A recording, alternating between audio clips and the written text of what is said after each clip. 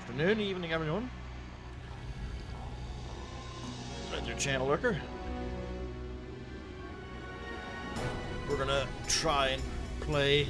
I don't think we'll be able to beat it tonight. Well, depending on how much time we go for tonight. The rest of Unreal, I'd say we're about at the halfway point. If you can count the ISV Grand, and I've remembered to skip. So I'm gonna show off the skip because the ISV Cran is like 4 levels in one chapter, and it's really long and really annoying. But there's one jump you can do. You get jump boots, and there's one specific area that you can jump, which pretty much skips the whole 4 levels. So yeah, we'll get that go. Hey Archaon, how you doing, man? Catalion. Question is the sound from your stream trailer from something that sounds so familiar? Ah, okay, so Actelion, if you can tell me what it is, I'll be sincerely impressed. I've had 2 people say the same thing. If you can tell me what it's from, I'll be quite impressed with you. Maybe I'll gift you a membership or something if I can remember how to do that. It's quite interesting that people do know what it is. I had one person right off the bat name it, no problem. Was just like, oh, it's this from this, and I'm like, yeah, absolutely it is. Also, how's everyone's week going? If you haven't watched my Footman only video, it's up there now. It's coming along.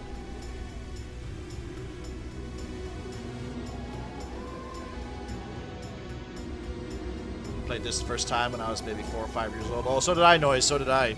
This is the first-person shooter I've ever played. It was back in the day when I pretty much couldn't even use the keyboard properly. My dad got into PC gaming really early on, like in the 90s, and this and Warcraft and the game that the sound effects from my trailer are from. I don't want to spoil it, so Actelion can get it. Those were like the key games of my childhood, so this is nostalgic as hell for me.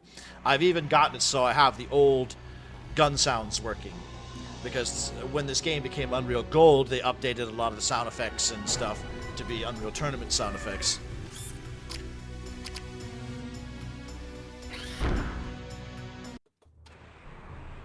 Oh, listen to that. Now I had to kind of like cheat my way back here, because I already got to this part without the old, but I had to update the entire game to, it was like, the game I was playing, good old games, was like version 2.2.5, but I had to update it to 2.2.7. So, I just had to kind of like skip my way through. So I have the Razor Jack in my inventory, although I shouldn't have it yet. We got Geodudes.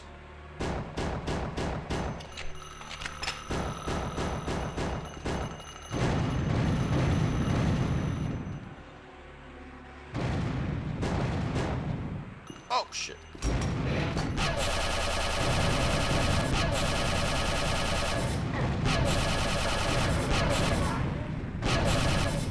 Probably not the best weapon for it. These guys need a good hit scan weapon. Maybe back at fighting aliens in the medieval castle. Oh yeah, well we're going to be in a human spaceship today. Well, for a little bit. Not sure if this is my first FPS or it's Quake 2. Quake 2 is another. Well, Quake, Doom, and this game all came out in kind of like a similar time frame. Let's just ignore this guy.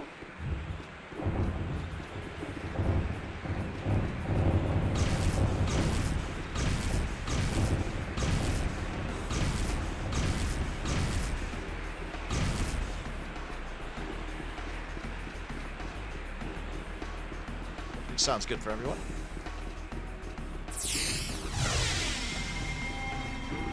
Whoa!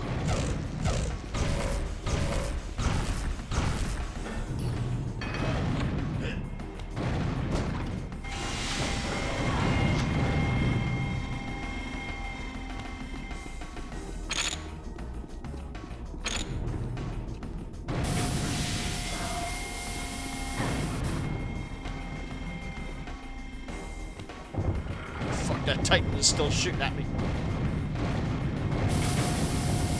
Oh, I fucked that up again.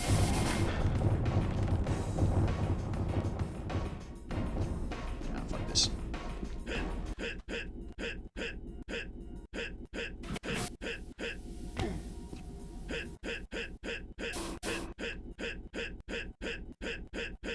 Come on, motherfucker. Oh, I had it. Damn it. Okay.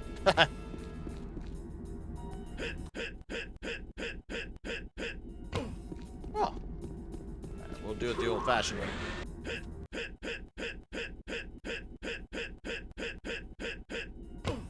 Why is this not working all of a sudden? I was doing this the other day. I think I might be hitting the ceiling. There we go. Whoops. Hey, Spicy. Mecca. Had my first game of Warhammer Old World last night. Oh yeah, how did that go? Tabletop, I assume, yeah? Do you guys have like a local club or... because we have that in quite a few cities that I've lived in where they have like a little toy, like not a toy shop, but it's like a gamer, a hobby shop. And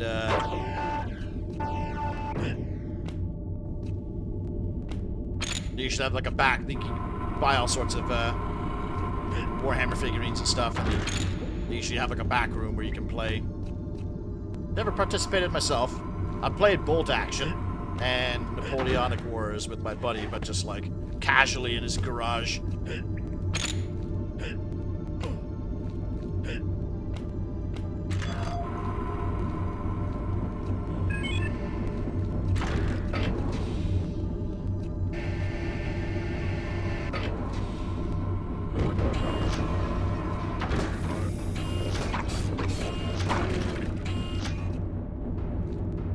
It's good.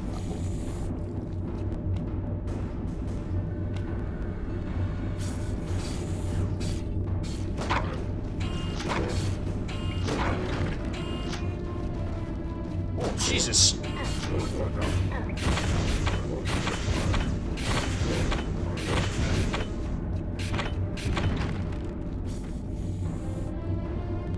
I thought these guys weren't supposed to come because this scar goes over here and like sets the alarm off. Whoa! I'm trying to read the chat here. Scar!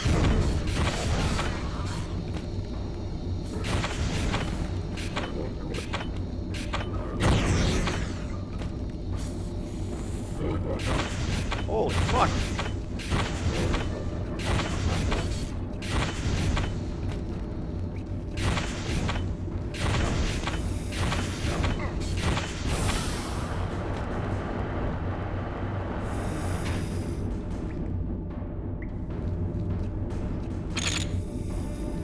The lighting in this room is quite interesting. Hobby shops are nice. Oh, tabletop. Oh, tabletop simulator. Oh, yeah. That's on Steam, isn't it? That's cool. Does it have like all the models and stuff? Or do you kind of just like play with whatever? I think I might visit one. Yeah, I've always wanted to as well, Spicy. They sometimes have like events and stuff. Well, today's the day I leave the NTC. That's like terrible because we're going home now and I can make streams again. Hey, there you go, Philip.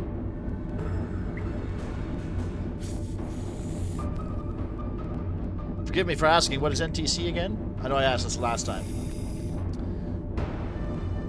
Thing with Old World is that actually puts a lot more of the skill of players into this building. You gotta consider positioning, timing, and your opponent's psychology. Bolt action is really good on the activation order based system. Yeah, the bolt action was easy enough because I don't play any tabletop at all. But the rule set was simple enough that I could pretty much grasp it.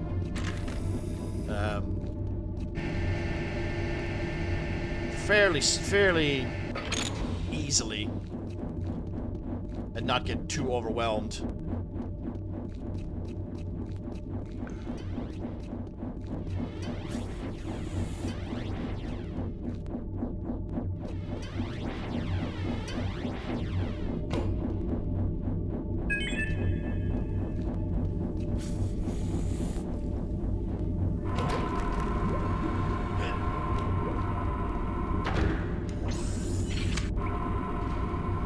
That sounds way better than the new sound they give it, where they just give it a generic, like, almost sounds like it's breathing. Like,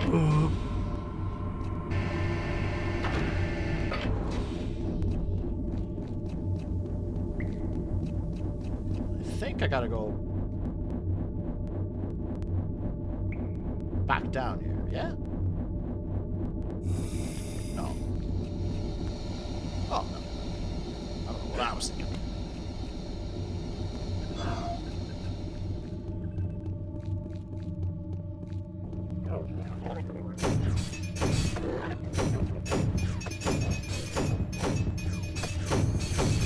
Oh, he's almost perfect.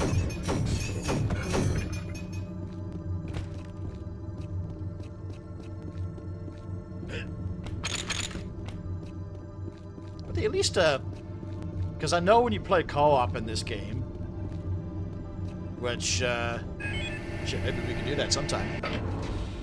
Get a co-op of this on the go, because you can play multiple player co-op in this game.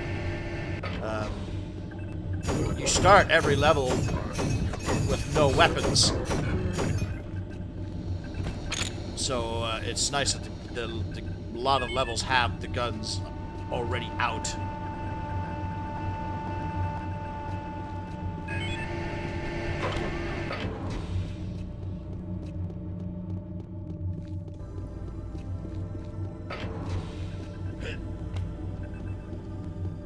It's my armor.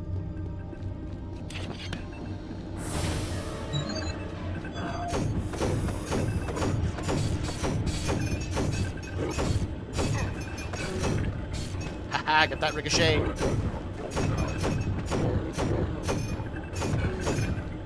He's too buff to get in here.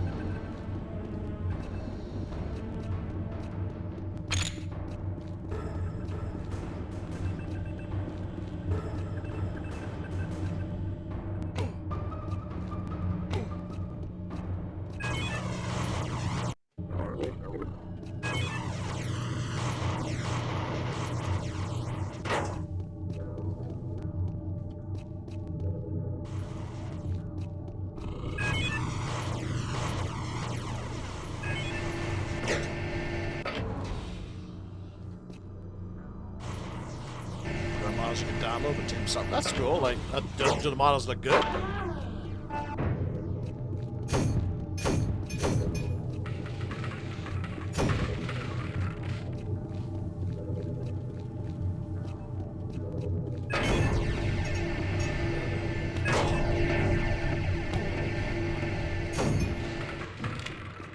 Alright, we got jumpers.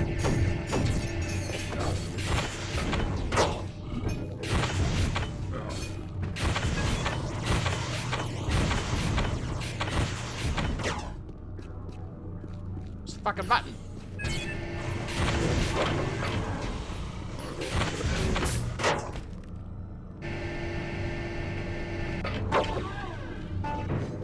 gonna wear out my goddamn boots.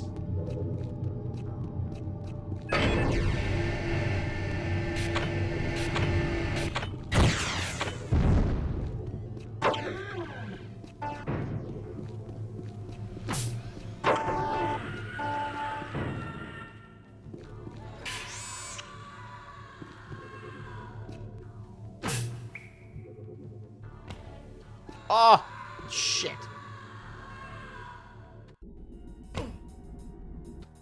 Oh, that's not good. Oh, shit, in a basket. All right.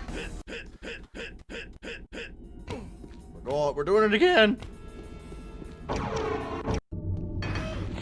don't remember the jump boots running out nearly that quickly. Holy moly.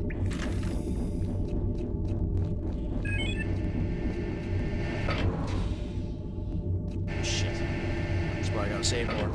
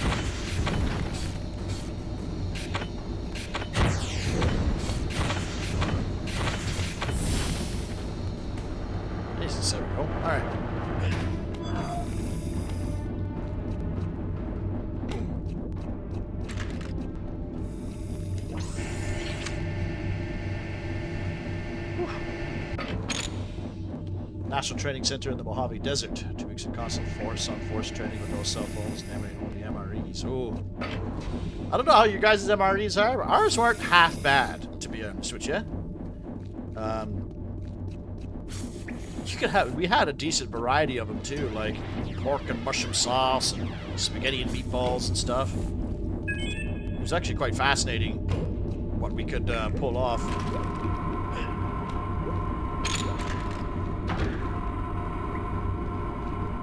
Yeah, force on force, is that where like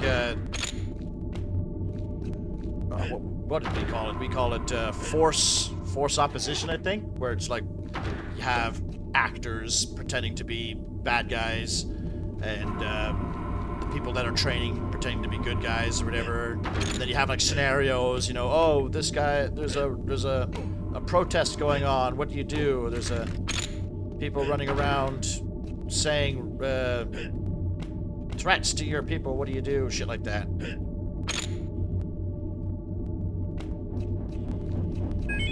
Welcome back to society, at least. Most of the models of TTs are ripped from Total War. That's still pretty sweet, though. Tabletop Simulator, I'd have to check that out. Hey, Child of Rage, we were playing Unreal, the original. The granddaddy of Unreal Tournament, or the father of Unreal Tournament, and the granddaddy of... Look at this guy napping.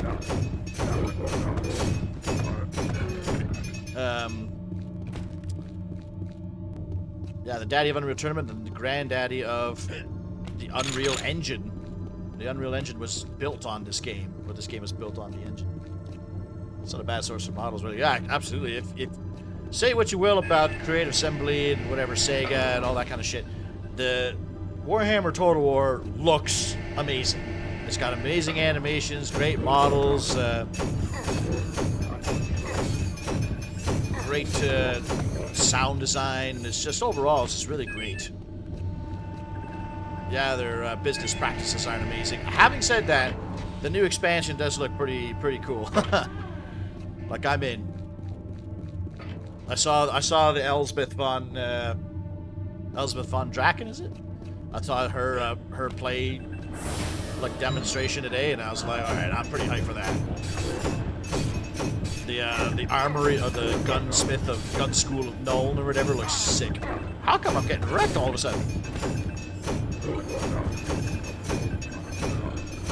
Oh!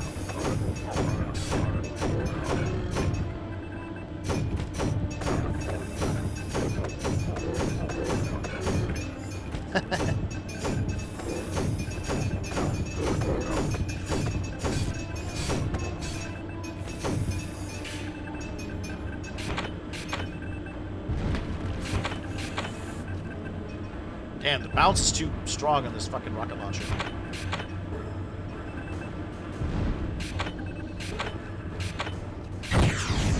Oh. There were no enemies left to kill. Okay.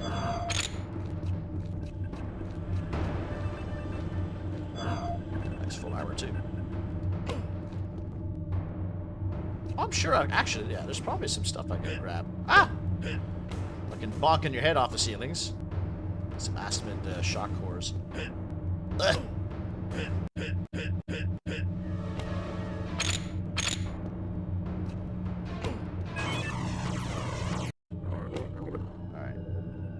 Saving. Don't eat the enchiladas. Oh yeah, Spicy Nacho knows about MREs.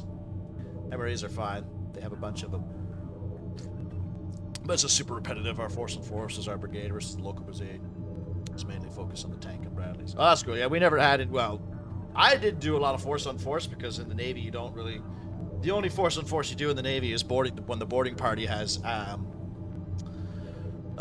exercises and stuff. So they'll do things like that. But when I was in boot camp, we did a little force on force stuff. But it was never anything hardcore. It was never vehicles or anything involved. I guess, yeah, like, what else would you do in the Army and the stuff like that for training? Because you have much different situations than we do. Oh, shit. Huh?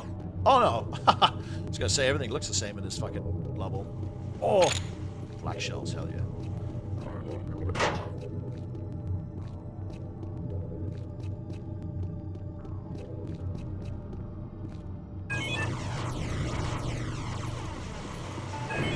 So I just gotta study my path to get to the jump area first.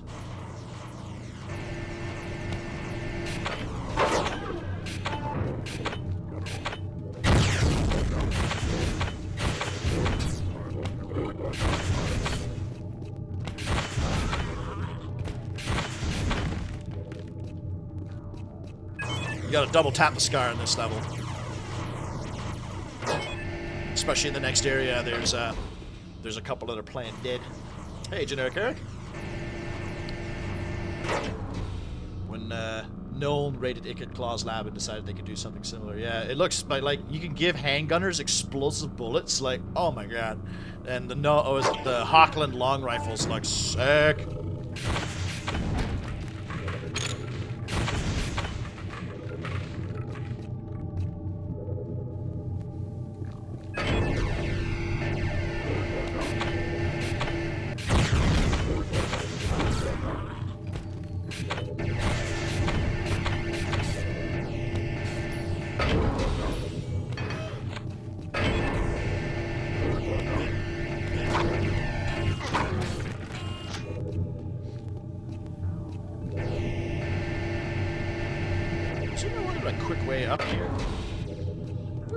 Oh, I missed it.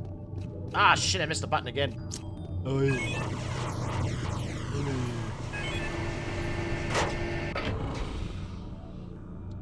Did a bit of dismount stuff for urban environments. Most of it was just stupidity of planning. There's the airport's Black Horse Brigade, which represents conventions. Ah, Black Horse, that's interesting. Actually, funny you should say that. My, our helo on the St. John's was nicknamed, or codenamed Black Horse. On the Halifax, it was codenamed Kingfisher.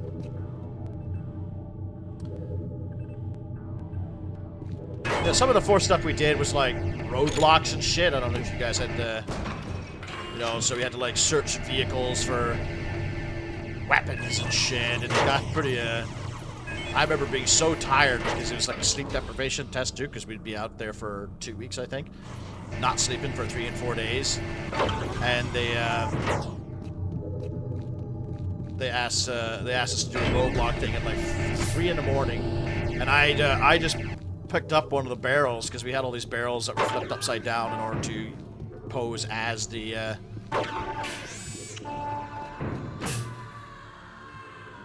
Oh, I fucked it up. Shit. How do I do that jump again? Oh, I gotta go on this side. Yeah, okay. No problem.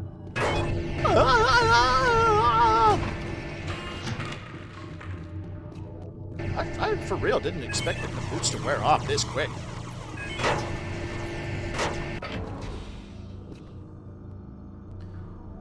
Oh yeah, so anyways, I flipped the barrels upside down and I crawled inside one and fell asleep. And then when the examiners came in, they were like, so yeah, the platoon failed. You let a car go, and I had an AK-47 strapped to the ceiling of the car because nobody bothered to, like, go inside. Oh.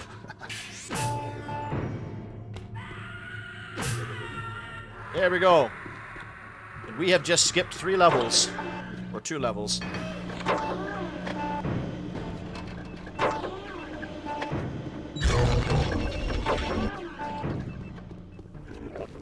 Now, there's infinite spawning enemies in here, so you're better off just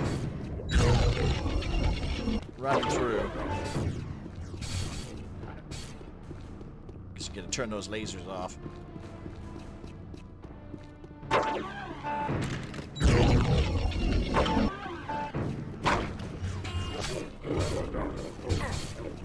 But you can't turn them back on.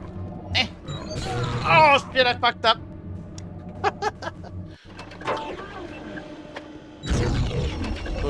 That's the wrong button to turn them back on. There is a button to turn them back on to stop them from following you. Excuse me. Pacifist coming through.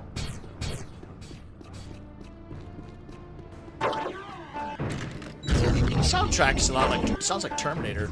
There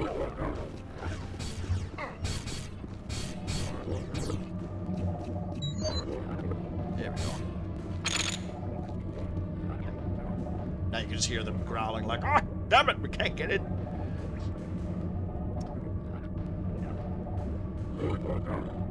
And there are paid civilian actors who pretend to be foreign civilians or insurgents. See, that's the difference. We just get us, like other soldiers, to do it, and it's just a part of your task for the day or the week to be insurgents.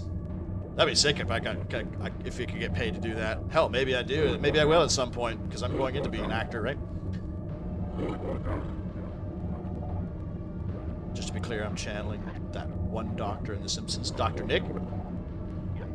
Generic Nick, yeah. Hi everybody. Ecthelion, you haven't thought of where the sound came from yet, have you? If you want, I can give you a hint. Yeah, it's a full brigade assets from artillery to air to mechanized cyber, all educated by the networks. We'll see. It's basically a mock deployment scope. That's the last thing the brigade does. Damn, that's pretty intense. I guess we've done that too with the entire task groups of warships. Difference is we get to make port in certain places and like relax and shit after a while.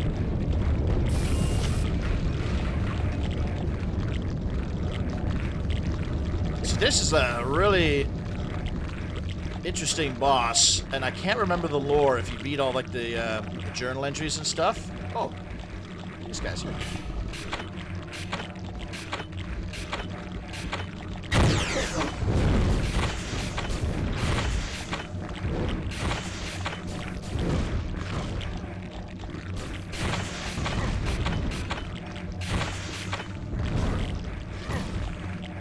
God.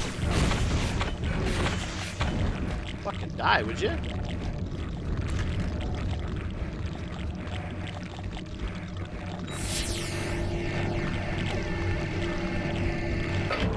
But what the game doesn't tell you is... Well, that didn't work.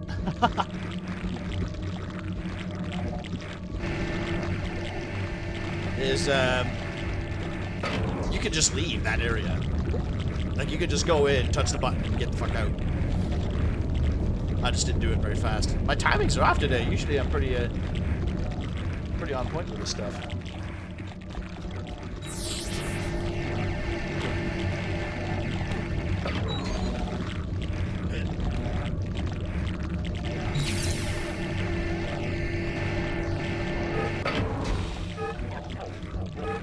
Coming? Touch the laser.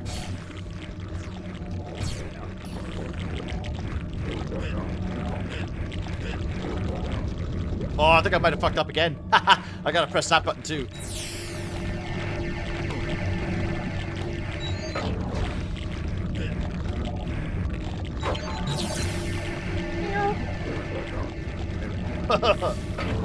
Hey, Chaos, how you doing, man?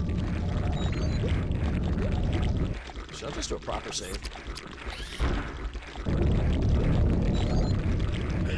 See how frustrated they are. I want to eat you! Ah! Oh my god, it locks again? What? Alright, well, I'm in.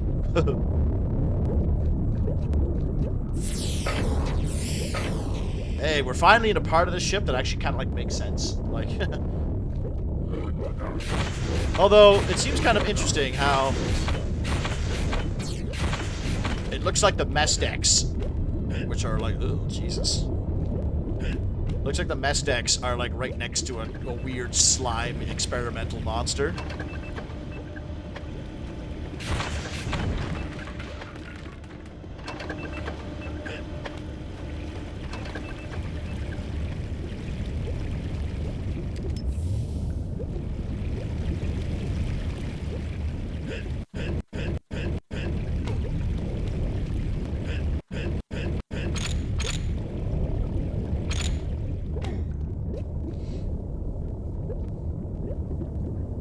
Be considered ready for... Okay, so what you're describing is what we would call workups. So before our ship deploys, our ships deploy, we have a 3-month sail where I guess you could say similar things, but Navy versions of that happens where we have what's called sea trainers, which are basically like school principals or standards and ethics guys. They come on board and they run scenarios like, oh, you just hit a torpedo hits you, or there's a hostile cruiser in the area. How do you, or there's fighters in the air, and you have to. It's a lot for combat to deal with, which is what my department was. The last week is like the intense week where ooh,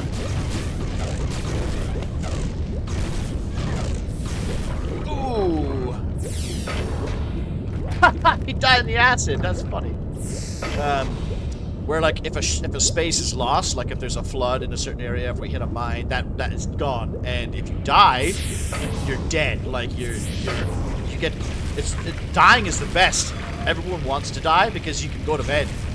Because they'll put you in like the chiefs and POs mess. That's like a morgue or whatever. And they're just like, yeah, here you go, you're dead now. Have a good one. And it means you don't have to. So they'll put like little red lights or little blue lights signifying. See this? You see this right here? Oh, he might actually have been dead, but there's a couple of them that.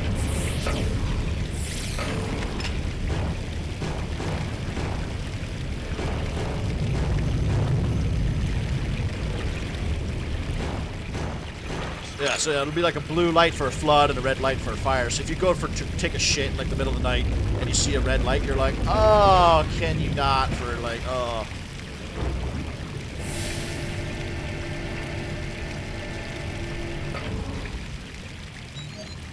What is this room? Like, it's just a ladderless hallway leading to a button.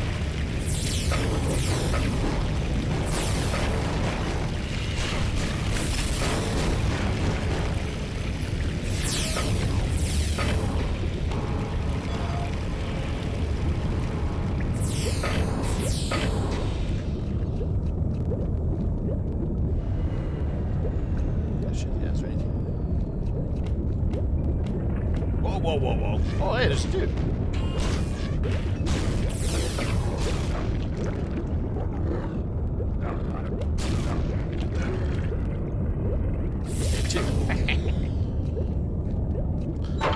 I unfortunately never died. I had to do exercises in other ships where I was either dead or injured.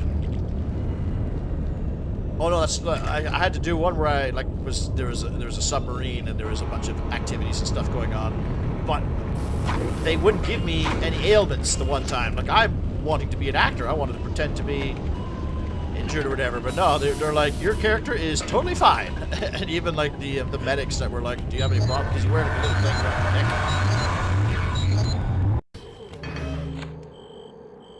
And there we go. We are outside of the ship.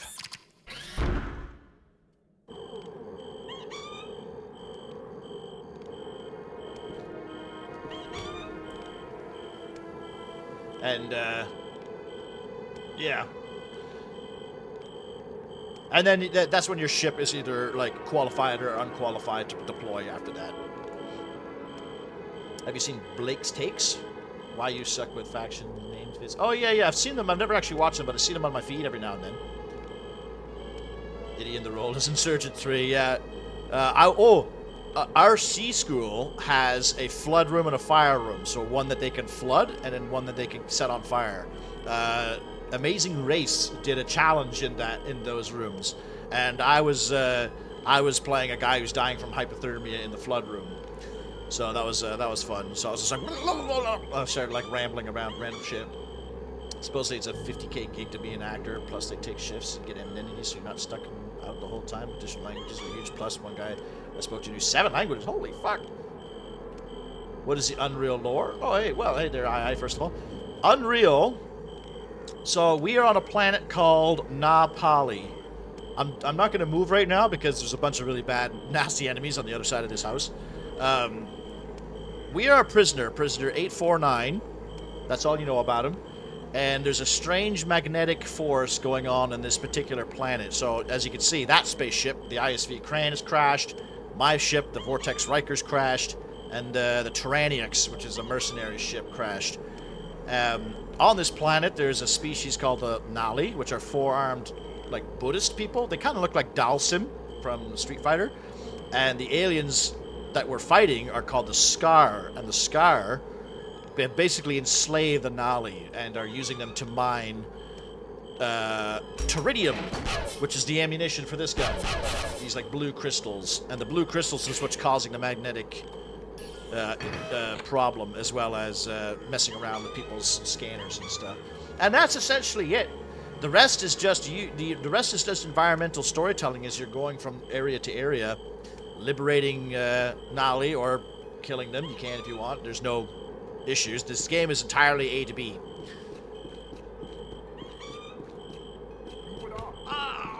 That's a Titan that just killed an Nali. Alright, we're just gonna... We're the only surviving human that we've ever found. Oh, I don't have a universal translator. Oh shit, I gotta... Hang on.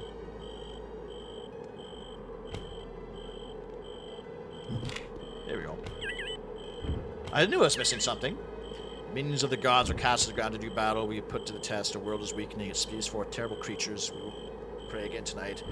Oh, hear our pleas on our side. So they're talking about that crashed ship. So the Sky were like exploring the human ship because there's a war going on between the Sky and the humans.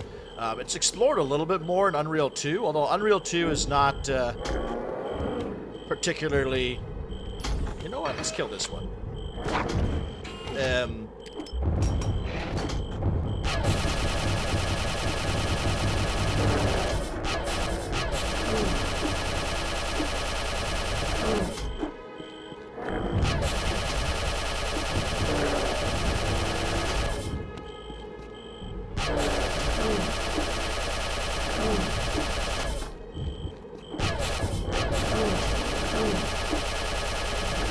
At least you can't punch me through walls.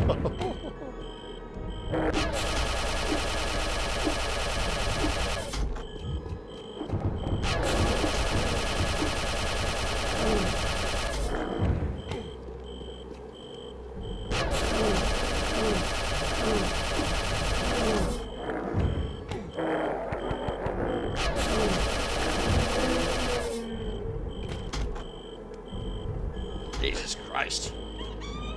Big ugly bastard. And that's essentially all the lore there is to this game. It's, yeah, like I said, it's all about discovering your own, like, you'll come across bodies and people's journals. Like, these guys never say anything to you, but these guys will reveal secrets to you all the time. It's really handy to keep these guys alive. Not getting it. They often give you, like, armor upgrades and stuff like that.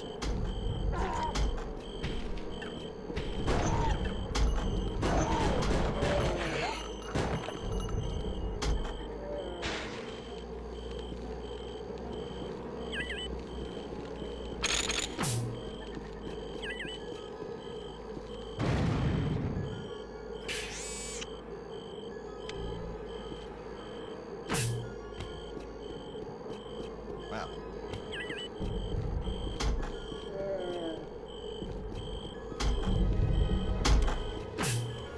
Oops.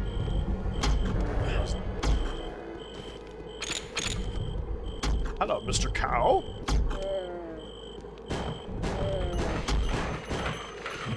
I like how he has toxic sludge in his barrel in here. That would be hilarious here if I had to go through Ujin Town again. So idiot pull out an AK and snip it would be blanks. I wouldn't be mad. Yeah, I had to do that. I was never given a weapon, but I put on a babushka outfit for one of our training scenarios, and I went up to like the guard, Hartling. I shouldn't say his real name. He was on the brow, and I was like, I was basically just using lines from Red Alert 2, and then I pulled out a fucking gun from underneath my smock. And he surrendered the ship. He failed. Needless to say, he failed that test. If you're watching, hey, what's going on?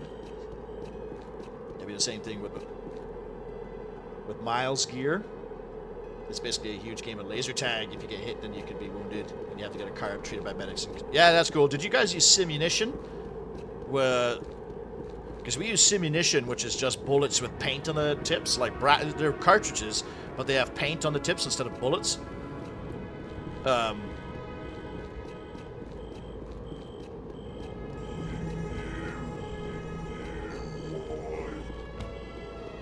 another Titan. And another one. So let's just,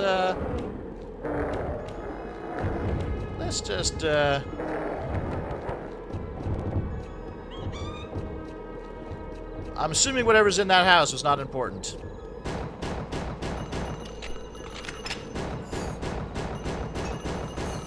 Oh, he's got a razor jack on him.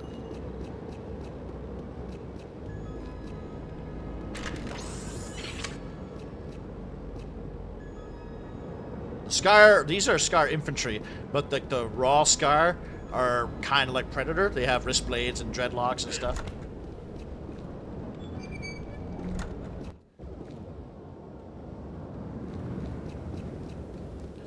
Now we're on our way to the Sunspire.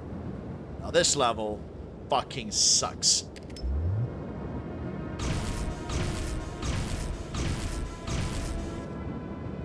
Oh, shot that guy into the lava. Yeah, the gold edition removed the little trail on your dispersion pistol shots, which is very bizarre because it looks pretty cool.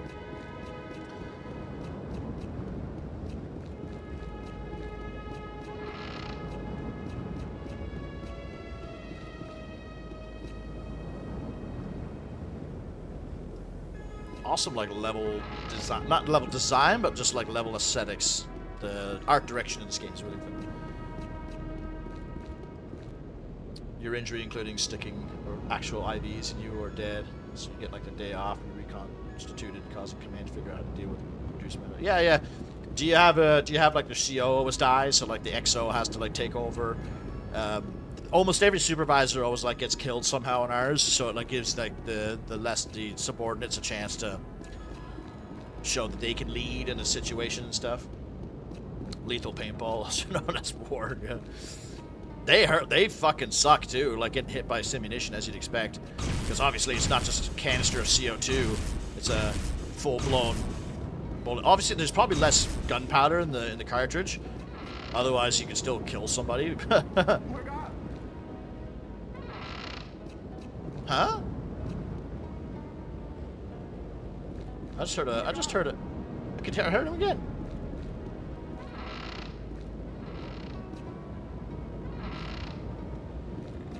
I just heard a nollie.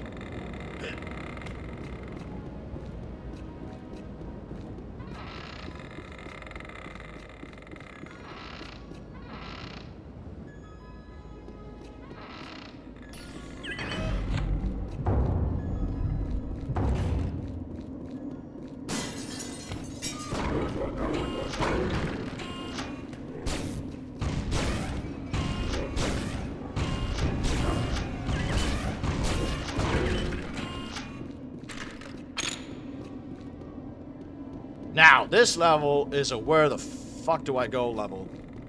And no matter how many times I played this level, I always get lost. Key things to note in this level is I need to get the minigun and get to the top. So essentially, if you could just find your way up, you'll be alright. But somewhere along the way, there is a minigun I need to get. Safety hazard, plus need to swap out bolts. I would have preferred it personally, but the option for blanks. Yeah, when we did it in the field, we used blanks. It's probably cheaper, too, than to use actual paint simunition. It's funny how the series turned out with Unreal Tournament. It's like, what if Warhammer Fantasy came out and people didn't really care about the Blood Bowl? Came out and was crazy popular. Hey, there's Styles. Well, it's just kind of funny how this game was like a masterclass in like single player, like horror, you could almost say survival, action shooting mechanics. And the bot matches were like kind of like just like a side effect. But the bot matches were so popular that the series pretty much just locked in and said, all right, we're just doing that for the rest. We're never doing a single player experience again.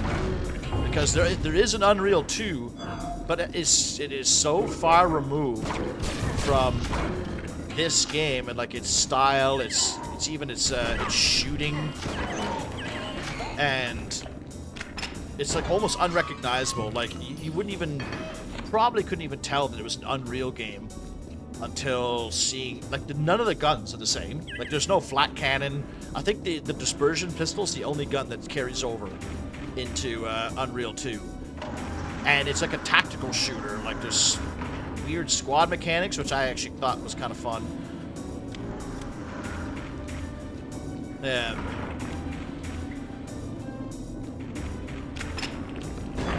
There's like a hub level that you had to go through, and it was a very bizarre game. I thought it was a fine enough game. It was boring compared to this, but because I mean, you're going from high octane twitch shooter to simulation. I don't know. It's a weird game. It's very not Unreal, but it's still fine. But yeah, then they did Unreal 2003, and then they were going to like make it into like a sports game series. Then they did like Unreal 2004, and then Unreal Tournament 3, which was fucking awful. I really disliked. Oh, I hate these enemies.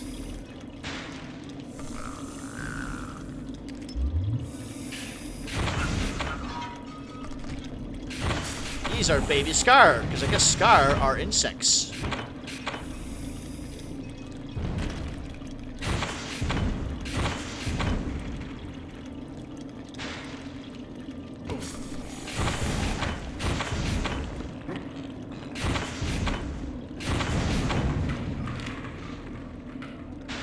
Sniper round. One sniper round.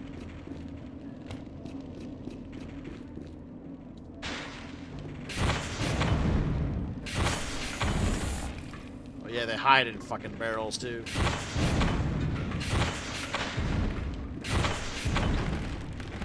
Spicy, cover your eyes. We got spiders. Oh! Found the minigun.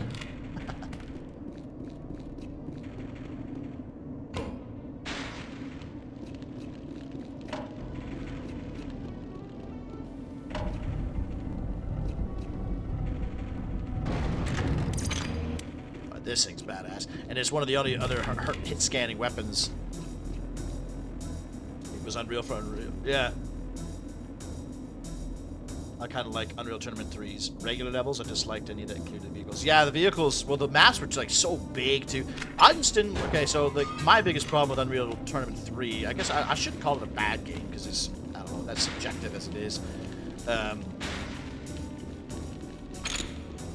Oh, it's already coming this way. Is the aesthetic, like the art style was, it almost looked like they just took Gears of War and like the Theron guards, armor and skins, and they just like applied that to everything. And it was so bizarre. It was such a weird... Ah! I don't know why I'm using this gun. I got a brand new shiny gun here. And like even the main character, it looked like it... honestly, I'm curious as if they just recycled Dom's model from Gears of War in a Theron guard armor. Because you do get...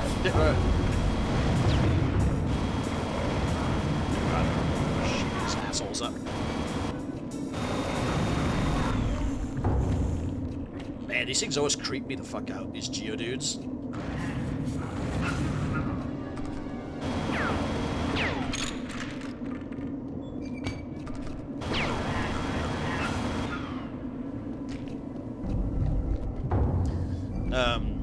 And yeah, just the aesthetic, it just didn't fly with me, and the story, it was like they wanted to be an Unreal game, but also wanted to keep it Unreal Tournaments. Like the story was so bizarre, how you were like still doing tournament, like you could respawn, but it was still, you were fighting a war. The crawl looked nothing like they do in this game. What the fuck is this? Invisibility, oh shit. I don't think I've ever used that in my life. Be careful running low on ammo on this thing. This thing pisses lead.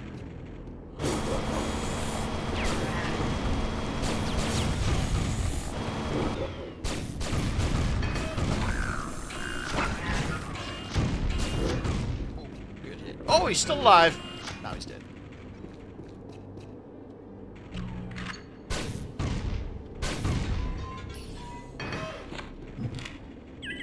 See, I think, and like there's stories going on. Petty Officer Onolopov. We split up. Now we should have a better chance of finding Kira. These bastards are gonna pay for taking her. I love you, Kira. I swear I'll find you. Security Officer A. Konechov. We are running out of ammo fast. There's only one weapon left. We have to reach the top where we can activate the crystal that calls the sky elevator according to the Nali at the gates. So this isn't the first time you come across these guys. Like, these are ISV Cran crew members, and actually my model is actually an ISV Cran guy.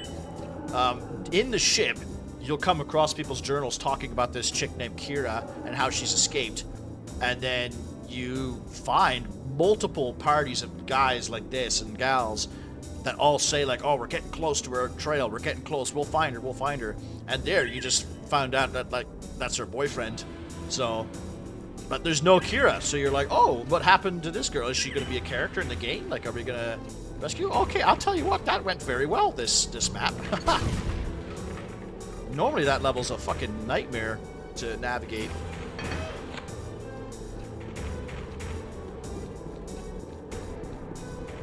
And that's like the kind of stories you come across. It's always like you're too late. You're just too late. Like, it makes you, like when I was a kid, I used to go like, oh, if I was here 5 minutes, if I played the game better, 5 minutes faster, maybe I would have found those 3 guys and they would have survived, kind of thing. That'd be kind of neat. But that's just my imagination when I was a kid. I still prefer, yeah, 99's the best one, in my opinion. Just the aesthetics and the gameplay and the maps. Although, was it 2004 was pretty good. It was pretty good. Not as good as T99, but it's still pretty good. I can see it being very years like from the player faction. Yeah, the player faction was so weird, and it was like the Izanagi, and the Izanagi are in Unreal 2, and they look more like Japanese than they were in Unreal Tournament 3. So it's just like there's no connective tissue between any of the Unreal games, really. It was so weird. Or how about Unreal Tournament? Oh! The one for the Xbox where you played as that guy Anubis. That was a wild one with third person like melee, and there was like Nali in that game, but they were like just a joke. You just had to kill them in the Nali Slayer mode or something.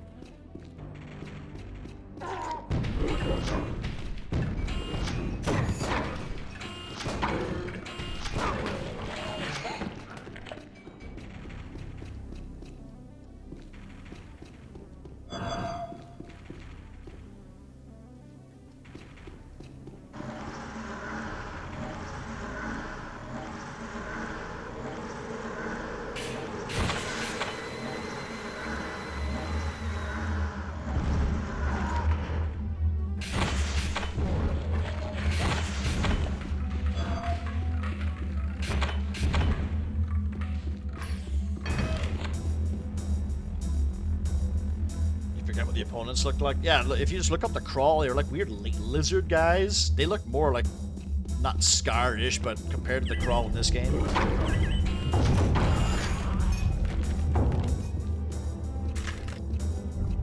Yeah, I don't need to touch that crystal yet, because there's some... a narrow hallway. I got you, bitch.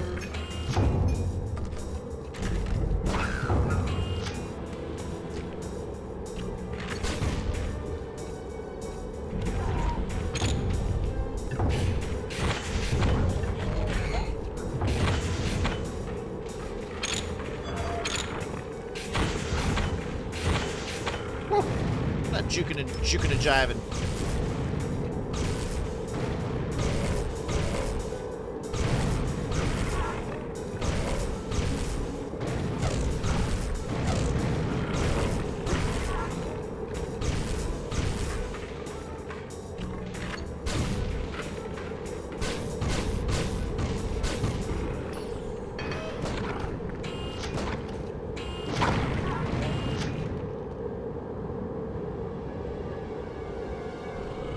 Oh, he didn't make it. I thought he was going to land in the lava.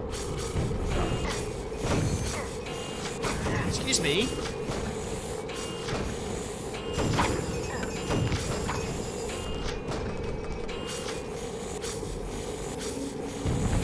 Fucking hell, that thing was all jacked up.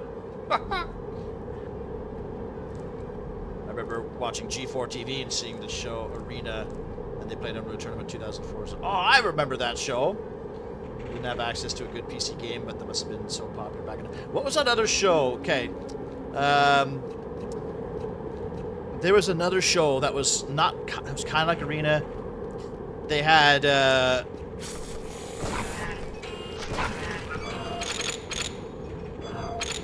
like this guy, like what? How did this guy get back here?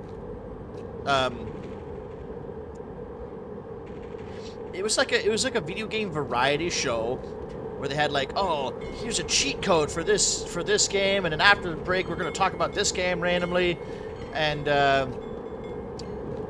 all the while there was like 3 or 4 kids that were like competing with something, and often it was like Mario 3 sometimes, or these random ass games, and then at the end of the episode they would just like casually announce, oh, and then Philip won the tournament, and you're like, you didn't even fucking show the tournament. It had a really distinct title theme too. Oh my god, somebody knows what I'm talking about. The guy looked like the main guy from Smash Mouth or something, and he was like, today on Gamer Corner or whatever. It's similar to what you were talking about with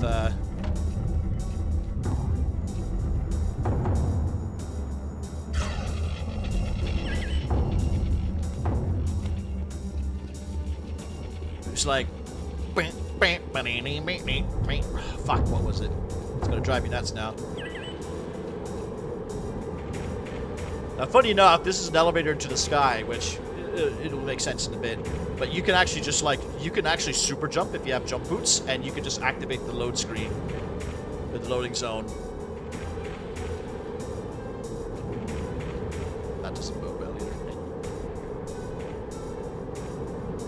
Isn't that staple rapid fire weapons to use up so much lead? Yeah, Unreal Championship was the Xbox only game. Unreal Championship, that's what it was. Unreal Championship 2? Is that the one I'm thinking? What's the one with the Anubis? You had like the Egyptian costume and everything. Kid Rad. Kid Rad? No, it wasn't a cartoon. It was like a variety show. Like the oh, this has got like the best soundtrack this level.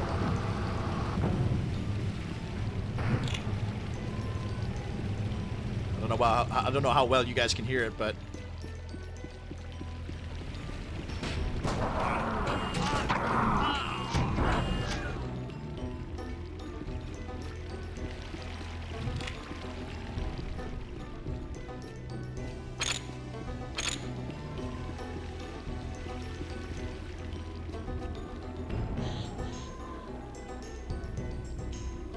it's very never-ending story that. Oh, shit.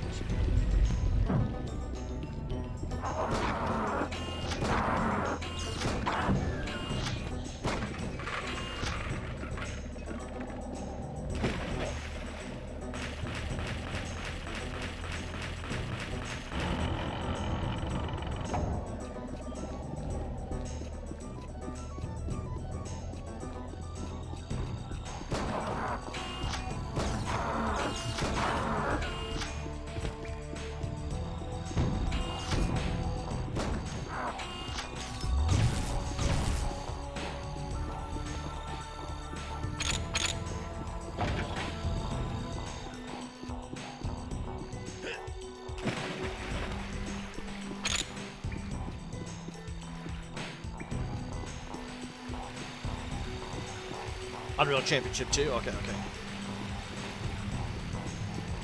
I saw a recent mod for Halo Master Chief Collection called Havoc. It takes the first game and makes it have more Marines and Covenant having big... Ooh! What's that called? Havoc? I was talking about that, and it's funny enough you should say that, Styles. I wrote another like 15 pages of the script for my outfit video that I'm still wanting to do.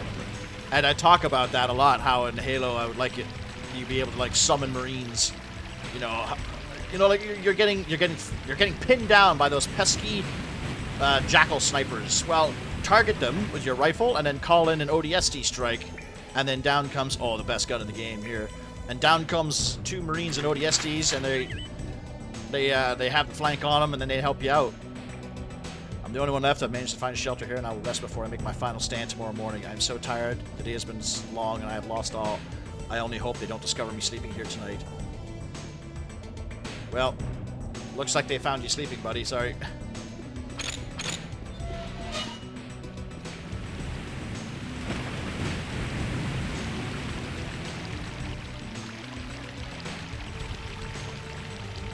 It's called Havoc, eh? I'll have to look into that. Yeah, there's only... Oh, fuck, this gun's so juicy. 3 shots for a headshot. Boom, boom. But yeah, is there any other mods and stuff for Halo? Because I'd fucking crush the shit out of those. I never tried to mod Halo before, but I saw a few like YouTube documentaries on them. And there's a lot of crazy shit that people are finding, like AI and stuff for Marines and Covenant. Isn't the new Forge for Halo Infinite, doesn't that have like AI? So people are making their own like firefight modes and shit.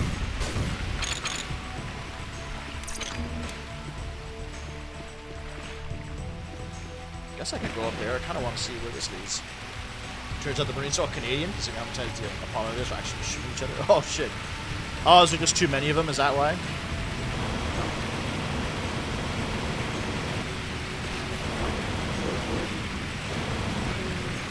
Oh, I don't want to go that way. That's a waterfall. Woo! But you can't summon Marines in Havoc, but you will find a lot of them, and even in the Liberty, they'll be teleported in at times. Oh, that's sick. What is there other, like, yeah, I was already asking, but like, what other kind of cool mods are there? Like, other mods for being able to just like spawn them in would be cool. Like, you could call it like Helldivers. You throw a little grenade or whatever, and then like a Pelican comes down with like 4 Marines in it, or a Warthog with a Marine in the back.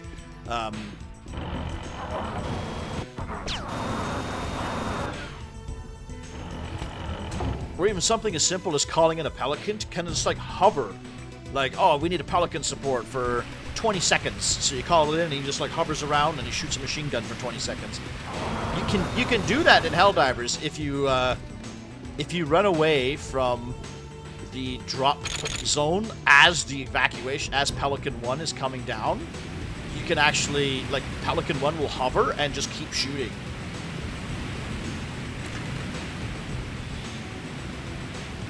Havoc does have the issue though where they decide to give some of the Marines grenade launchers, so I recommend not driving them. I don't think there's a Halo outfit mod. Oh, see, that'd be the dream for me, a Halo outfit mod, calling in support weapons and airstrikes and Marine squads and shit. You know what? I could use a Scorpion right about now. Hey, Foehammer, bring me down a Scorpion. You got it, Chief. I mean, your character, like, John is a Master Chief. That's a high rank in the Marine Corps. He should have authority to do shit like that. Or even when I was originally playing Halo, I always thought it'd be nice to have a very rudimentary command system for Marines, you know? Where you could just be like, hey boys, wait here. Kind of like Half-Life. You know, Half-Life had a really cool, with security guards and scientists. Like, it was so much fun gathering up a squad of security guards. You could tell them follow or hold position. Like, something as simple as that. So your Marines, because sometimes your Marines get stuck in places and you're like, come on, let's go. The music for this level is Bob. Absolutely, it's one of my favorite tracks. I listen to this and I have the playlist in my car. I listen to this all the time. Whoa.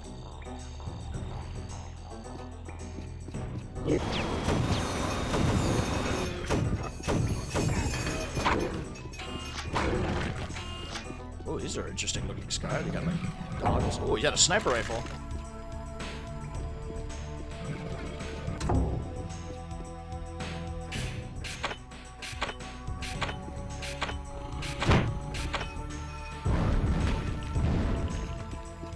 That's one dead Scar.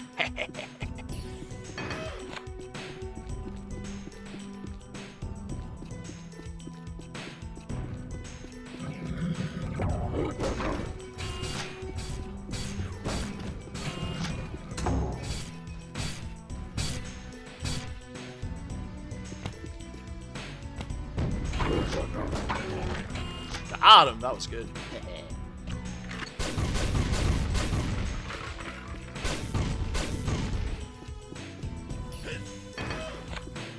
Ooh, loves finding me flak shells.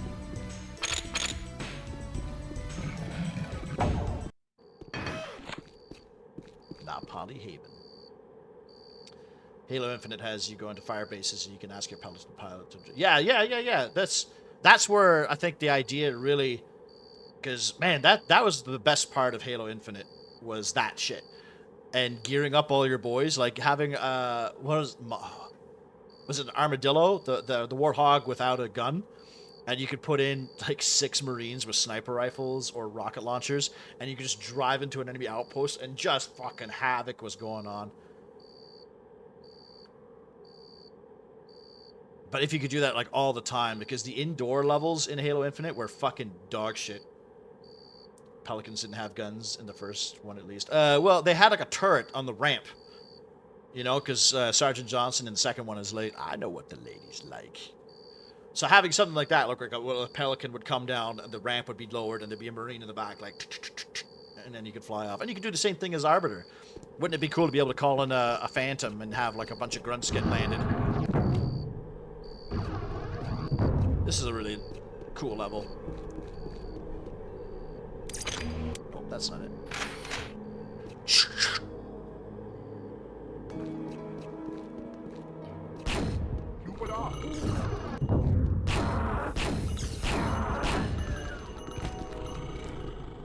What's up, bruh? Fuck, you're tall. New indeed. New indeed.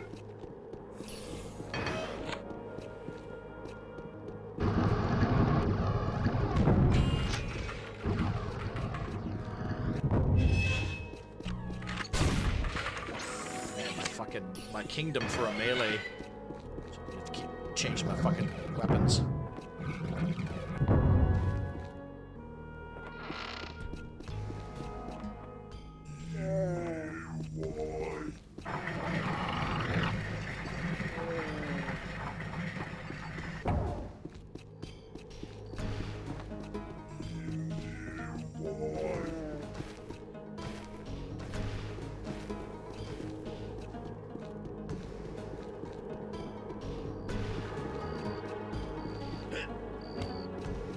Like, all these other Avatar islands out there, what do they have on them?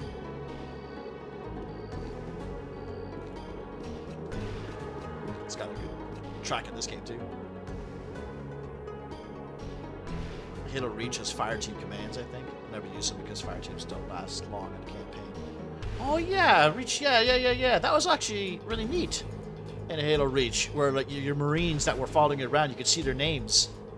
Yeah, fuck. Did they actually have an actual order system in that game? I didn't think they did. I thought they just were like every other Halo. And they don't really tell you the controls. Just have to hit like 3 random ass Marines assisting. Yeah, I didn't know you could command them. That's neat. But yeah, if you were to evolve on that idea, because you're like a savior of mankind, right? You're the best of the best. You're a friggin' Spartan, for God's sakes. Get away from the Nally, sir!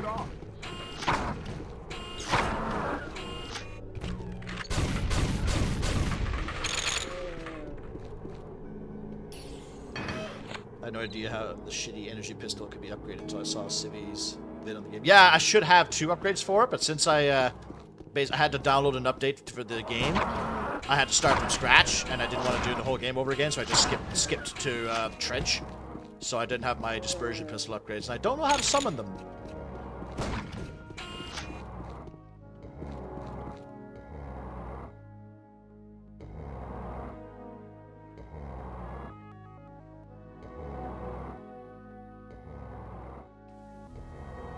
That's an interesting sound.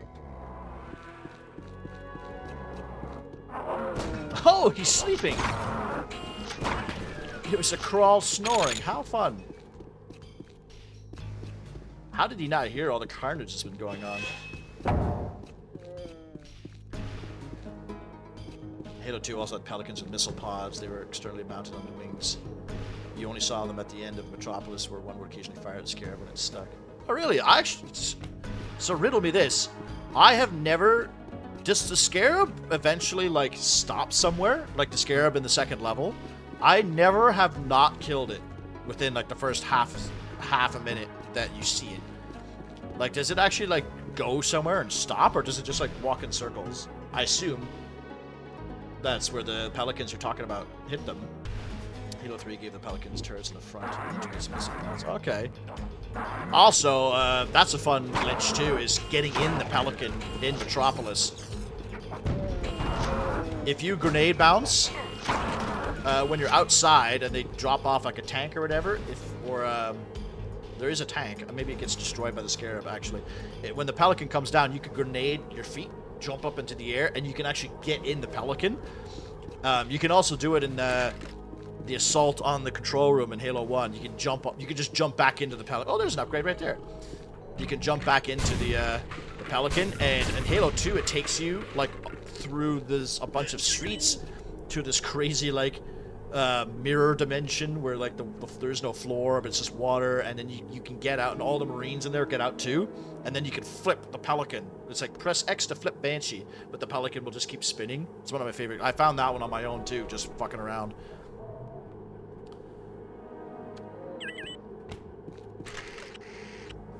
Nice. Because one is used to shoot down the 2 phantoms at the end of the first level, and that's about it. Yeah, the Scarab stops eventually. It walks down that waterway, and then Cortana says it can't go any further when it reaches the end. And then there's a sheer drop. Huh! I actually never knew that. I just figured it just like... I just figured it walked around in circles until you blew it up. I wish I could get this guy to move, because he's gonna get squished.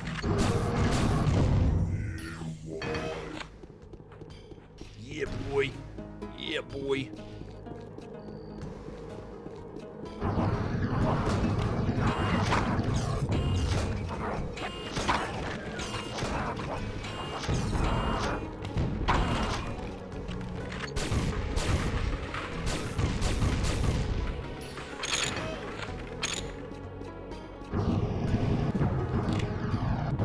Alright, sorry, dude.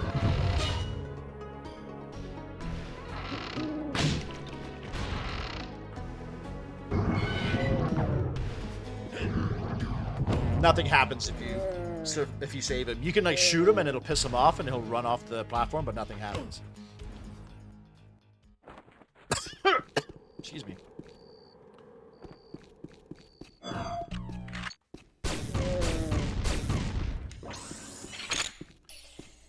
could have sworn this was a trap.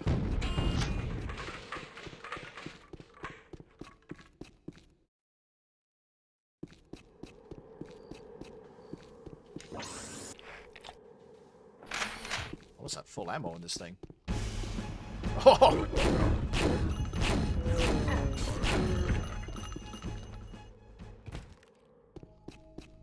Oh, that's it. What a bitch. Hey, what's up, dude? Ah, he's mad at me for killing his buddy who's standing on the damn thingy.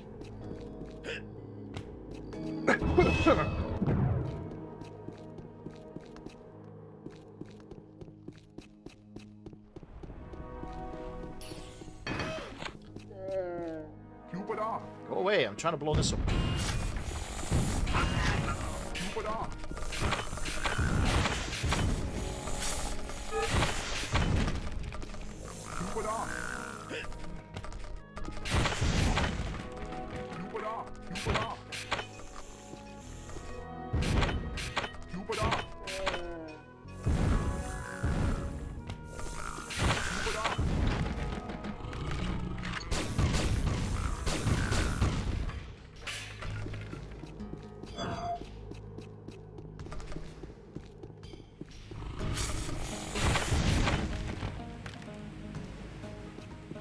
Creepy little shits.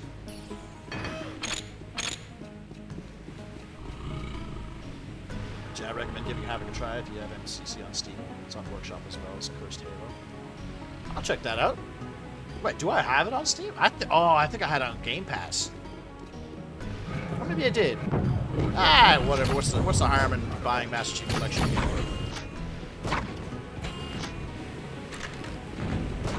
It's cool how the Scar can use your weapons against you.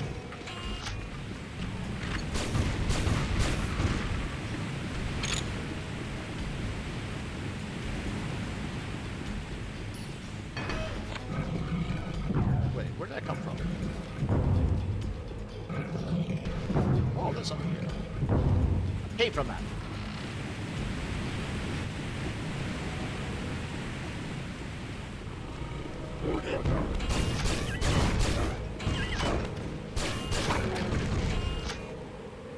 I've seen strange flying beasts vanishing into the depths of the mountain at night.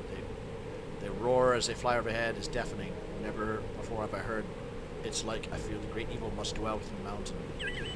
It's kind of cute actually reading that, because he's talking about spaceships. The Nali are like primitive creatures. So when he's talking about flying beasts, he's talking about like fighters.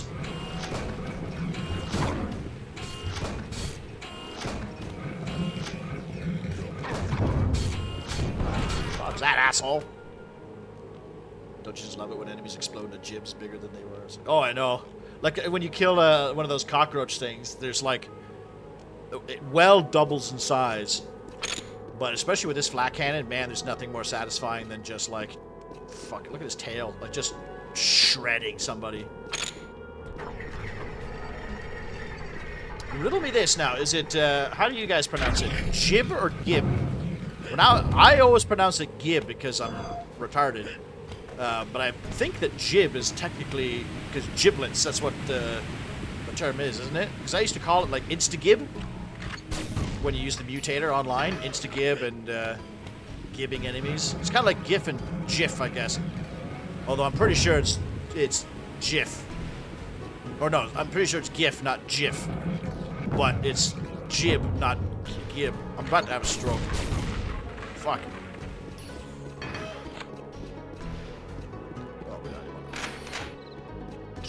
I love that sound. I like this zoom too, how it's just blatantly just enhance. Habugini.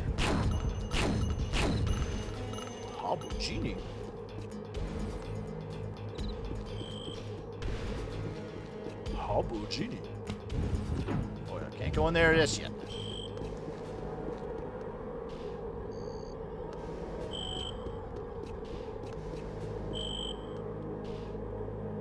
Pronounce it like Holy Heretics pronounce it as GIF. Yeah, GIF, I always pronounce that as GIF. But then maybe because of GIF, I used to just call it Gib. But I'm pretty sure it's Jib, right?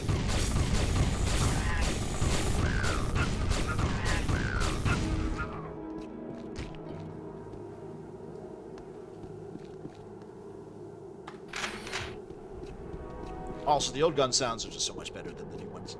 New ones are still great, but I call it Gib.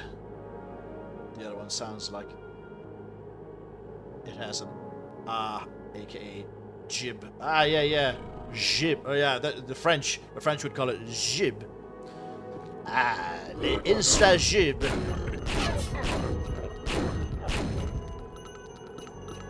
I love that when he's like, "Where's my head?"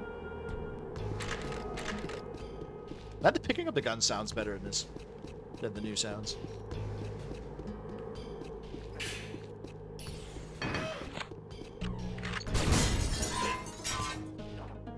Ah! Could have sworn that's how you get in there.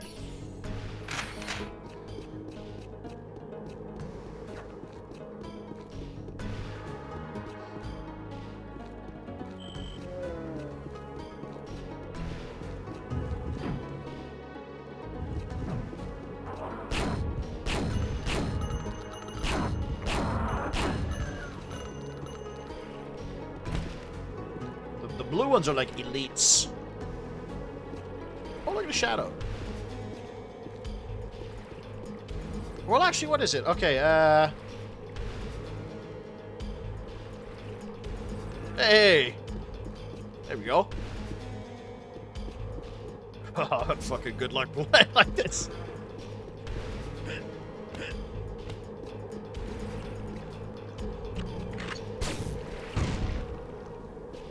Just fucking staring up my character's ass the whole time.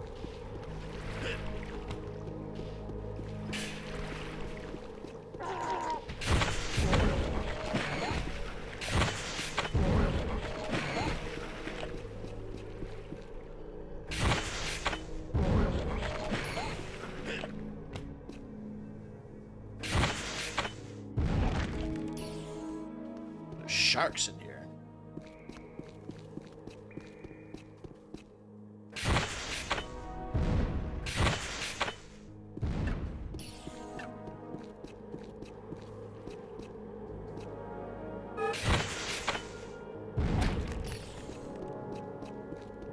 Oh, look at them cheeks!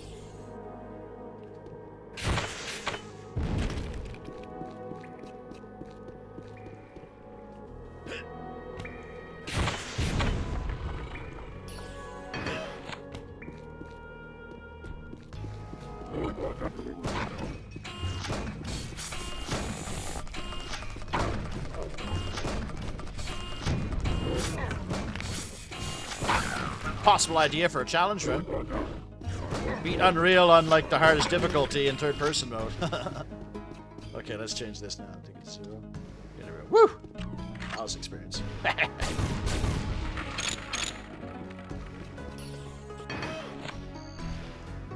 can't unhear giblets, so I always alternate between jib and gib. Yeah, I think you're like me there, Eric. I just whatever the first.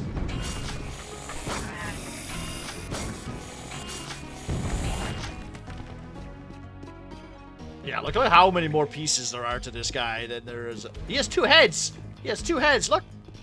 Oh, it's gone now, but...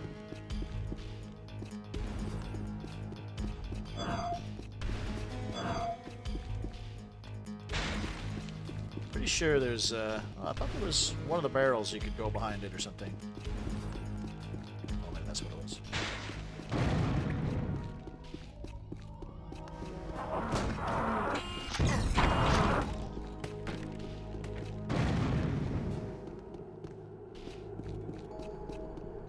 Sweaty run 2 miles does a body good. Deadass. Yeah, he's I think my character's short. Did I just one-shot him?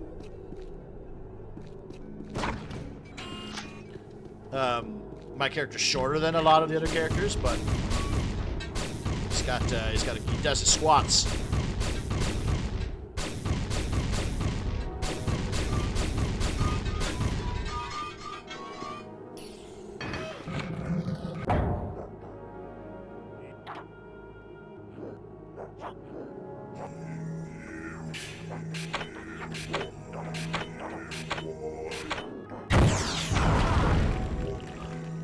Oh! That's pretty good.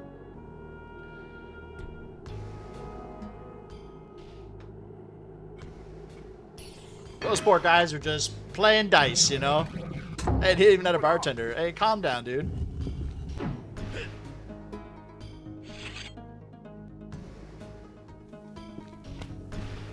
I was sworn that button was supposed to do something. I like how that guy cheesed it the fuck out of there. That was the perfect, like... What's going on there, breast healer? Flex the glutes, yeah.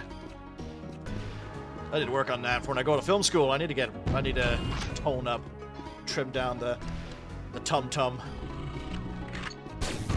I can't say that I have, since leaving the military, I don't eat out nearly as much. Like, I still do every now and then, because, you know, I fancy something different. But I found that when I was working, I was going out to lunch almost every day. And mostly it was because I wanted to get out of the office.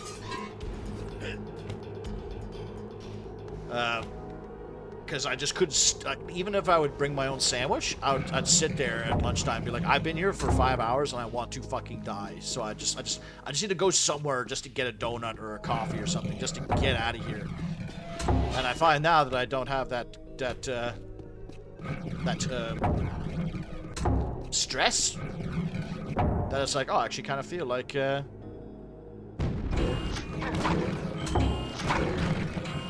wake up for that guy too. Ah! He's got a fucking baby version of himself in a box in his room.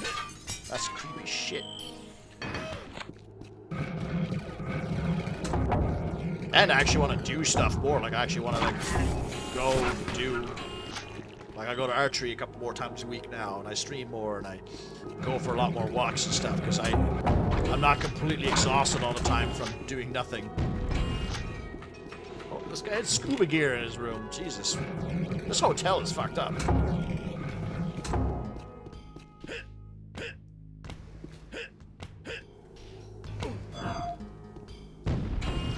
Okay, how do I open that fucking door? Because obviously this button does something. Is it the fireplace? Yeah.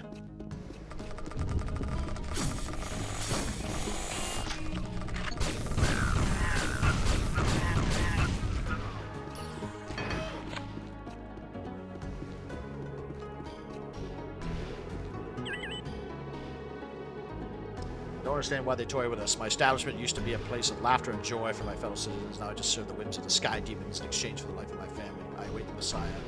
Oh yeah, they all think you're the Messiah. But what they don't realize is the Messiah is flat cannons. Oh, hang on, my my HUD's switched up again.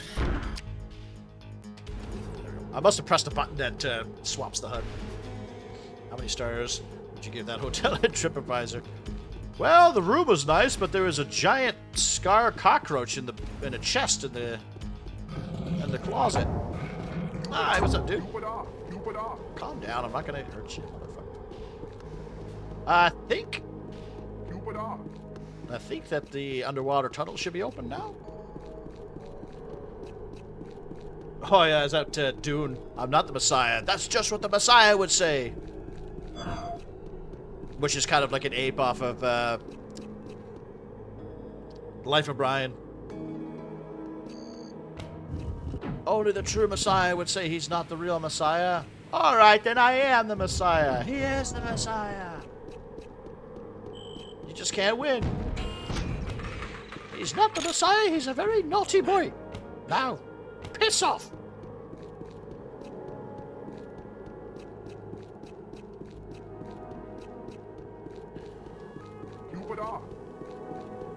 Also getting CNC Renegade vibes from this village. This village, really? I talk about Renegade. That Renegade is another, man, that's such a cool concept for a game. And that's what I loved about Westwood, where they're like, well, I guess EA was their overlords that time. But you know what I mean? They're like, you know what? We have a strategy game that's doing pretty great. What if we were to make it a shooter as well? The multiplayer in that game was dope. I used to just fly Chinooks. I'd fly Chinooks and pick up my buddies and just drop them off in the enemy base. So I was basically like a Pelican. If there was a Halo Wars first-person shooter game, Battlefield style, I'd just fly a Pelican and pick up dudes and drop them off, and I'd be in logistics all day. But Renegade was such a cool idea. The campaign was fine. It really tapers off near the end. But I really love the idea. Even the one bot match you could do against in that one map, it was the only taste of multiplayer that I got for a long time before I actually tried the multiplayer. Renegade X, the remake that was for free, it's dead now, but it was really cool too.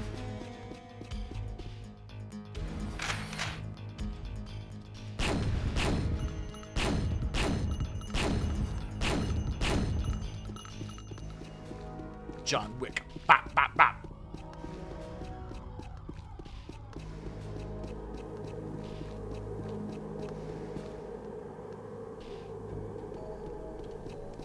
Did Renegade rip off the map from Unreal?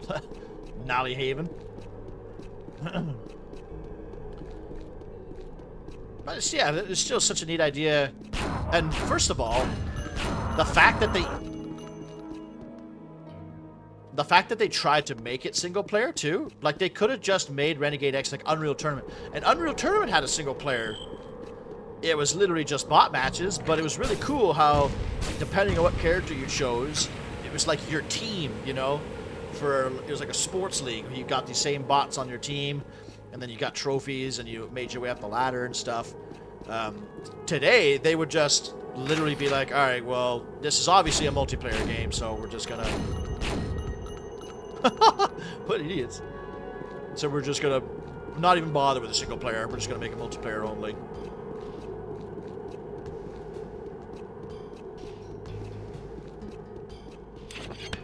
I should put my rifle away. I only have 6 rounds left. X is dead. Huh? Well, I tried it. I tried it 2 or 3, 5, 6, 7 months ago, and there was one server that was open that had people in it, but then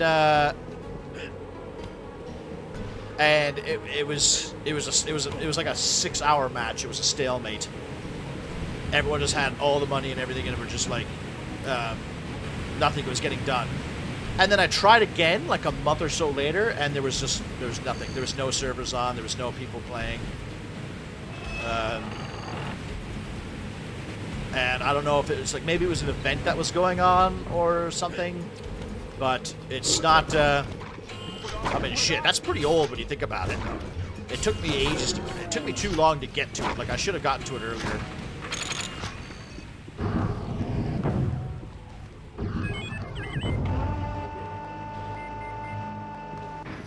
I like how the Scar tech is all like rusty and shitty looking.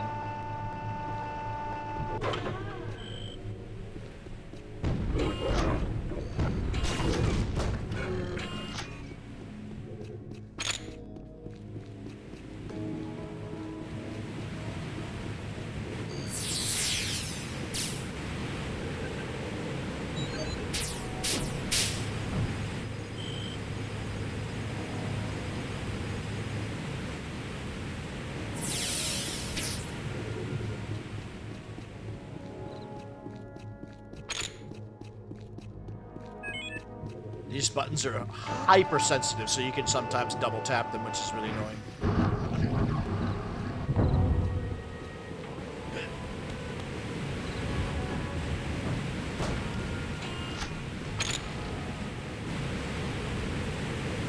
Alright, goodbye now, Polyhaven. Fun. This is kind of the game, but it's like, it's kind of sad to leave certain levels because the music is so nice, or the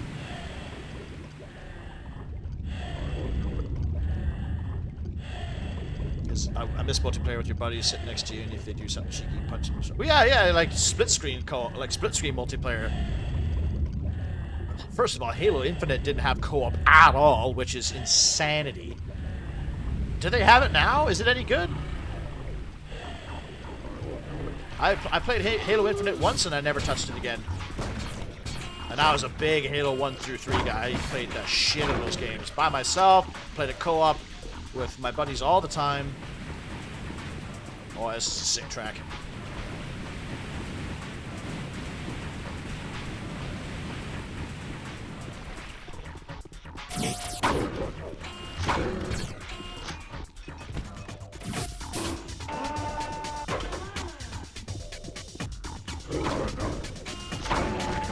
Very thematic, like we're in an alien area with technology and shit.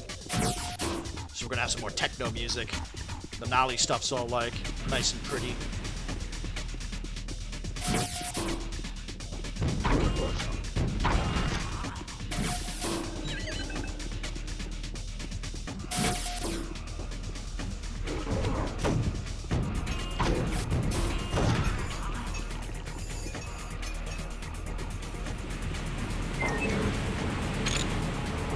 Oh shit.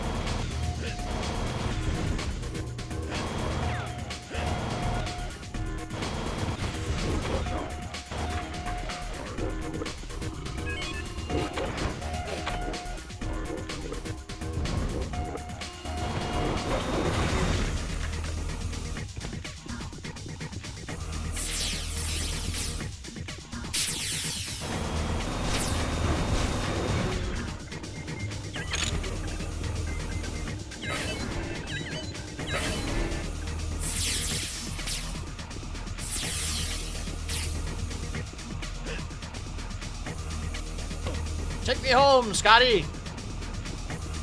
This is insane how you can't actually fly it.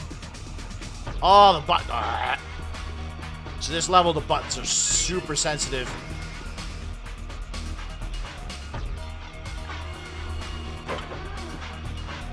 So when you press it, like, maybe it's because the frame rate's so high in modern computers. But you'll press the button twice.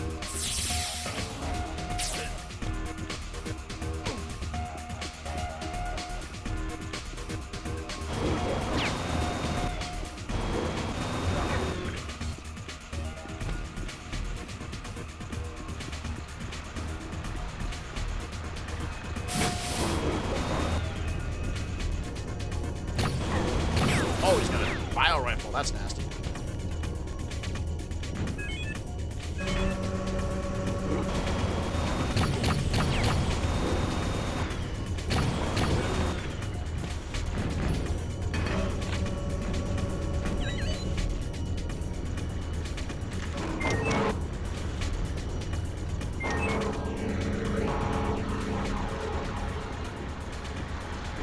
Oh, fuck. I have to press it.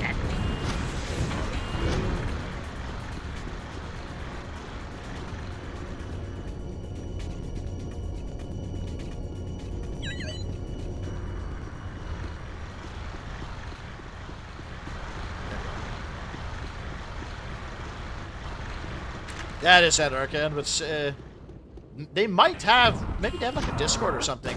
Maybe it was just a coincidence that I showed up on like an active night,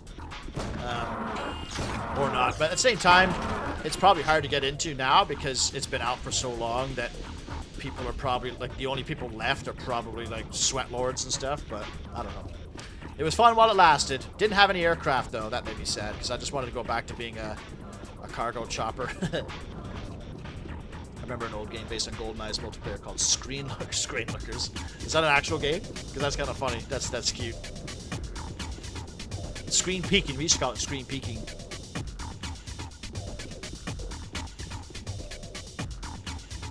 You couldn't see the other players. You had to look at their screen to figure out where they were. Oh, that's cool. That's really cool. So it is a real game, but it's like, yeah, that's neat. So they were invisible to you, but to them you can see. Oh, that's cool. This feels like a PlayStation 2 shooter vibes. That's PC still. Well, this is long before PS2 there, rest of you. This is like 96, 97? Maybe, no, 98, I'd say. Or was it? When did this game come out? But this was at the height of Twitch shooters. Not Twitch TV. Like Twitch being like, woo, woo, woo, woo. And then this game spawned arena shooters. As well as Quake 3. Quake 3, actually, I think did Quake 3 come out before this game? I think it did. Quake 3 Arena.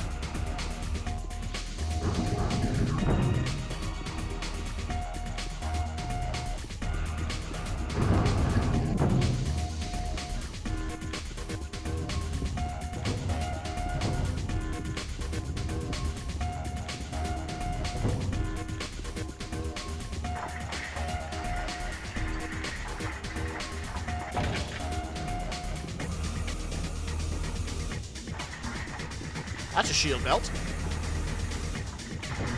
That's a super health. I don't really need a super health, but I'd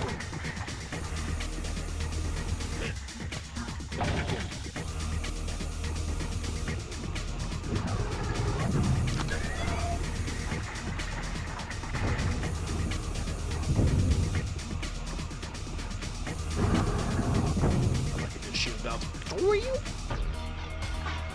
The song that plays during your first time in Everlight Force and Overlord 2 is pretty cool in a majestic kind of way. Oh yeah, you know what? Maybe I'll play Overlord at some point. Overlord 1 and 2. Those are really good games. I don't remember, besides the main song, much of the soundtracks in those games. Yeah, the arenas would have distinct color schemes, so you can see red walls on your enemy's screen. You had red walls on yours.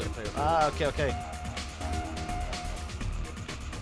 X-Hat aircraft? It might be a specific... Oh, maybe that's what it was. Nobody played on those maps. Renegade was the same way, actually. Renegade Vanilla. There was only like 2 or 3 of like the big maps.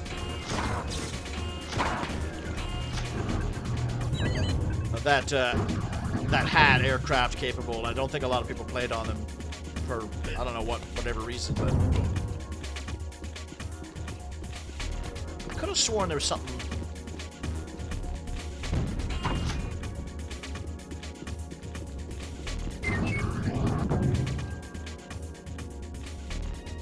Unreal Gold, 1999, PS2, 2000.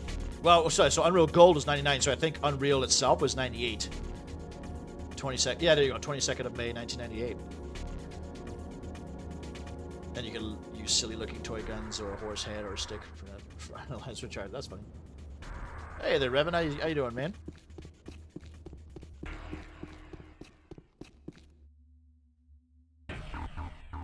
We'll let the track. We're gonna about finish the level, so we'll let the track play for a little bit more.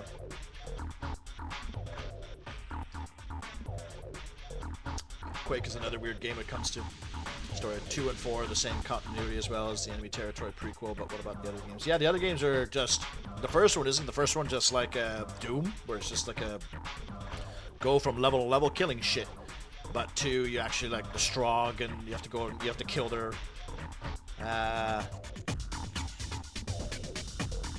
not matriarch, but their leader. And then 4 continued on to 2. Like 3 didn't happen in 4. Like 4 doesn't 4 take place like an hour after 2? They mentioned a lone marine, and they're like, yeah, I think in your aliens marine space dropship, your marines are like, hoorah, and then they're like, all right, boys, a lone marine has snuck in and slain the Strog leader. As a matter of fact, in Unreal 2, there's an offline of dialogue, I think, between you and Naban, like the liquid face guy, and your character mentions that somebody killed their queen. They don't say that it's like a lone prisoner. Like, Prisoner 849 is never mentioned again. I would love a sequel to this game talking about what happened to Prisoner 849. But as soon as this game's over, Prisoner 849 doesn't exist anymore, besides the expansion. But the expansion is fucking weird. On the CNC Wiki, they mentioned several maps you can download from the game. One of them had a Shrine of Nod and advanced comm center structure. Oh, that's cool. You could only buy the beacons if those structures were not destroyed. Beacons being like the nuclear strike beacon and the ion cannon. And in the middle is a Red Alert 1 orb. Oh man, imagine Red Alert Renegade. Woo! Driving ships and MiG fighters and stuff. Fuck me. Red Alert Renegade. Now I'm sad that it doesn't exist. Look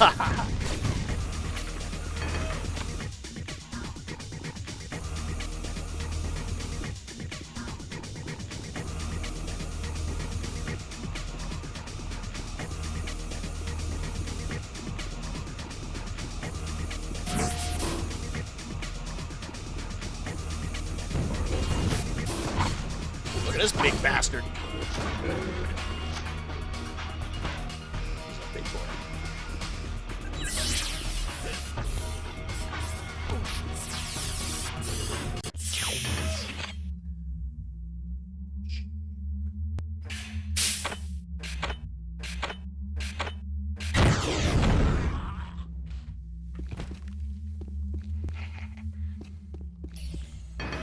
Come to this level, it's all creepy and quiet. You've just come out from like techno blasting.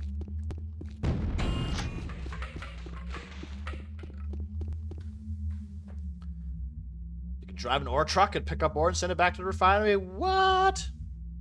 Wait, hang on.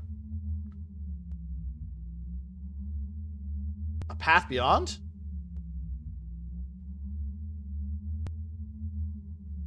Are you fucking with me, right? Is it like a mod for Renegade? Tiberian Renegade is a thing too. What the fuck? Oh no, Renegade is Tiberian Renegade. What is this? A path beyond? Is it like an overhaul mod for Renegade? If it is, I'm playing it like now. And you can drive ore trucks. Get the fuck out of here. I'd love to drive an ore truck. I did that in that game, Silica. I wonder how that's doing, by the way, Silica. I just drove a ore truck and I fucking loved it. Or a spice truck, you could call it a spice truck.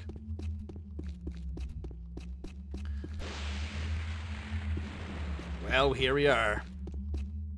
Do I want the juicy upgrade, or do I want to just move along? Because you can literally just skip this part. A Red Alert FPS probably never came out because of Call of Duty, Medal of Honor, Battlefield, and such was the thing. No, not. It's a standalone game made by the same team who was making. Oh, okay. So it's Renegade X, but in Red Alert. They also made a Tip Sun based one. What? That's so sick. And also lets you use ships. Okay, hang on.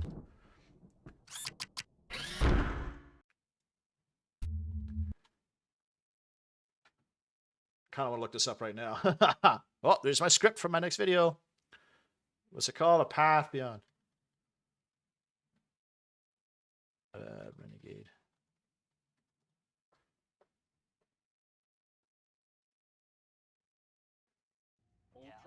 Ready.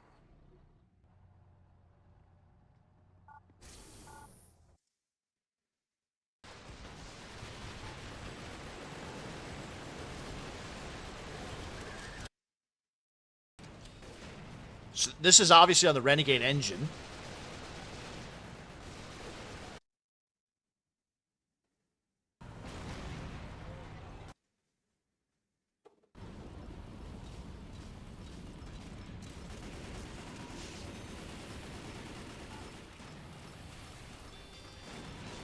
You post a link on Discord?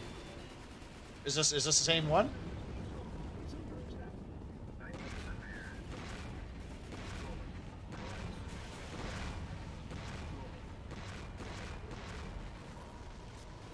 Last update a year ago.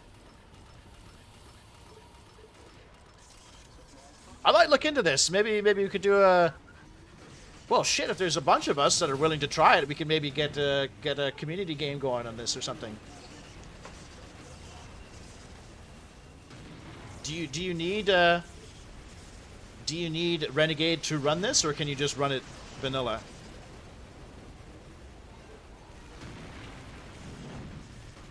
This would be great if it was on their Renegade X engine.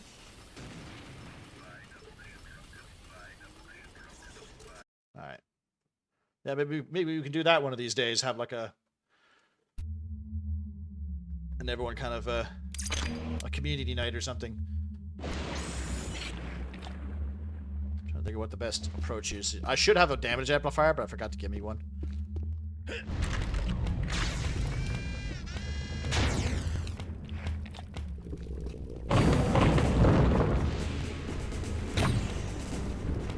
He's not active yet.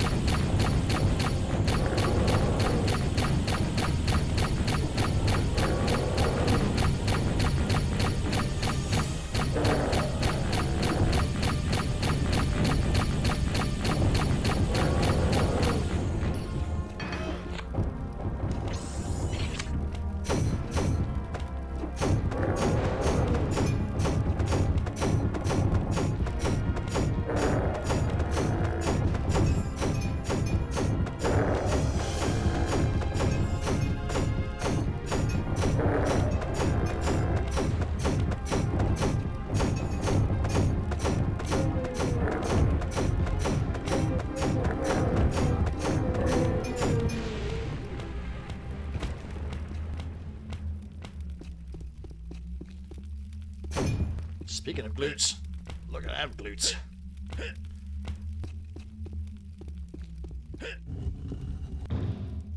I'm pretty sure you can drop him into the lava too if you really wanted to. It's very much playable. It can also be Volkov or Tanya. That's fucking dope as fuck. If it was on the new Renegade X doing Tip Sun. Oh, what does the upgrade do? It just makes first of all, it changes the color of your projectile. But it also increases the damage by a lot. It is a poop gun. It actually does a lot of damage. That's why I like to use it. And it's hard to use in situations because its range is so shitty.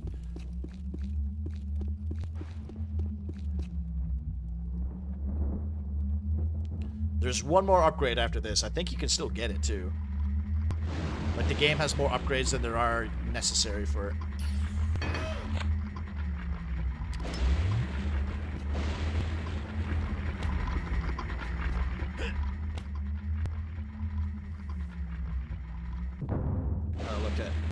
events for a Path Beyond, and they have bots in some of the maps. You can. Oh, sick! All right, download it right now. So everyone else, if you want to download it, if you can play it without it, we maybe what's everyone doing tomorrow?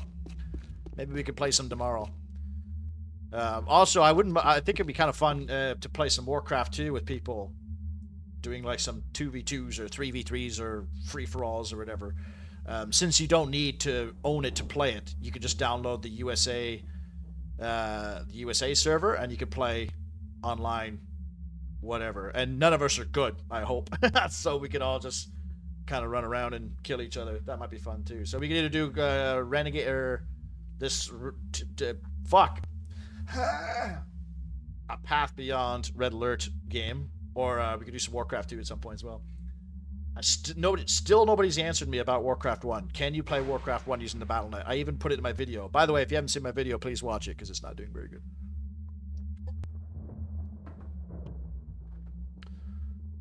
There were some PvE missions, but they're very bare bones. Oh, can you imagine they remade the whole campaign of Red Alert 2 in that, and you can even play co-op with your buddies? So like the enemies would attack your base with like the same units they would attack in the regular game, but you just had to be ready for it and shit.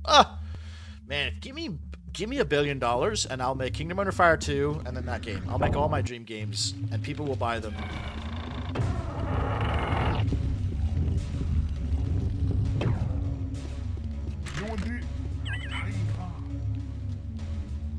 Oh, so we got another ISV Cran Chief Medical Officer, Tatiana Zimna. We have come to this beautiful Canyon Lake Monastery in search for Kira's abductors. We'll make camp by this crucifix tonight and start out here tomorrow. And it looks like they didn't survive the night.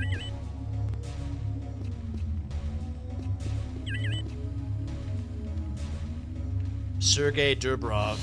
We are hot on the trail of the Scar hunting party that captured Kira near the Sunspire. They're headed towards the blue electrical storms on the horizon.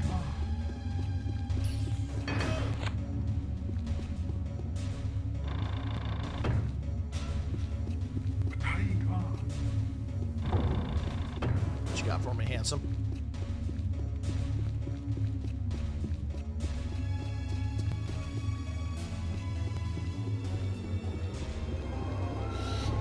So it's like you're playing somebody else's story, you know?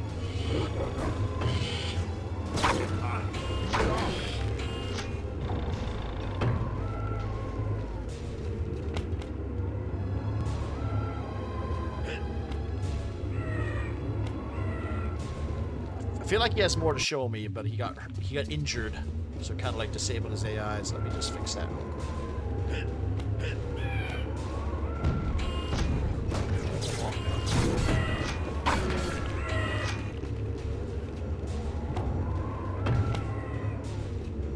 Oh, maybe not.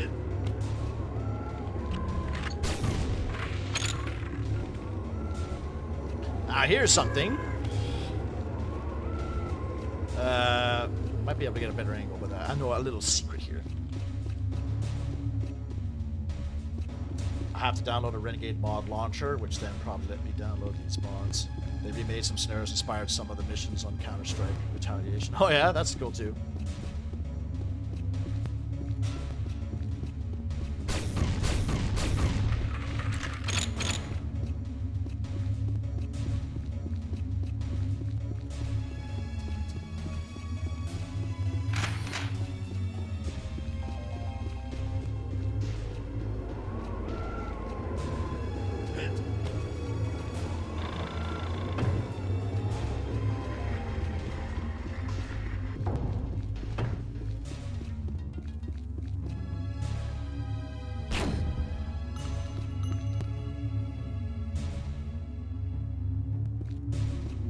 Super health, which I don't need, so... Now, this map is awesome, but I always get lost on it as well. I always get lost in this map, because there's like so many minute things you need to do to progress. There's all sorts of Renegade mods on the launch you can install. There's Dune, Red Alert, Tiberian Samson, got Interim Apex. What? Fuck, man, if only I had known about Renegade mods earlier.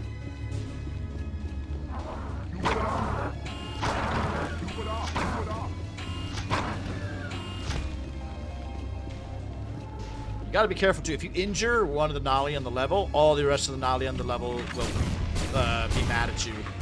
And they won't show you secrets.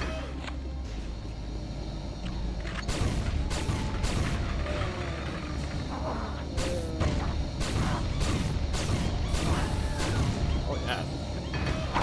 3 or 4 shots, there's one. I know you can swim in there, but I'm not ready to do that yet.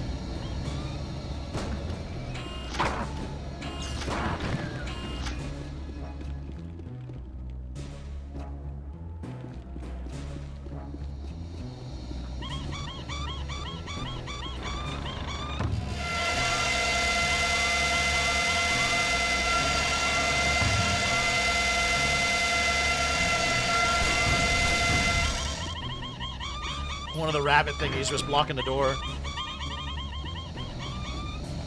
Be free, my lovelies.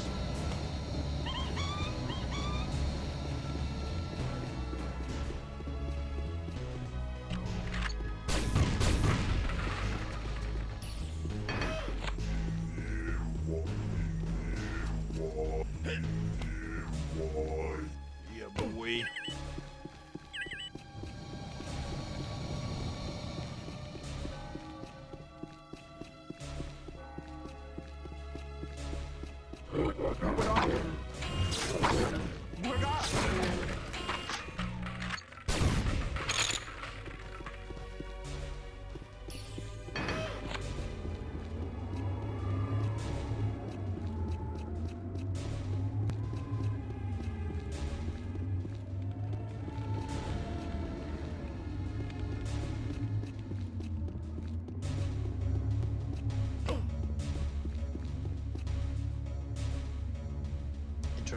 Interim Apex tells me new ships. What's interim Apex?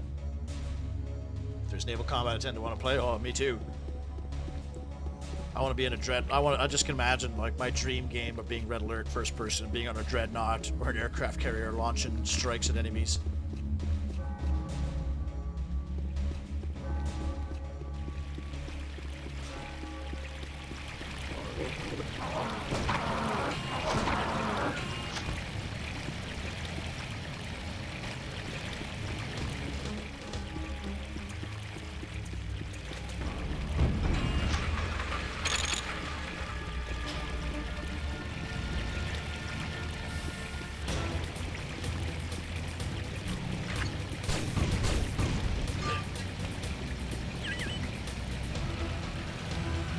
Orc of the Red Hand tribe. I'm really getting sick of the way the Scar are treating us, constantly bossing us around.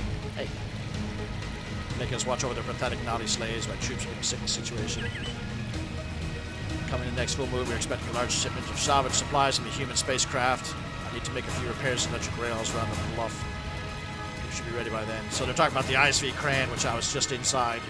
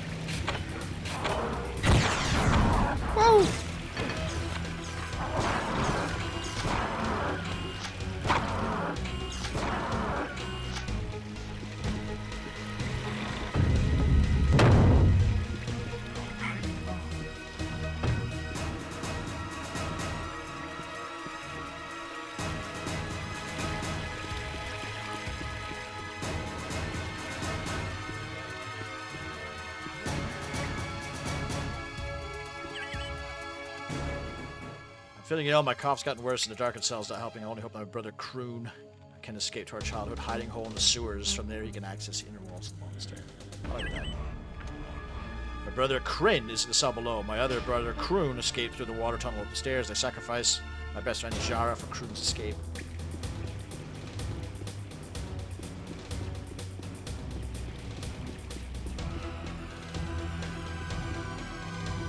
Oh, there's a little tunnel.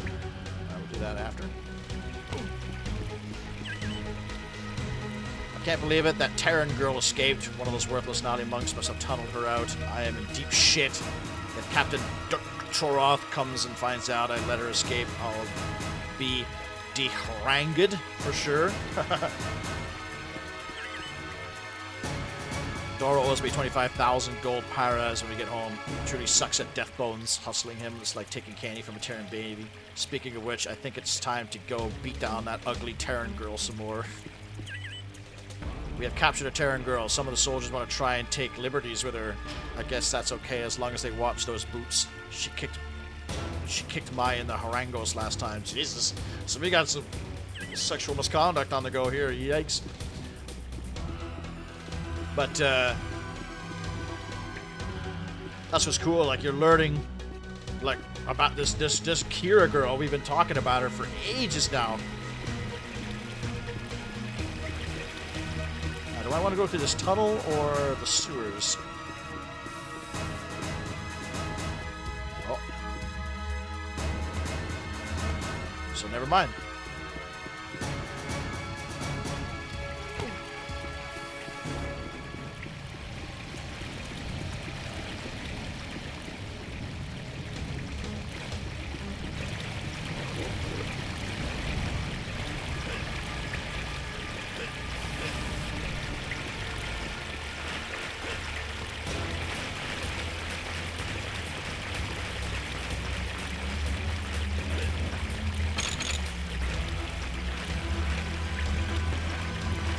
So looks like somebody else tried to escape here.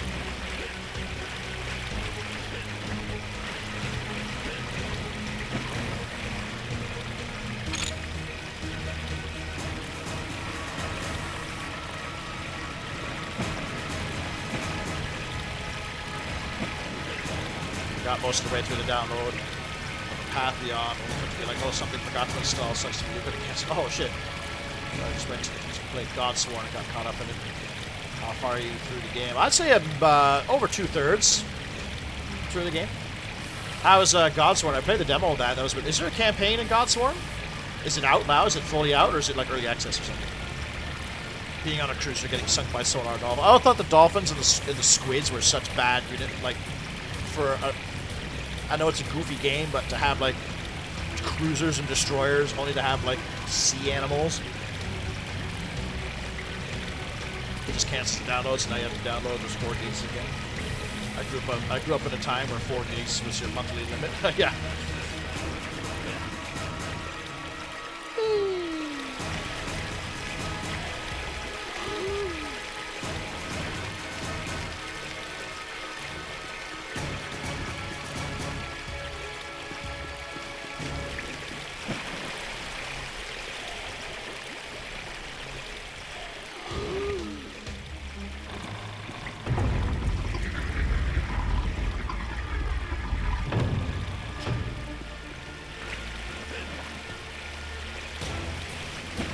Oh, I'm not supposed to be here yet.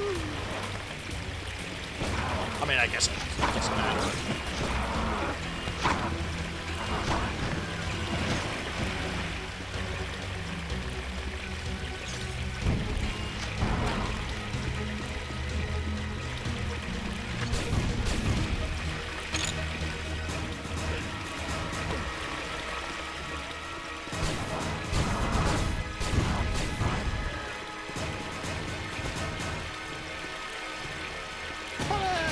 Oh yeah, you can get out through there.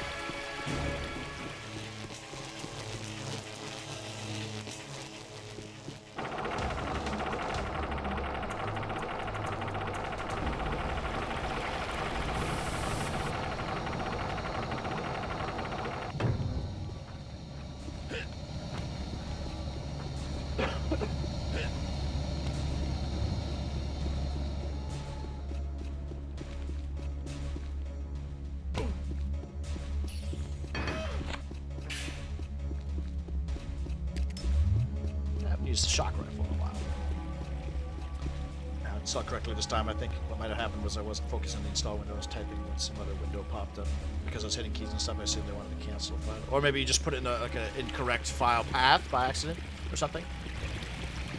So it's like, this file path doesn't exist.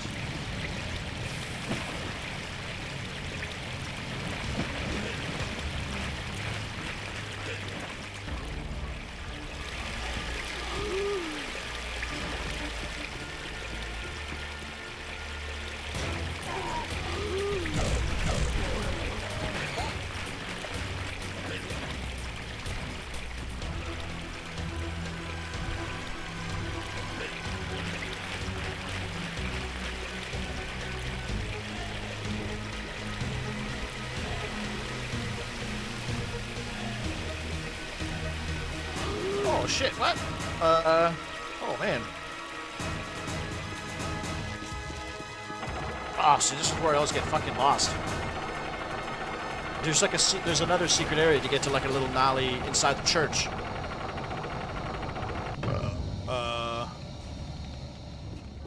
Because you come up through there, like this opens up and you come up.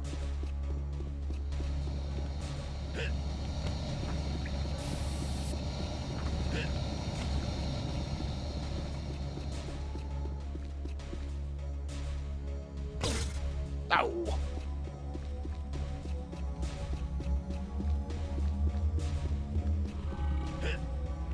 I know what you can do though, if you really wanted to, is you could just like skip the whole level by jumping on that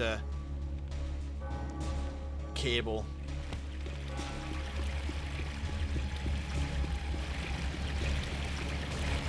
Yeah, because there's a Nolly hideout.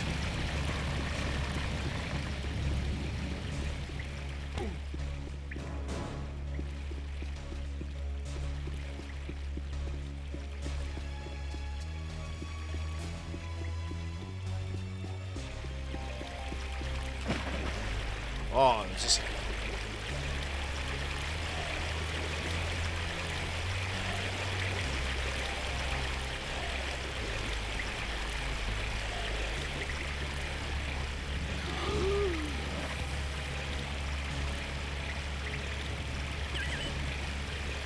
Been hiding here for what seems like months now. The Scar forces that have taken over the monastery continue to transport stolen Teridium and other strange mechanical devices using their lightning sled. Fear they may find it. Kind of a cozy little area here. I have to be careful how many times I sneak into the monastery through the tunnels. I've marked the tunnel that leads to the inner monastery of the cross. The other leads to a prison where my brother is still being held. The woman they captured is scheduled to be executed. I cannot let this happen. As foolish as it sounds, I will attempt to sneak her out of the prison cell through the secret caves. From there, she could escape through the bell tower until darkness.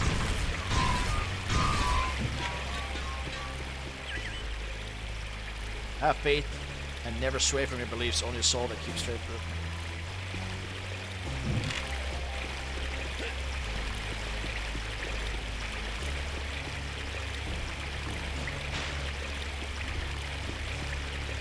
So that must be Kroon there. So he didn't make it.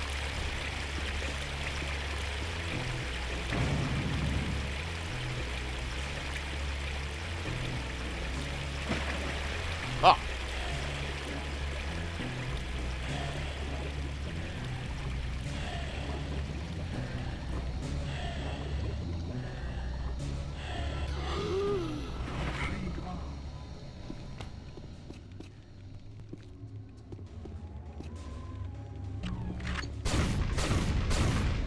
Wow, thanks for showing me the very obvious boxes of bullets.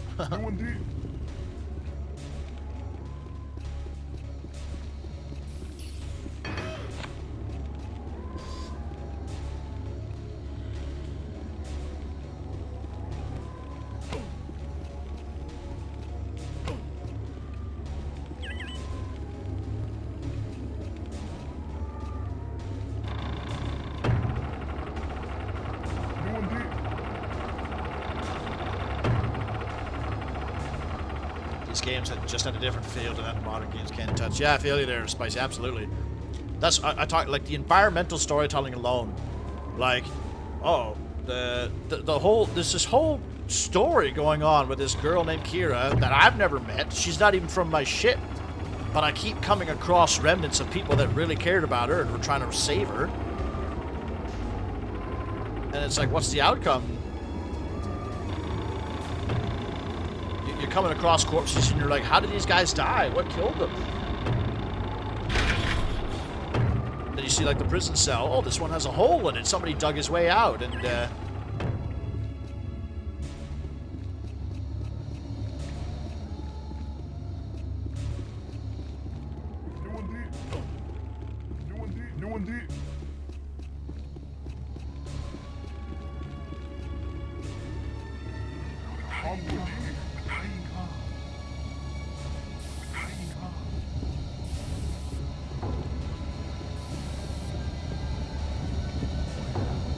oh yeah, that's the shield belt when it's active.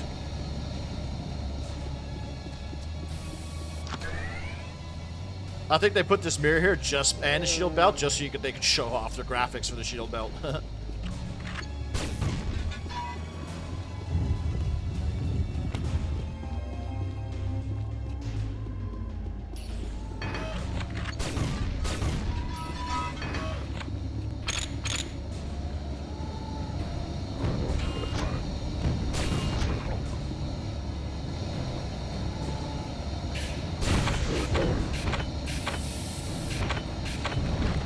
Oh.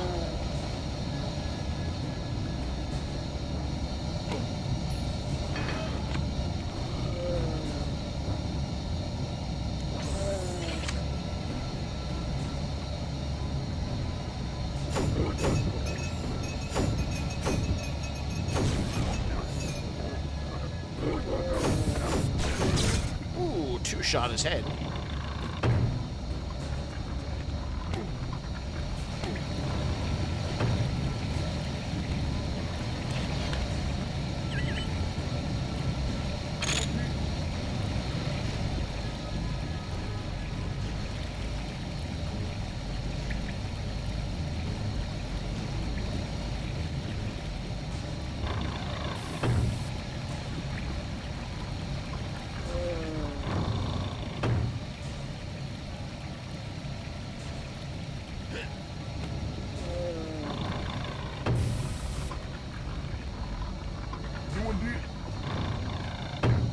Now, I'm pretty sure you can just jump over this, but I'm not sure if that's what I'm supposed to do. Like, if that's the next step, I don't want to be skipping any steps here. Because then I can get mega lost at that point.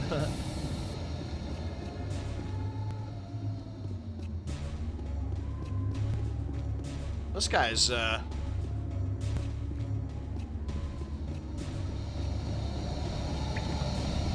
wonder if he's put there for a reason.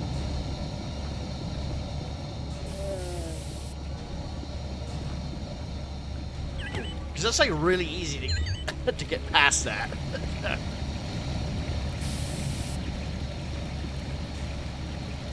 Oh, maybe not. Maybe I'm supposed to do that. Wait on.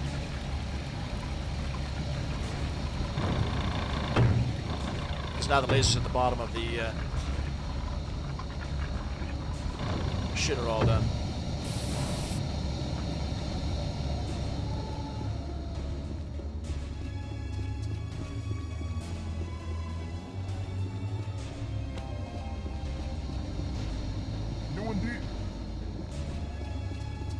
Can you fuck off, man?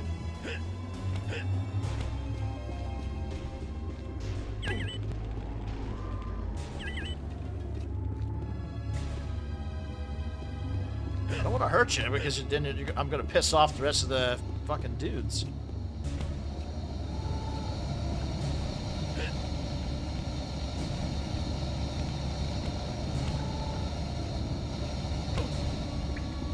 What if I could probably just jump over that wall? Actually, we'll do that.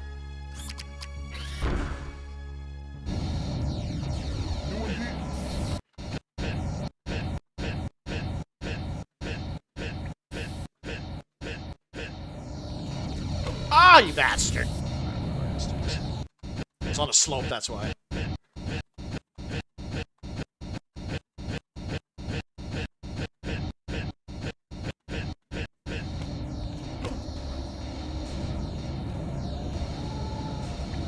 Oh yeah, I never went swimming in here.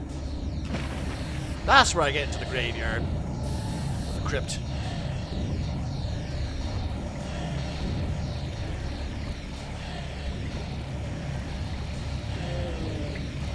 I still have some scuba.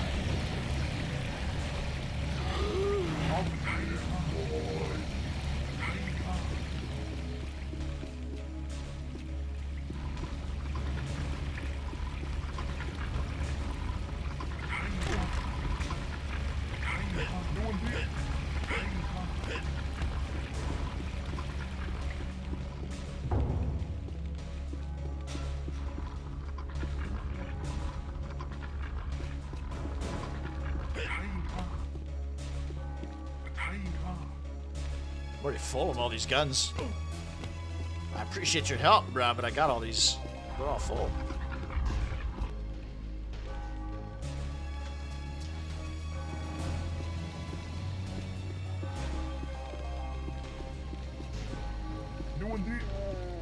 Oh, invisibility, I already have that. Guess bio rifle, I'm already full on that too.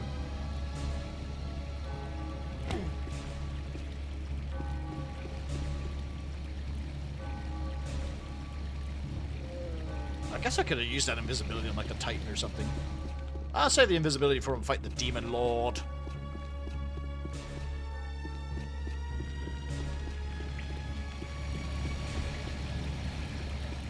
One of these graves.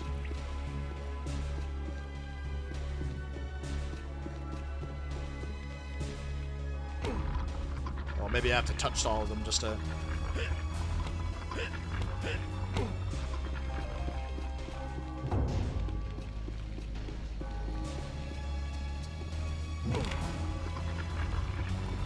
I can't stack the invisibilities either, I don't think.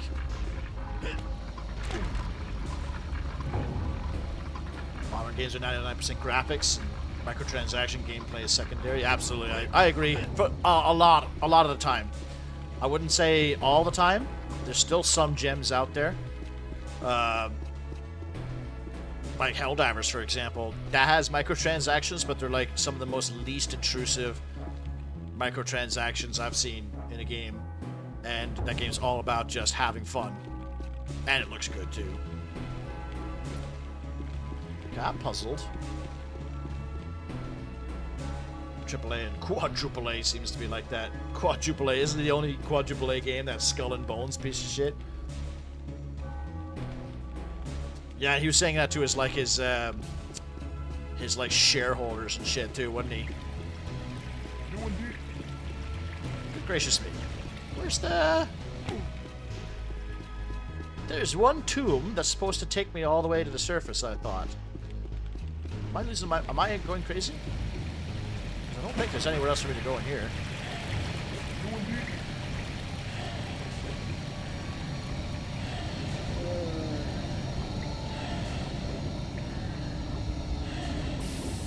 Oh, I think it's... I know it's... I'm thinking the opposite.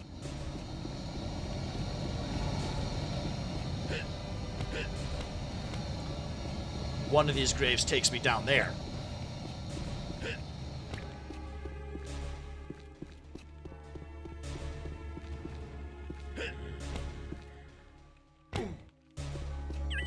There's a button or something in there.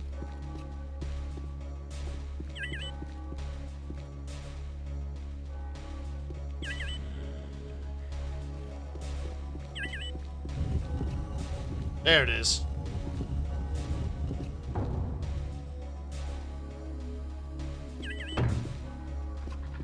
I knew I wasn't crazy.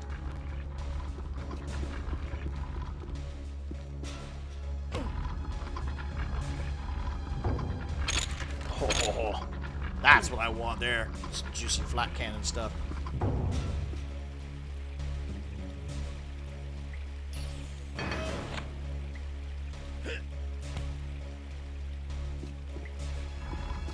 Well, I knew it was gonna happen. Helldivers is one of the best we've seen. I agree. I agree. Not a lot of games... Oh, it looks like I need to swim out anyways. Shit. Not a lot of new games. Also, well, by the way, Kingdom Come Deliverance 2 just got announced. Pretty cool. Kingdom Come Deliverance is an example of a game like not like Helldivers, but it's like all fun. And it really tried to be its own thing. I liked Kingdom Come Deliverance a lot, and Kingdom Come 2 just got announced last night while I was like scrolling Reddit. It was just like, oh yeah, by the way, Kingdom Come Deliverance 2 is a thing. I was like, what the fuck? Get the fuck out of here, right on. So yeah. But I agree, like, so yeah, what I was saying, not a lot of new games get me wanting to come back like Helldivers. Like every day I'm like, you know what, I could go for a Helldiver run right now. And even like I was recently playing Age of Empires 3 pretty hard comp stomps by myself, and they've completely overhauled like the models in that game. Like all the factions have unique skins to all their models and shit now, which is amazing. I'm so impressed. Like, I was playing it for like 10 hours this week, and I was just having a great time with it. Seeing all the new models and all the updated graphics and shit, and they added a bunch of co-op missions and like shit like that. I'm like, what? They added co-op missions and stuff? The fuck is that? That's insane. They added my hometown. There's Major General Sir Isaac Brock. My hometown is Brockville. And the Battle of Queenston Heights, he was shot by the Americans. It was Canada/Britain versus USA. And they added that as a mission in the game. I was like, that's sick.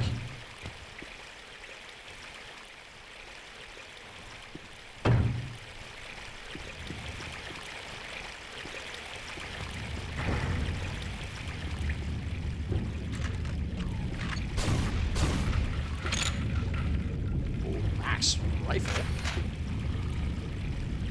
Doom 2016. Yeah, isn't Doom Eternal also good too? I never played Nier Automata. Witcher 3. Oh shit! I'm trying to read here. Thank you. Witcher 3. Witcher 3 is. Damn, that's a quality game. Never played Spider-Man. I heard it was good though. The Ottoman's got a big update. Well, compared to... I haven't played H3 in a few years. Like, the Redcoats finally got their own skin. Like, Voltigeur... Like, France has, like, Voltigeurs now. You can rebel into Napoleon, which is sick.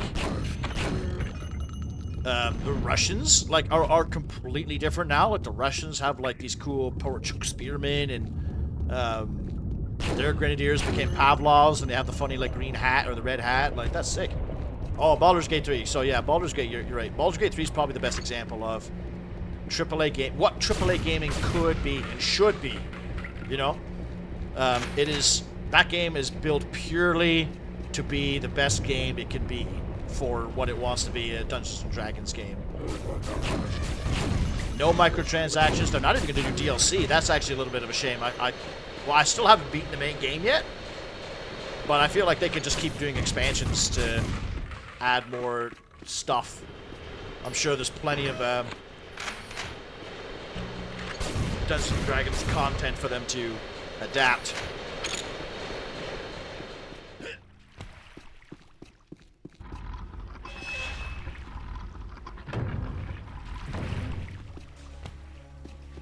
Oh, we're at the bell tower.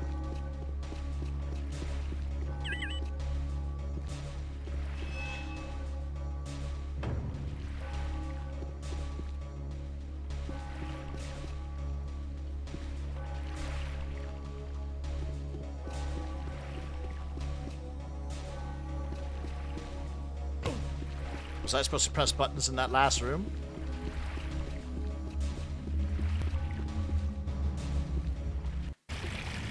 Well, let's figure it out.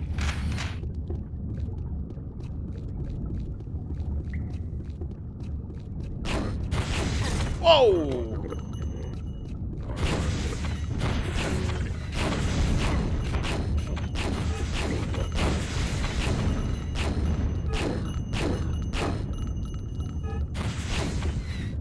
Put your fucking shield down, bitch.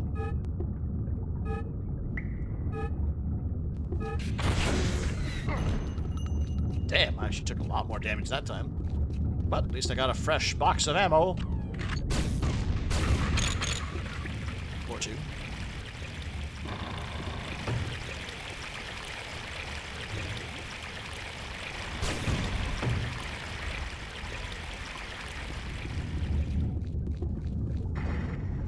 Yeah, I played Doom Eternal. I heard it was really good though. I'm assuming it's... I thought it was like the same, like, game, just better. Yeah, it's some smaller updates for skirms for French and Germans. Yeah, all the skirmishers got their own skins. Like, you could be... They're Voltigeurs now, and you can train the old guard. Like, I was really impressed with it. I was playing the shit out of it just to see all the different skins. Like, even, like, Portugal has, like, their musketeers are legionarios now, and...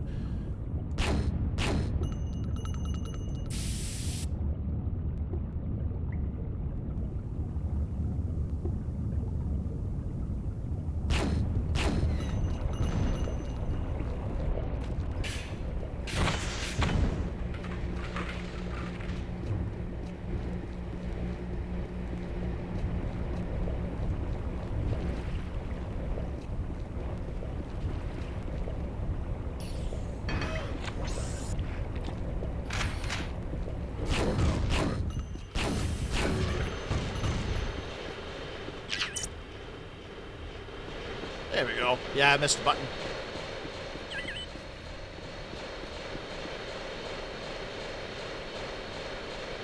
Need to play near Automata, you know, the story and maybe the booty. Yeah, isn't that? Yeah, isn't like the main character a big Rule 34 gal? The Russians also got new models. Yeah, that's what I was talking about. All the Russians got new models, including the Strelets.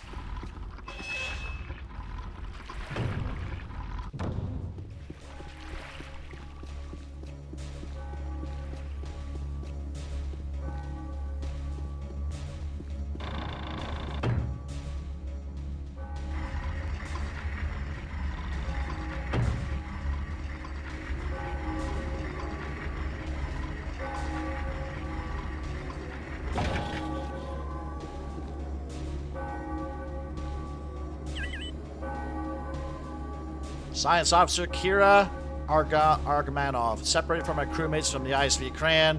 I've only been able to stay alive by holding up in this bell tower. A native Nali helped me escape the prison cell the Scar put me in. Hopefully the Scar won't find me here. And that's it. For like 5 levels now, if you did all the ISV Kran chapters, like even before the Sunspire, I think the arena, the Dark Arena, is one of the first times they mention this girl. For 5 or 6 levels, you've been following her trail, going through her imprisonment, capture, beatings, possible sexual misconduct, only to find out that she died here in this tower. Kind of sad, actually, because this game kind of makes you think that maybe it's because they could program story or dialogue or anything. If this was like a modern game, she would totally be alive, and you'd like help her out or she'd tell you or give you a weapon or something. But now she's just dead.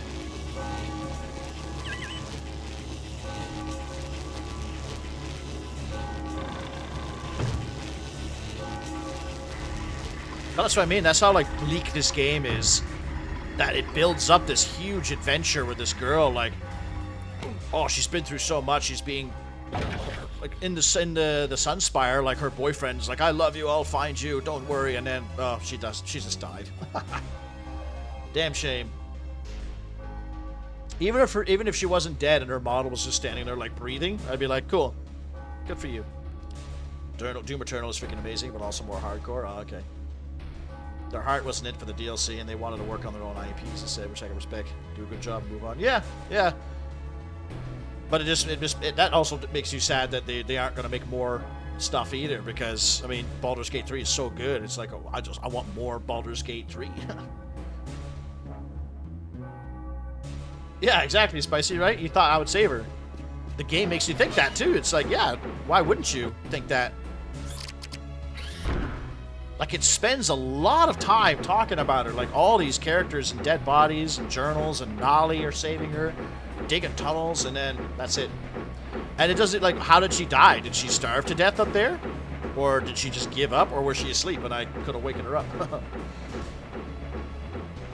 It's a damn shame. So obviously the ISV Kran is like a Russian vessel, because all the characters have Russian-sounding names. In fact, my character's name is Ivan. It still bothers me to this day that Epic never picked up and made a single-player Unreal. Yeah, exactly, man. I think they could do a lot of cool shit with Unreal.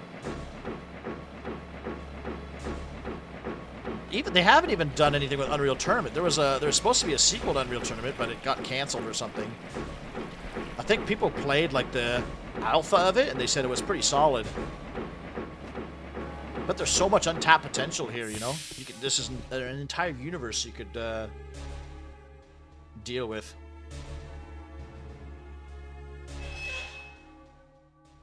Comes with the power of income, I guess. Yeah. Unreal Tournament 4 was in beta. Yeah, I never played it, but I heard it was pretty solid. It was like kind of like back to the good old days, like this.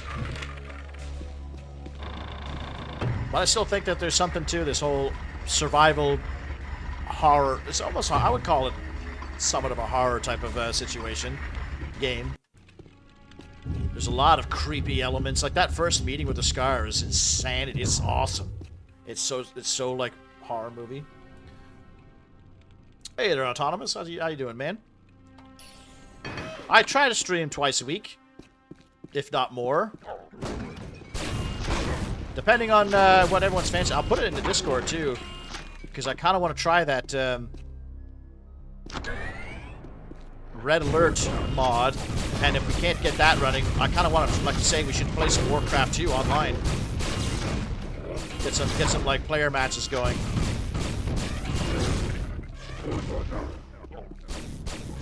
Whoa! What the fuck?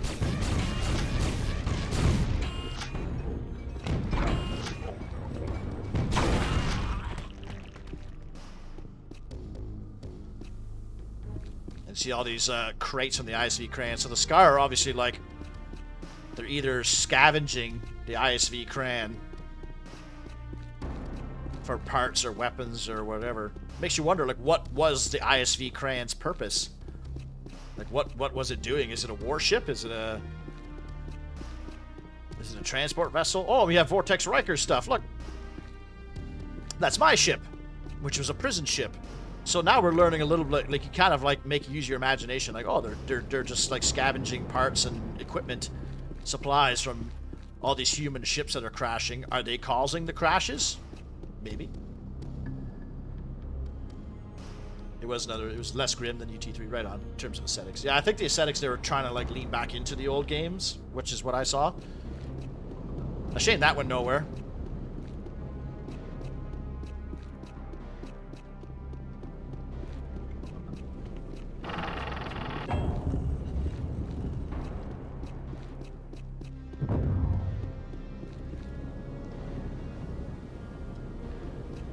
Say that might just be a few maps I remember. You actually, did you play the beta? And then you're like, who's this chick? There's no journal entry, but she's dead. And then you kind of look at yourself while you're playing this game and be like, look how far this person got. Like, if this person was from either the ISV Crane or the Vortex Rikers, the fact that she got this far before she died is impressive.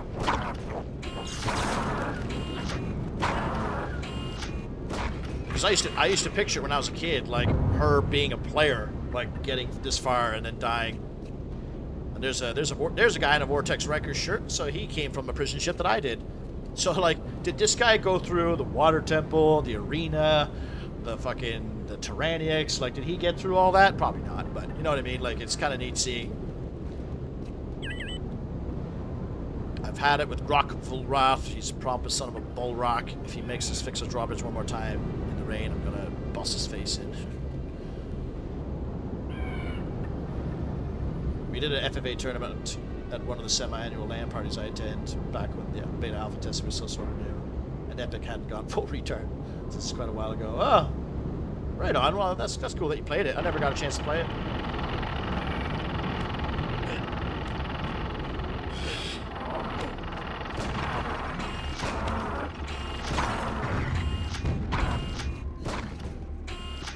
Where are you running, bitch?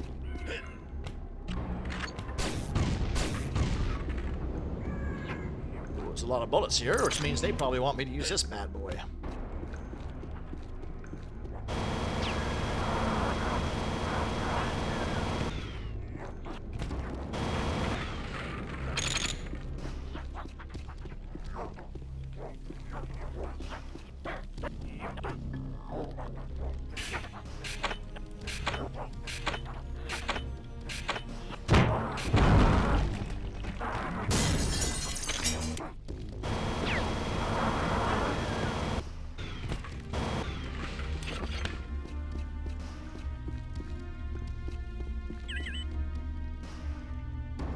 Talking about the drawbridge. This past week, we received 45 cases of high-tech equipment from the crashed human spacecraft, the ISV Crane. We've decided to store them in the cellars before we ship to the Warlord. We've decided to ditch using Nazis as slaves here. The word is they all believe their saviors come from the stars to kill us. We decided to execute them for refusing to work anyways. So now, like, that's evidence that the world is evolving because of our actions. I am the savior that the Nali think, and it turns out, like, they're starting to, like, revolt against their overlords. It was pretty cool. I actually don't think I've noticed that before. Hey, Troll Slayer. Really like the last Warcraft video. Hey, thanks. It's not growing as fast as the other videos did. I thought it would do all right. People were really fixated on when I said I didn't know what a footman, what the term when I was a kid, when the term footman originated from. People were very upset that I didn't know that as a kid, and I was like, all right, so I trimmed that part out of the video because I was like, holy fuck, people are really angry that as a child I didn't know what footman meant. I have played Dungeon Keeper. I actually bought Dungeon Keeper 1 and 2 for Steam recently for like $2 or whatever. Dungeon Keeper Deathless would be sick. I don't know if I could, like, all the challenge run videos I've done are on games that I know very well, for the most part. I've only ever played Dungeon Keeper 2 once in my life. Many a year ago. Oh. I kind of forget if I can go down here. I find that might be hard. Reminds me of Halo CE, where you find a dude deep in flood-infested territory, just a regular marine. Yeah. That's a good example too. Or even in Halo 2, at the very end of Cairo Station, before you disarm the bomb, if you go behind a staircase, there's a random marine in there, and he's just standing there with like a submachine gun. He doesn't say anything to you. He doesn't do anything. He's just there, and he doesn't follow you.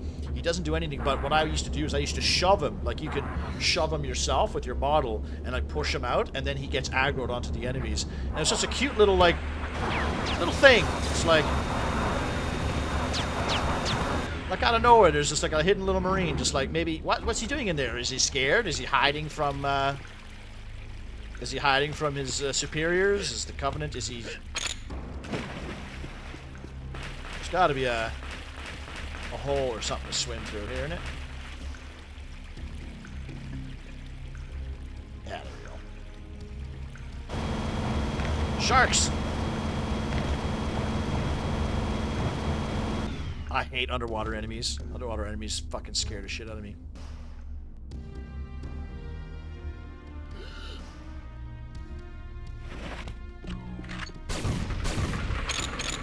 I'm surprised nobody's tried a Dungeon Keeper Deathless run yet.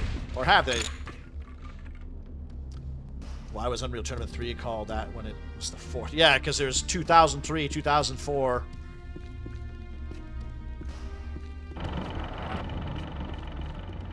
And then Unreal Tournament 3. I think they were trying to kill two birds with one stone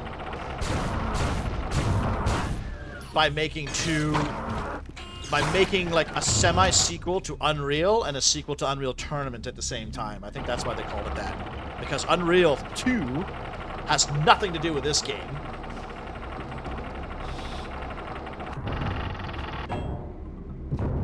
Oh shit, I guess I was supposed to go down there.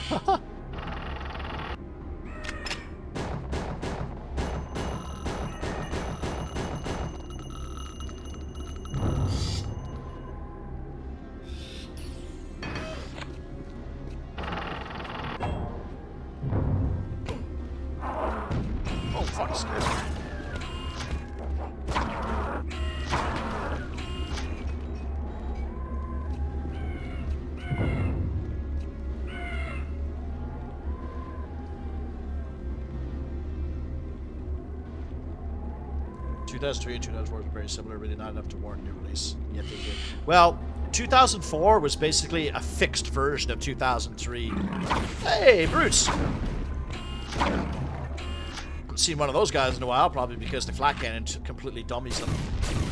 Because 2003 was okay, but it had a few like issues, and there's some like modes missing and stuff. And then 2004 pretty much like fixed all of that.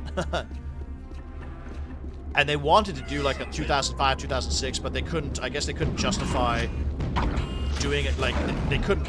It was too much work to do. Like with sports games, I don't know if it's.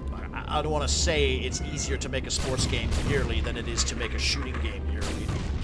Because with a sports game, like the fundamentals are exactly the same. You just got to basically upgrade the models and stuff. Do you not? Like what's the difference between FIFA 2015 and 2016? There might be a giant reason or a giant thing that I'm not aware of, but to me, it seems like it's easier to do that, but Epic Games is a little bit too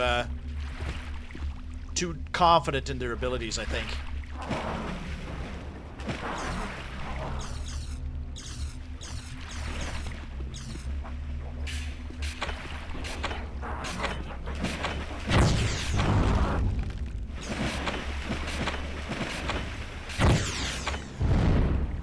Oh, there's nobody up there.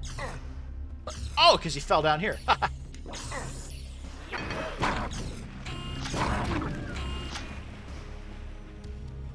He legit hurt. Nobody makes me bleed my own blood.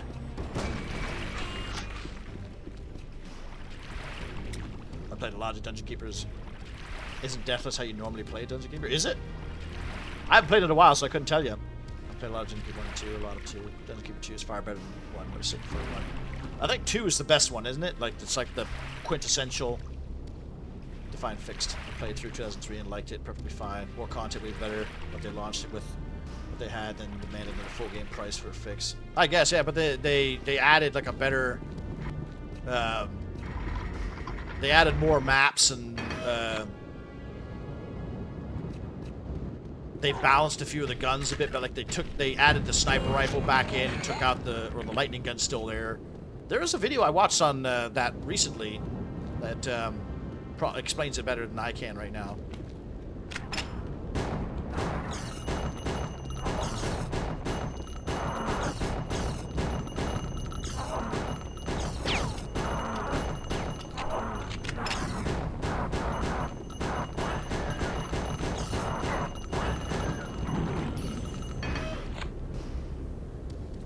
But they added more like character model. They added more characters and skins, and they fixed what was there was a mode that was really bad too that they fixed, and they added like that whole, was it Warzone mode? I think it was like the football mode or whatever. That one that could just like, oh no, is it the 2-man domination or something? I don't know. There's a few modes that were a bit janky in 2003 that they. And they offered, I thought at the time, they offered 2004 for free for people that had 2003 on PC or something. Maybe I'm mixing that up with something too. Oh my god, sharks!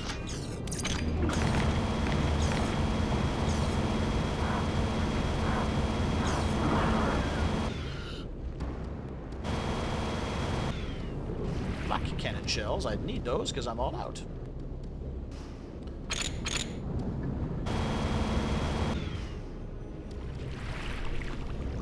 I don't have scuba gear now, so I gotta...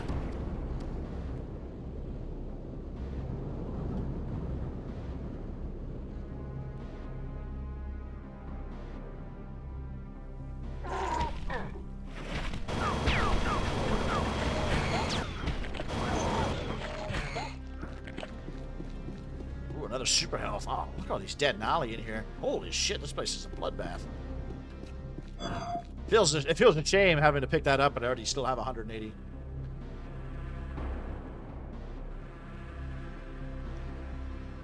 If I understand it right, I only had 2003 back then. Yeah, I like the Keeper Fix fan patch maps. I got 2004 later. It's not much different from what I remember. But yeah, both sniper weapons were they added. Assault, that's it, yeah. Man, Assault was such a good mode in 99. I was without internet a lot back then either. So I never actually played Unreal Tournament like online with people, other than like one buddy I would do LAN parties with, and we would just do comp. Like the bots were so good in that game. This game too, the bots were so lifelike in Unreal Tournament 99 that it's like, oh my god, you didn't need to play against people. I can't remember what I saw, but I think I saw Dungeon Siege 1 playthrough where the guy lost his character and said fuck it and kept playing the game. Can you beat the game like that? I don't know. Dungeon Siege or Dungeon Keeper? Oh, he's not. The Dungeon Keeper is not essential for DS1. Huh. Can't be kicked from the party. That's neat. That's fun. I can't remember what I'm doing here.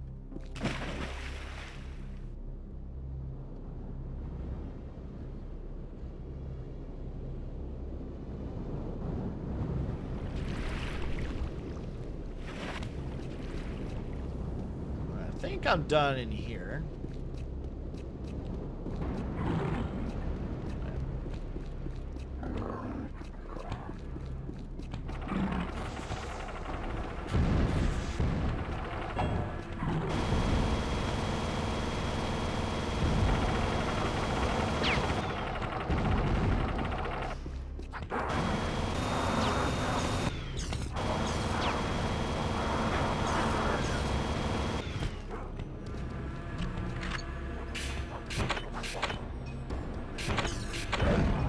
Hey!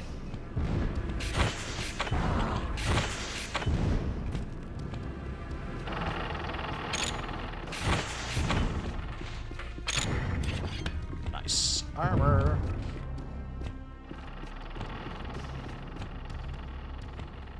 Oh, fuck. That thing... Oh, maybe not. I hate when doors, like, have a time.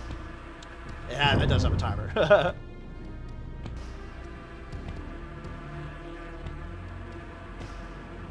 Q3 also, Quake 3 also had good bots. Yeah, was it not the same guy who made bots for both games? There's like one guy or something that just like he just cracked a code on making good bots.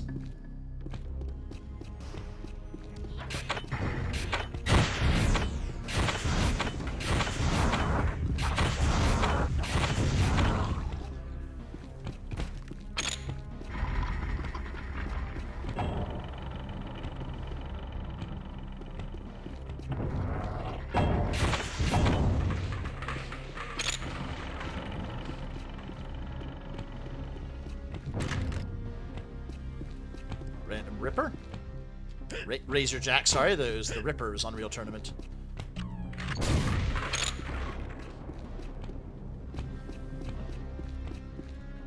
So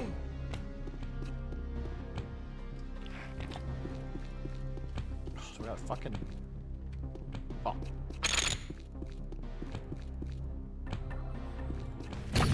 I was just gonna say, I haven't seen a Scar in a while.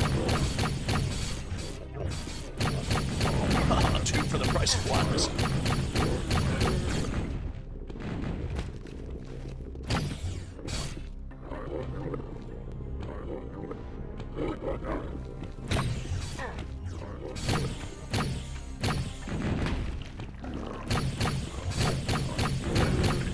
See how kind of shitty this gun is? I'm trying to use some other weapons I haven't used in a while. This one's not terrible. The Stinger is probably one of the worst guns. It's just got such slow projectiles. The enemy dodges them like super easily. And they don't do a whole lot of damage. Oh crap, what do I do there? Black cannon for this part.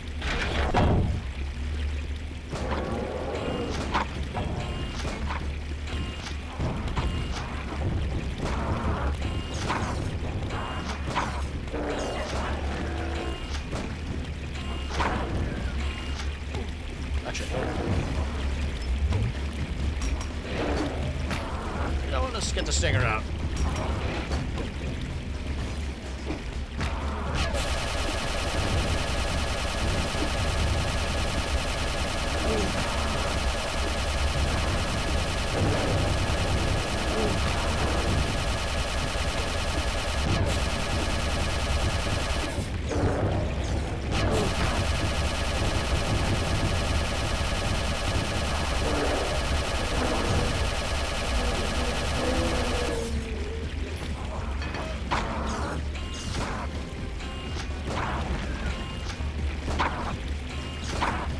I could have sworn you could have like gone up there and like watched the Crawl and the Titan kill each other.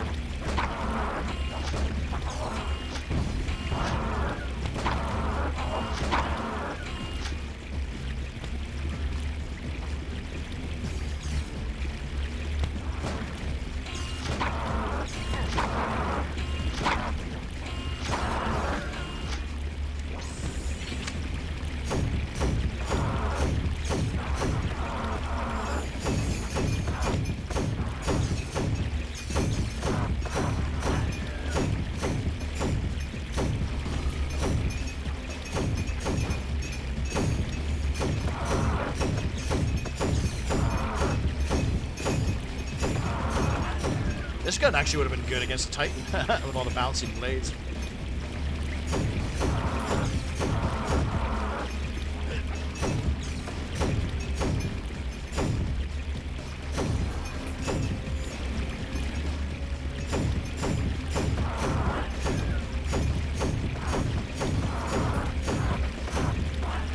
Oh, I knocked his legs off. Yeah, these guys you can knock their legs off and they still come at you. I was trying to do it now.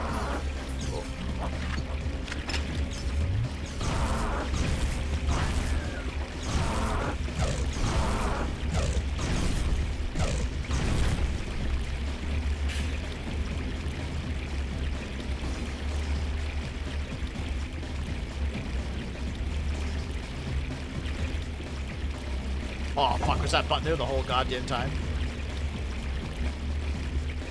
That's probably what I was thinking.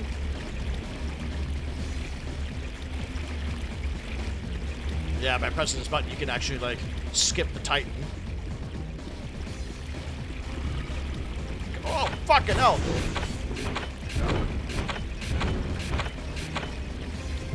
Oh, I blew his head off with a grenade? That's cool. I don't think I've ever seen that before. Ah, yeah. So you can come up here. And, you can jump in there. And you can put these up, and then you can hide behind here.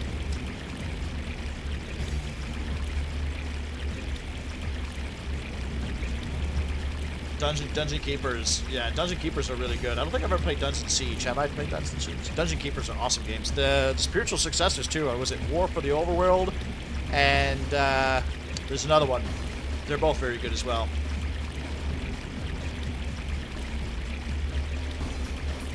Fear 1. Fear 1 is another good game with good AI. Fear 1 was also a really good scary game, too. And then the rest of them kind of just, like, fell off. Like, I never enjoyed the other Fear games.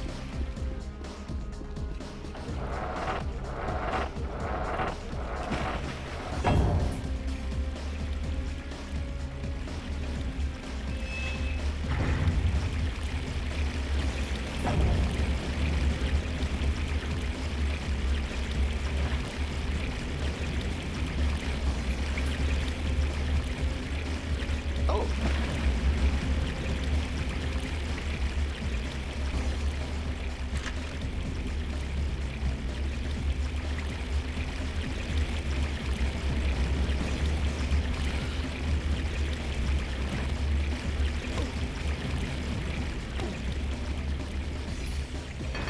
Filled up my flat cannon too. It's nice.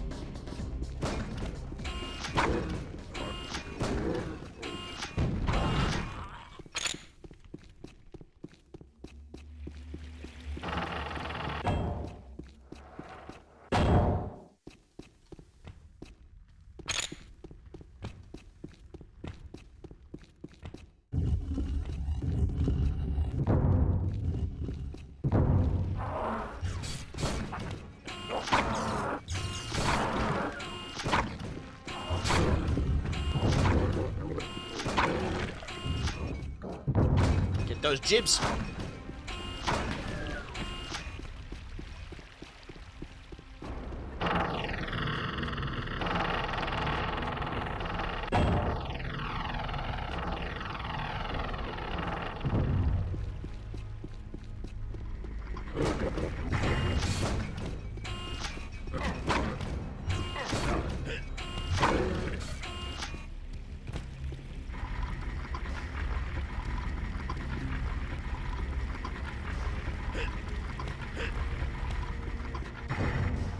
Another super alpha. Man, we give them GBGs all the time.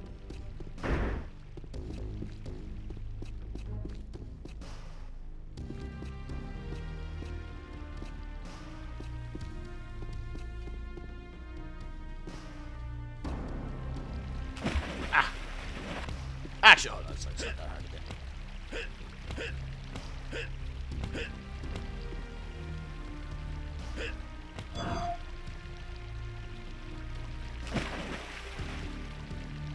I was gonna say, I should have checked for sharks first.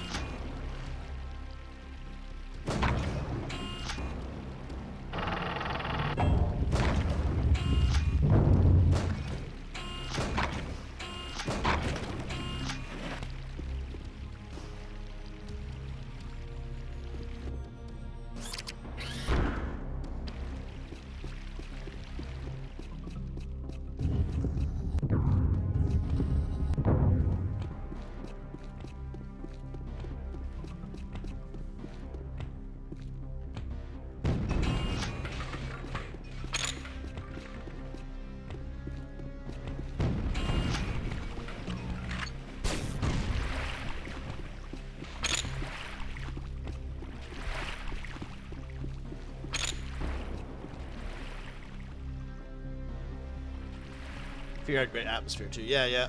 Fear did have good. was saying how great the AI was. I found the gameplay a mix between tedious and BS. Really? Like I was shooting dudes in the armor in one level, then shooting security guards, and some giant mech. The story was what it was. I don't remember the story. I just remember the cool creepy moments with the girl, the ring girl, and I just remember like the gunplay being very good, like being able to pin dudes to walls with like the nail gun, and like drop kicking people in like midair and shit was always fucking super cool.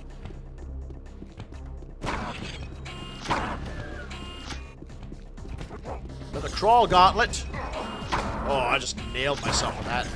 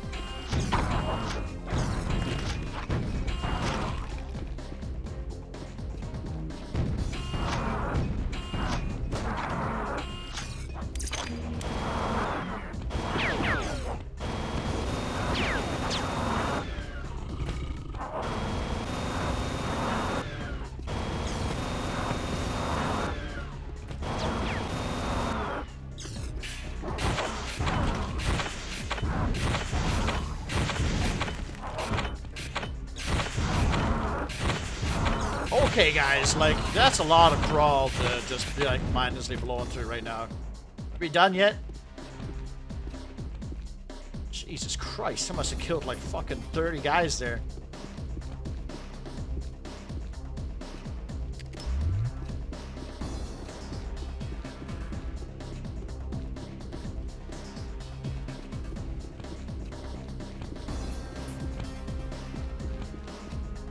Evidently, we're not done yet.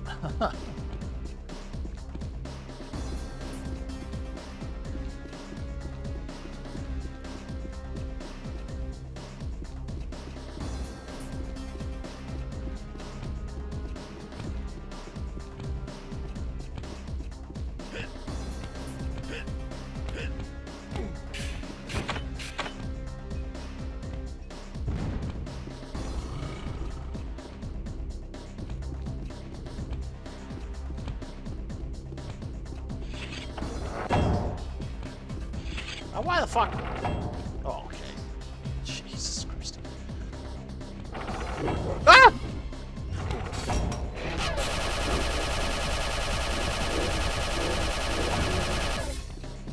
Jeez, so I'm trying to read chat, got scared the shit out of me. By the end, the only real scary part was the Alma one-shotting if you hesitated or running away. And that part, that famous part where like you go on the ladder and as you turn around, like she's there.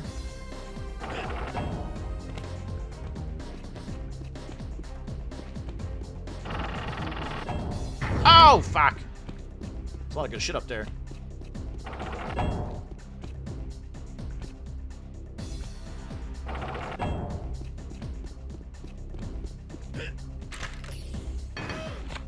How does it actually expect to? I guess you could, damage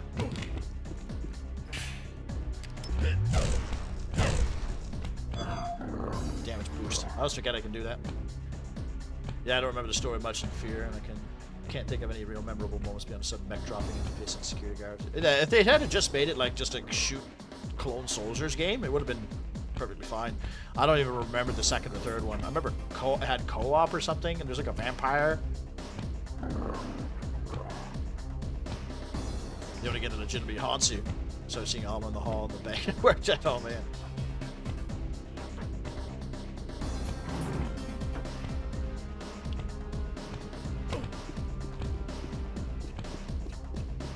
Wait, no.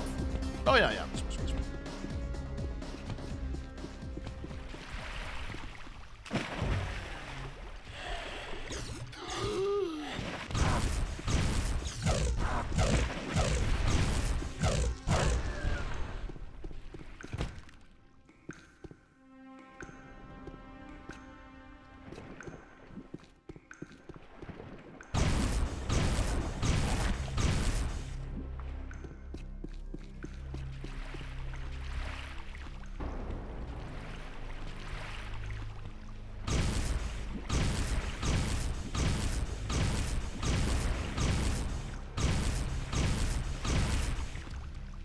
Try to see where the sharks are.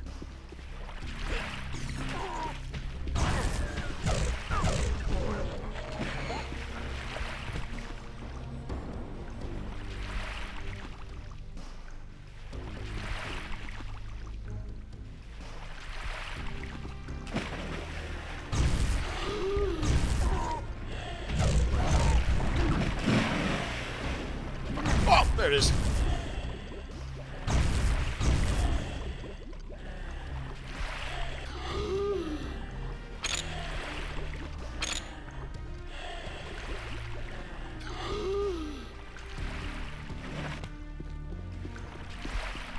Wow, I saw the map actually kind of glitch out there. Oh.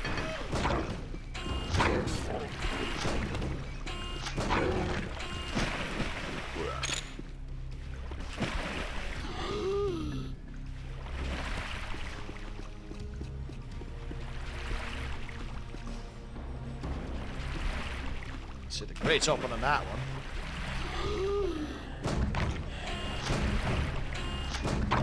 It's actually kind of funny, like you can see the flax traveling slower underwater.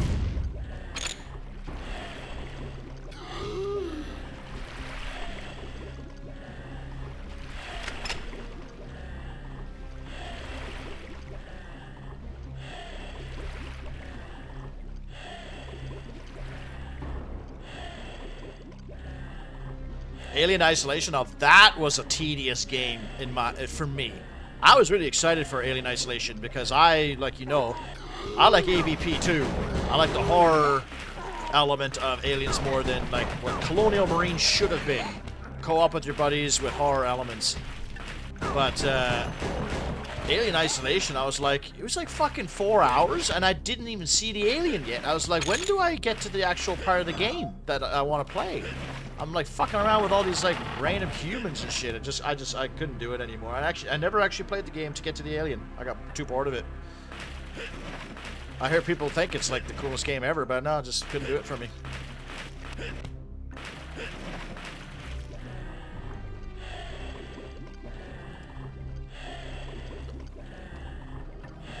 Game is the most toxic, harmless water I've ever seen. This game is the most toxic. Yeah, all the water looks green and awful. There is acid in toxic water, but this water's fine. There's some nice, pretty looking water areas too. This is a sewer though, I think, isn't it? Like, am I done in here? I pressed a switch.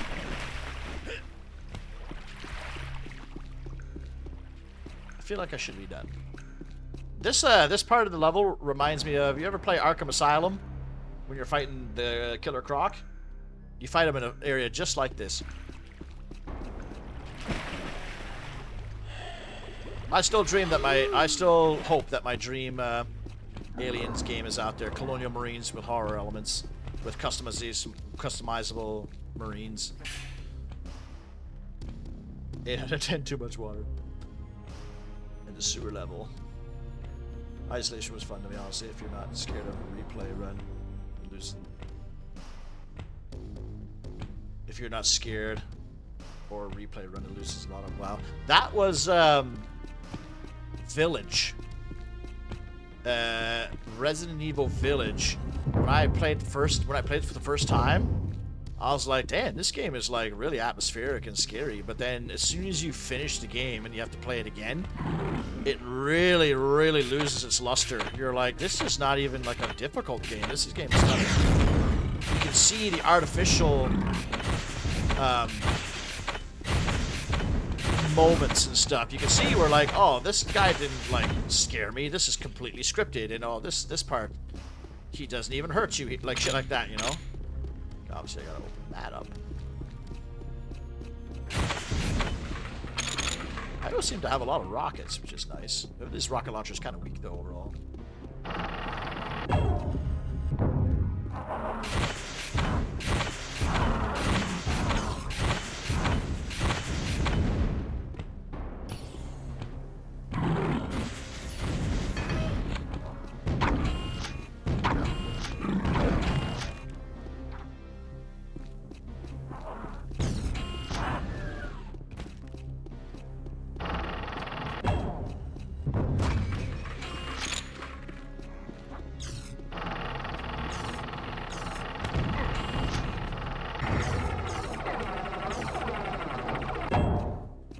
So sick of these crawl bastards. Having said that, I do want to replay, or not replay, play for the first time the remakes, like 2, 3, and 4, because I heard that, like, I heard nothing but good things about them, except for 3 is a little bit, like, they've taken away a bit of the luster behind Nemesis or something.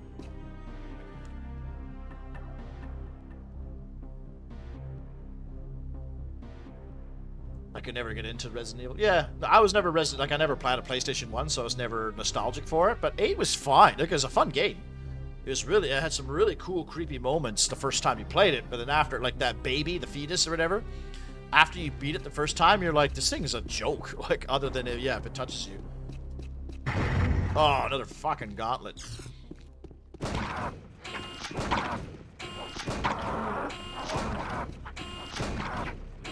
Jesus Christ, dude, die.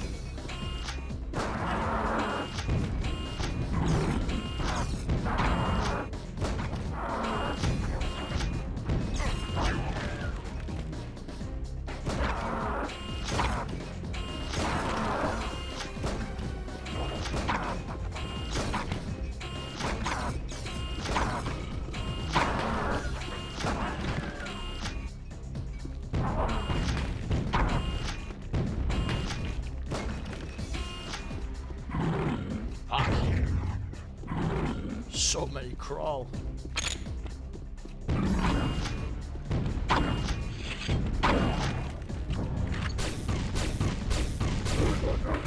Oh fuck, I'm busy.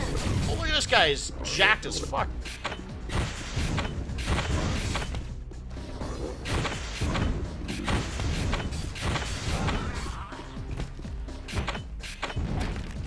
Big boy.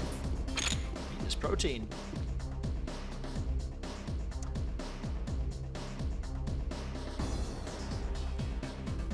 I don't know if it's because polluted, but the levels you were playing earlier when you were outside, water was green into. Oh, there's I think in the temples and stuff it's blue, pretty. I am at a later stage of the world. The first Nine Leaves Falls is nice and blue water. Oh, that's the wrong button. Fucking big ass brutes here.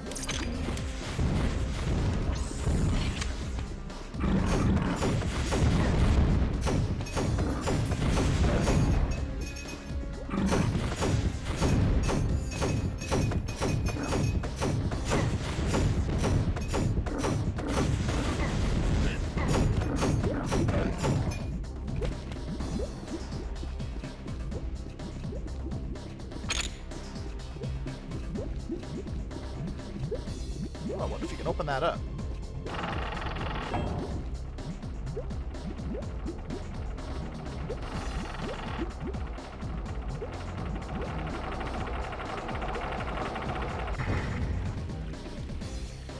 Looks like you can, actually. Cool that the enemy staggers from getting hit. Yeah, yeah. In this game, yeah. GoldenEye was like the king of that, though. Enemies can play dead, by the way, in this game. You can play dead. Is it F? Yeah. Watch.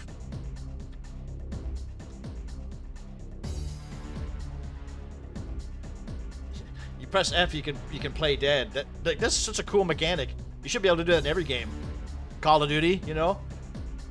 You see a dead body, like, oh, he's dead, don't worry about it, and you run across a corner. Ha ha ha ha. You're dead, bitch. Cool, I remember the key, too, for it.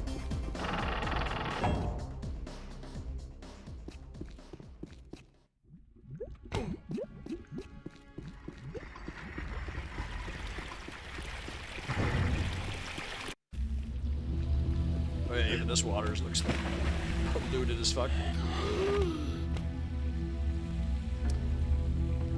3 you can skip? Oh, okay. Resident Evil 3 Remake is the weaker of the remakes. 2 and 4 are really good. Oh, right on. Not that Resident Evil 3 is bad, just not as good as really good, yeah. Metal Gear does that, playing dead. Oh, you can in that game? Right on. Oucha. Metal Gear Solid 3. It'll even bring up the game over screen until you revive. Really? What is that like? What's the point of that in that game then? Even to bring the game over screen, that seems like a bit excessive.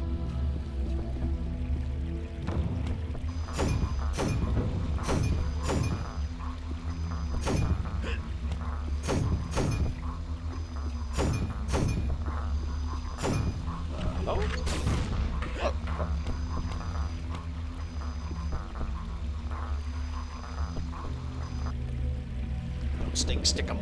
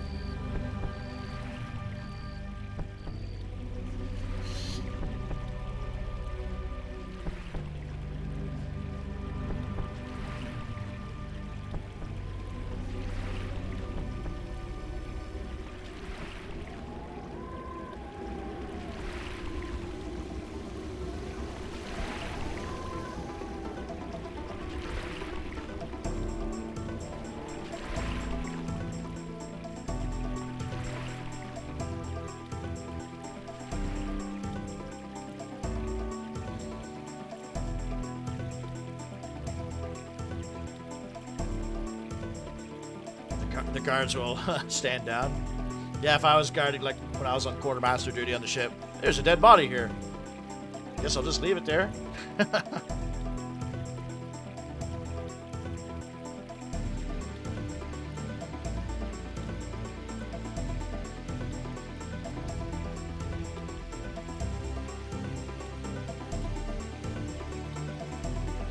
It's a really good track, this.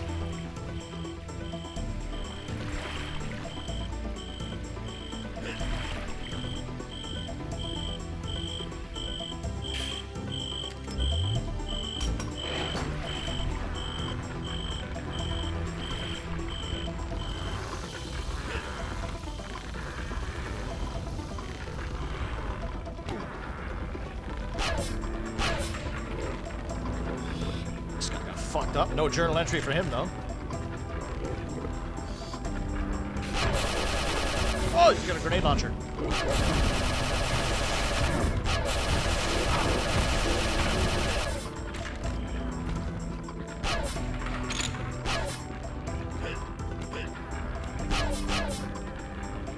Well, wasn't much purpose coming in here.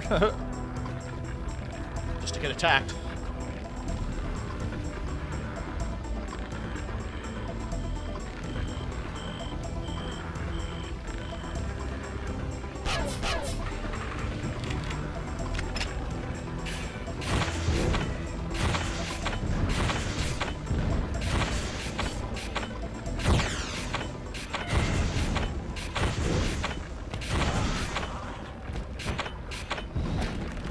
Razor jack, interesting.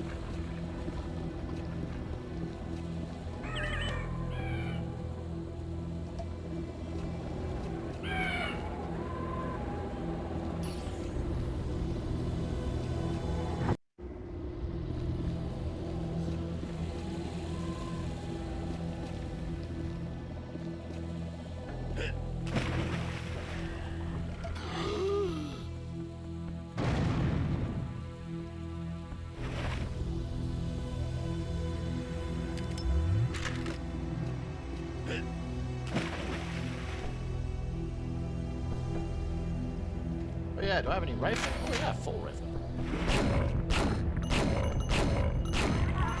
5 rifle rounds, damn.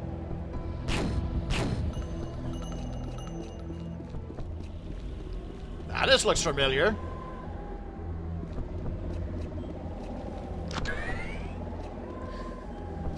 Now the boss of this map is in there. If you can damage boost yourself up with a rocket launcher and like tuck yourself right in this corner, and you can actually shoot the boss through the window and kill him. I need to go through the OST of this game and add some songs to my list. Oh yeah, man. How have you played this full game before? Have you watched me play this full game before? Because before my VOD stream tonight, I streamed it last weekend as well, and there's some bangers in the early game too. Tyranniax is probably like one of the best songs in the whole game, if you like the more electronic type stuff. Radjiger Mines is really good. Then there's like Harrowbed Village and Sunspire, or not the Sunspire, the level that you, like the after you take the elevator between the Sunspire and Harrowbed Village.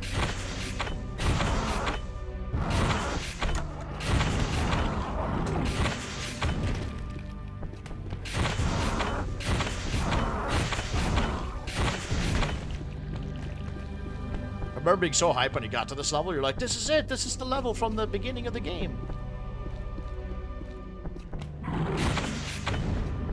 This and Unreal Tournament 99. Unreal Tournament 99 is the same guys who made the soundtrack, right? So it's got some serious bangers.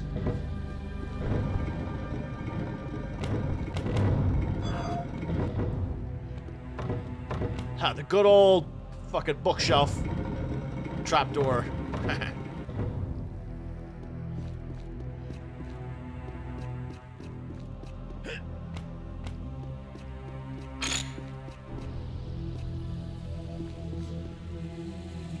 Ooh, damage amplifier. I think it's gonna be handy.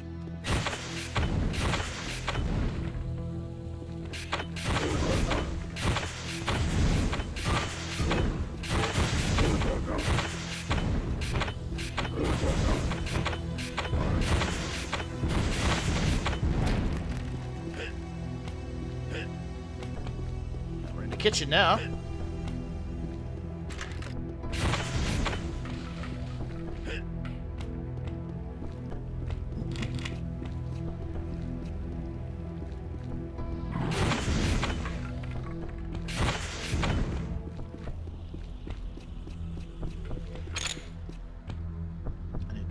This is my first time watching anyone play the game. Oh, really? Oh, man, you missed that. Like, the beginning of the game is really, really good. The last third of this game kind of falls off a little bit when it comes to level design and stuff. The last boss is pretty cool, though. It's nice and creepy. Thematic. It always used to scare the shit out of me when I was a kid. But, yeah, like escaping, because you wake up in your prison cell on a ship that's crashed, and there's just like people screaming in the backgrounds, they're getting murdered by something. And then you go through all these like beautiful waterfalls and villages and the Teridium mines. You rescue a bunch of Nali. Then you go to a Colosseum where this is where you fight your first Titan at the Dark Colosseum. Then you go through a water temple, which is not the worst thing in the world. Fucking hate.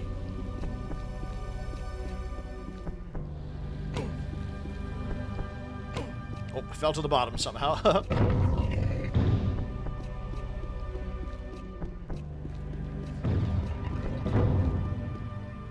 Oh fuck, there's a guy right there.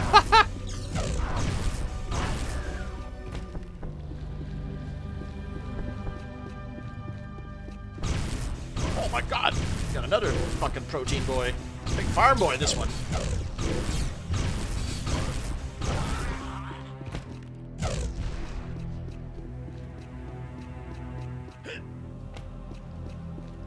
There's nothing out here. It's literally just a big juicy boy jerking off in the fucking balcony. Our place is relocated office much further from regular office, so I'm gonna check out the look there before Monday. Oh, you heading out there, Styles? Your offices have changed, eh? That's why I'm gonna have to relearn my bearings when I go to Toronto. Gotta start looking for places to rent soon, actually. Hey, lazy bastards, not playing time for dice.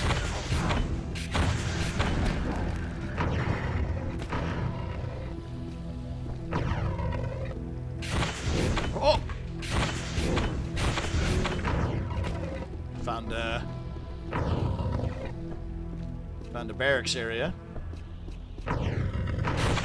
Ah, sleeping Scar.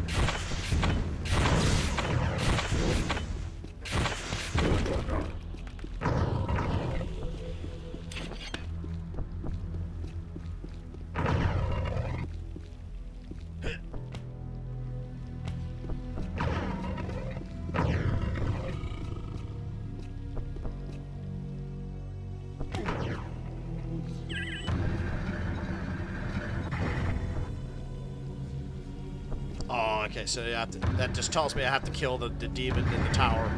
So I have to kill the boss level before it'll let me in there.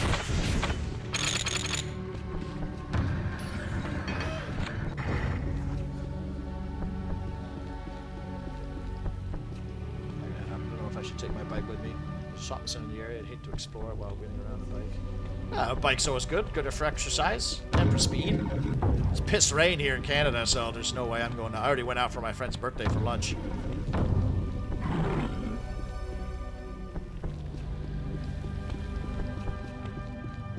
This level can be quite maze-like too. I can already see myself getting a little lost.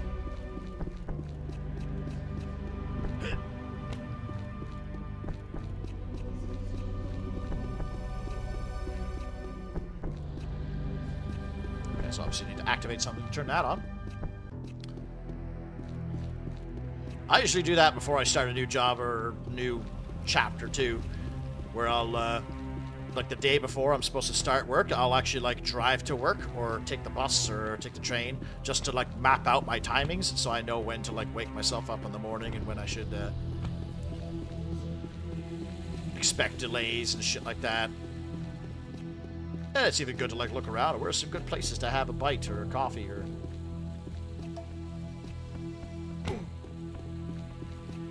Pretty healthy. Just need to fucking figure out where I'm going. I need to go up.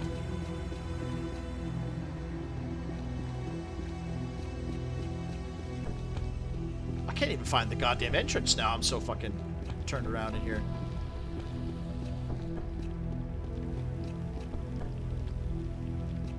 So I came up from here.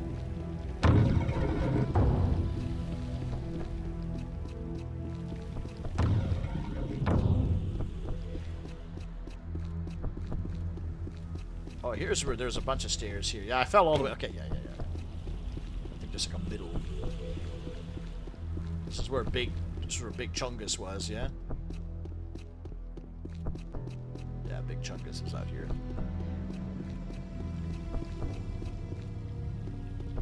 Oh, I guess there wasn't much else. What?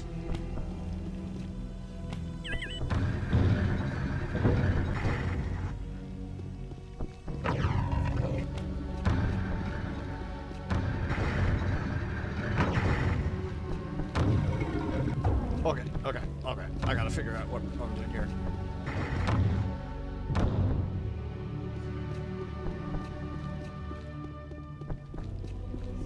Okay, this is the kitchen. Shit. It's fucking dark as balls in here too, doesn't help.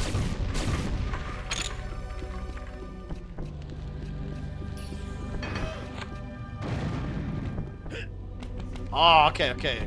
Upstairs of the library. There we go. Okay. I have returned to... Yeah, okay. I know where I am now. I can hear that brute just trudging around too. Yeah, if it's in New York, I usually map it out as well. Even then I wake up extra early to make sure I don't miss it. Oh, New York. I can imagine New York being an absolute disaster to navigate through. Or maybe it's the opposite. Maybe it's like super easy to get around. Saskatchewan? No, I'm in Ontario. The capital. Ottawa. Never actually been to Saskatchewan. Why? Because there's fuck all to do in Saskatchewan. It's a oil it's like Alberta itself is very if you like outdoors and camping and stuff, maybe, but it's really flat. It's a lot of farmland in Alberta. Oh, my goddamn UI changed again. Oh, nope, that's not it.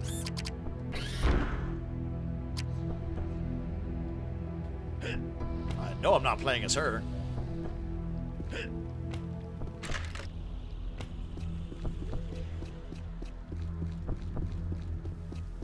These big ass beds.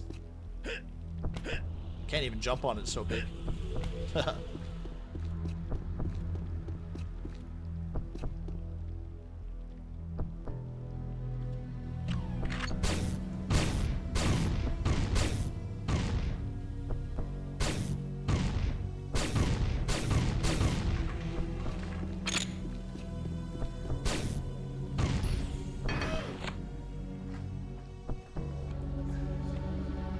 Seriously, it's a hike from the station to the office. Oh, fuck!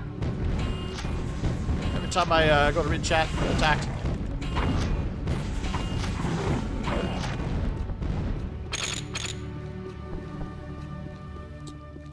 There's a bus that arrives every half hour. Yeah, Ottawa used to be really good. Like the 95 used to fucking take you from one end of the city to the other. Every 3 minutes, not even 5. Every 3 minutes a 95 would turn up. But it doesn't exist anymore because we're trying to do a train type of thing. Like I just heard an infantry cock his 8-ball gun. There he is.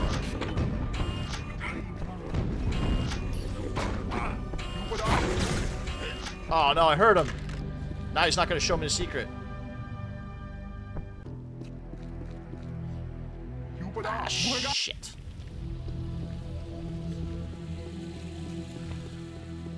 I don't want to miss out on the secret. My other streamer watches out there. Oh, right on. Yeah, Saskatchewan is like 2 hours behind us, too.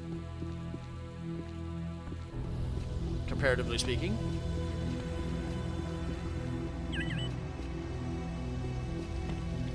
Oh, it's a door. I thought it was like a doorway.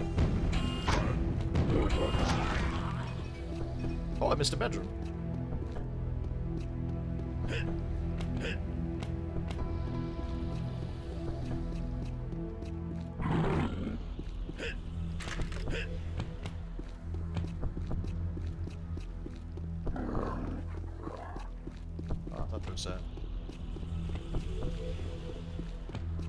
Oh, I thought there was another scar in a bedroom somewhere around here.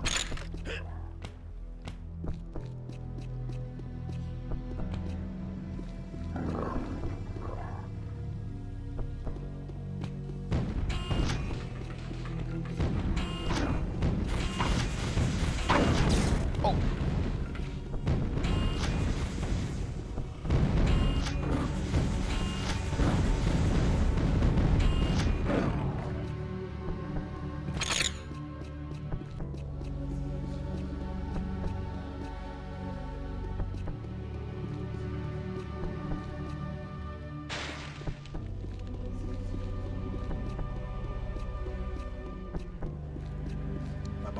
And when I explained how difficult public transport in that area is, like, well, if it rains, just bring an umbrella or a raincoat.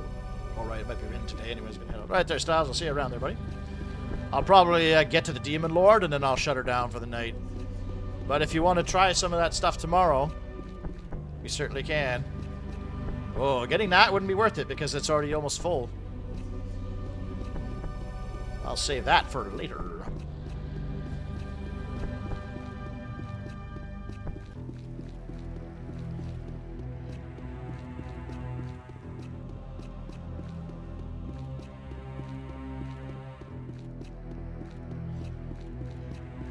Guess that's the only way I gotta go. Alright.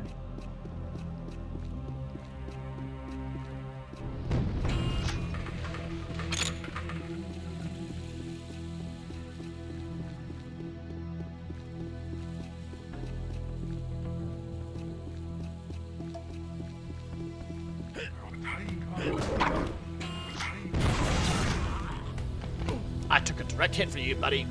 Better be good what you're gonna show me. Give me a shield belt.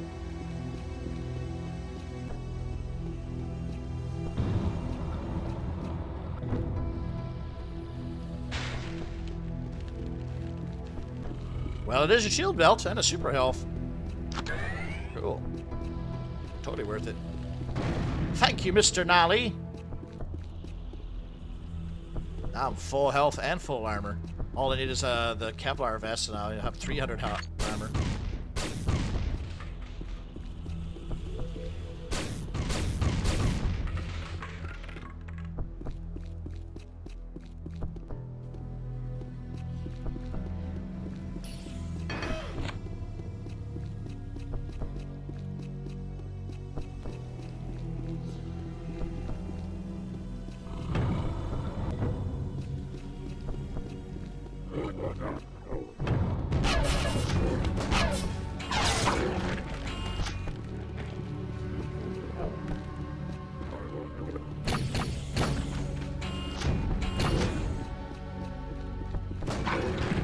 Ah, he wasn't dead. You hear that? That motherfucker wasn't dead. He was playing dead.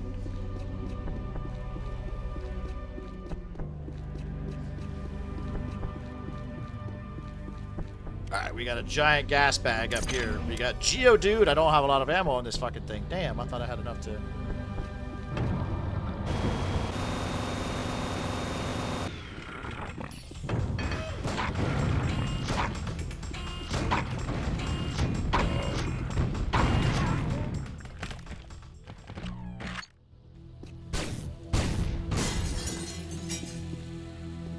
And that's it.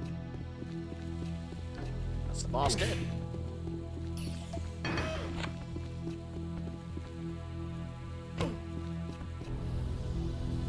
Oh, fuck.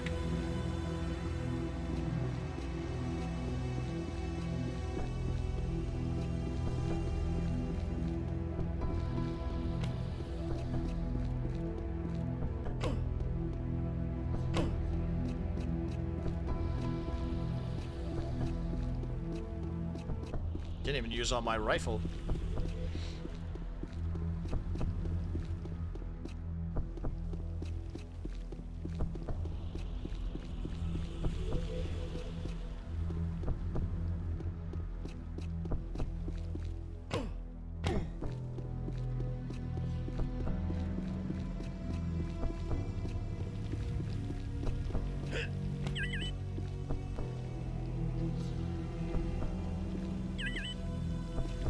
Basically telling me to push one of the books in the main hall there.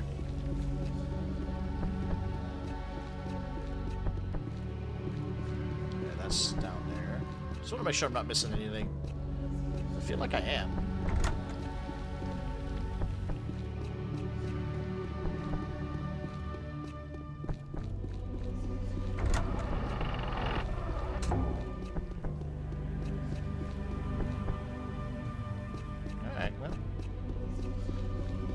Moving on.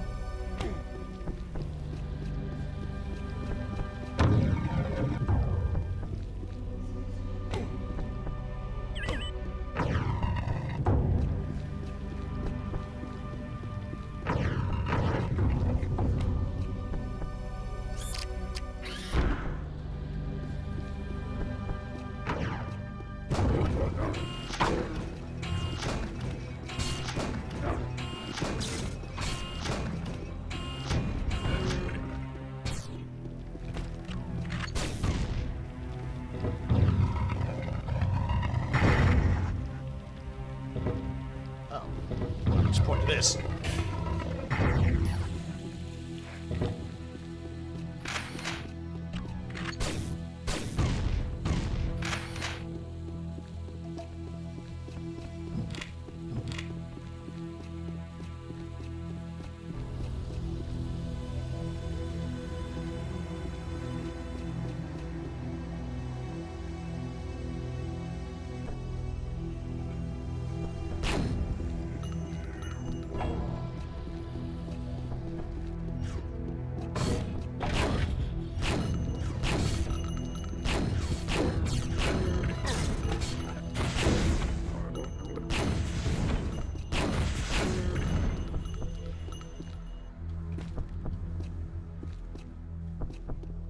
Like, you can save this guy. You can save this guy, but you can't. Like, nothing happens. Like, his head is still there. But, like, he doesn't... Like, that'd be cool if it was a modern game. He probably would, like, take it off and be like, ah, thank you, and give you, like, a health pack or something like that.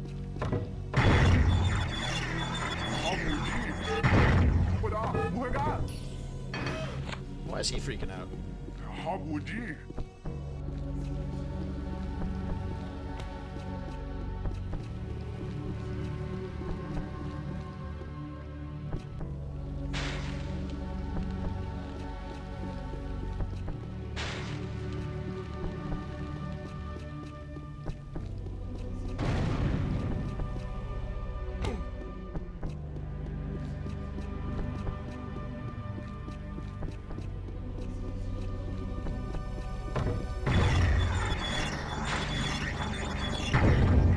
Decent uses of lighting in this game too. Ah, there we go. Show me something good.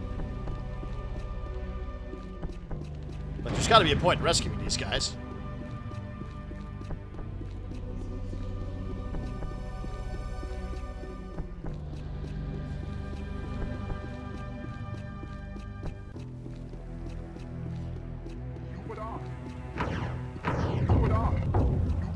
Oh, he's gonna open this door? Oh no.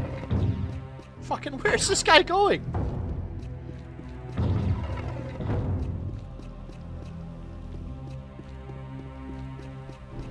It's gonna be the lamest secret too. Unless it better be a room filled with every gun and every ammo.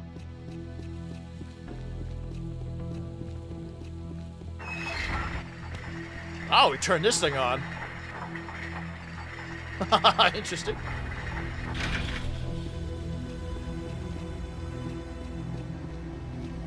He's gonna get fucking killed here.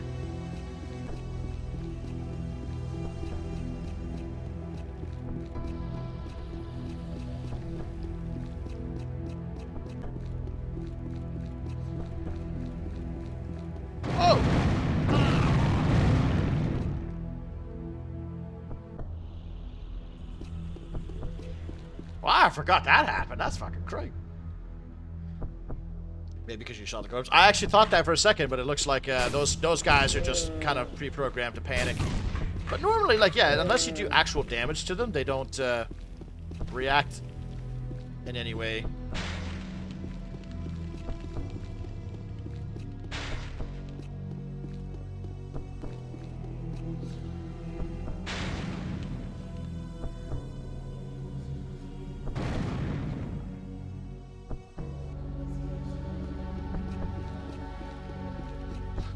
What's the point? Why did you bring me all the way out here? Is it literally just a gas? Like he's like, ha ha ha. It's like the way the game is trolling you. There's nothing in here.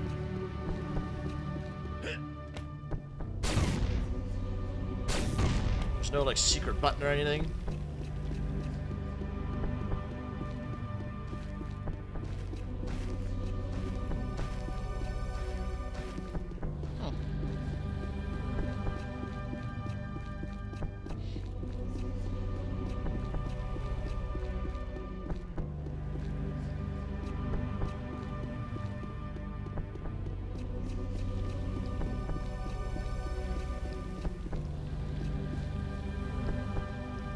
Oh shit, how do I get back? Oh. Another one came too. He's like, oh, I wanted to see where you guys were going.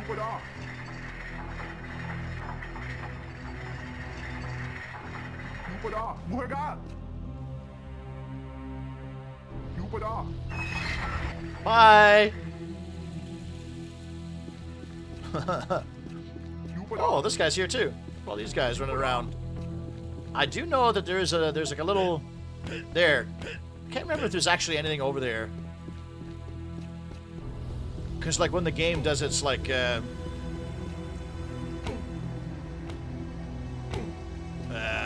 fast scroll through of the like the opening title crawl, your camera goes into a couple little areas that looks like they're kind of secrets.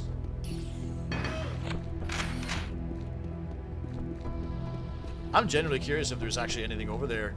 I forgot about that part completely. Like an actual ship comes in and bombs the area.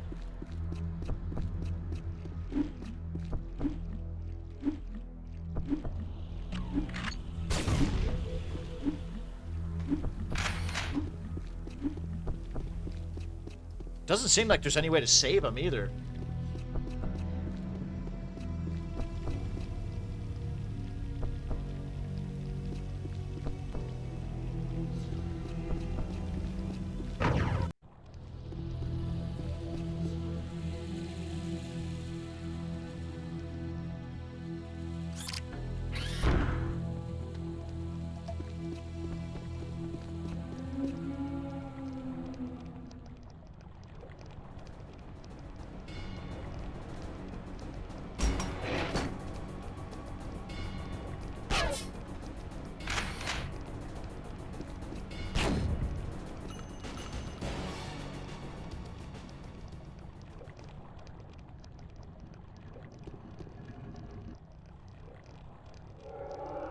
Oh, that killed him. Oh, wow. That must be a difficulty thing. Normally, this is an insanely epic boss fight where this that demon lord's flying around shooting rocket launchers at you. But I learned from that Civi video that you can shoot the stalactite and damage him. But I guess I'm on a difficulty where he dies in one hit.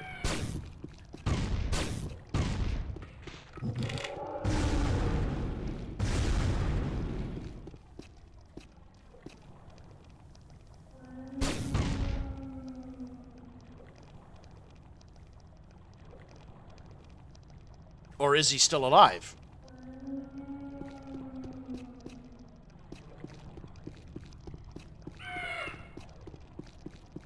Oh no, the bridge is extended. That was weird. There's like rockets exploding there or something. It's almost like he teleported into the ground or some shit.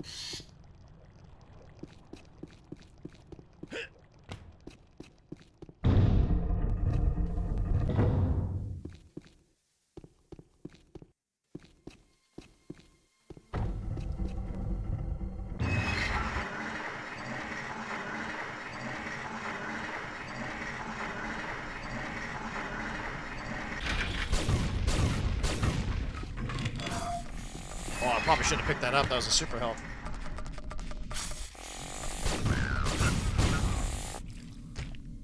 Alright. And that is, we're at the end game-ish now. There's no more temples, no more palaces or jungles or clean water. We're now in the Scar Mothership. And I'm going to end it there tonight, I think. And we'll pick this up on a third night. When I'm not doing challenge runs, I don't like to go 9 hours or 8 hours. Oh yeah, by the way, there's flies that come up of corpses. That's a cool little effect. But yeah, thanks for everyone for watching tonight. Tomorrow, I'll have to help a buddy move a shed or something. But after that, we can try... if anybody wants to, we can try that Red Alert mod. And if that doesn't work, we can try maybe playing some Warcraft 2 online or something. Maybe do some just for fun matches, big free-for-alls or 3v3s or something, depending on how many people we can get to play. To download, like to play it is super easy. You just go to war2usa.com or just Google War2 USA, download it, and launch. And you can play single player and multiplayer.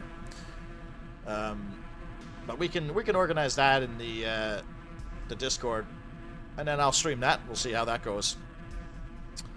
And yeah, if not tomorrow, we could try that out some other time this week, depending on everyone's schedules. I don't know what'll be a good time for everyone who wants to play. What a good time would be, or either early afternoon or late afternoon or morning, or probably not morning because I gotta help my buddy move a shed, but yeah, we'll see how everyone feels about it.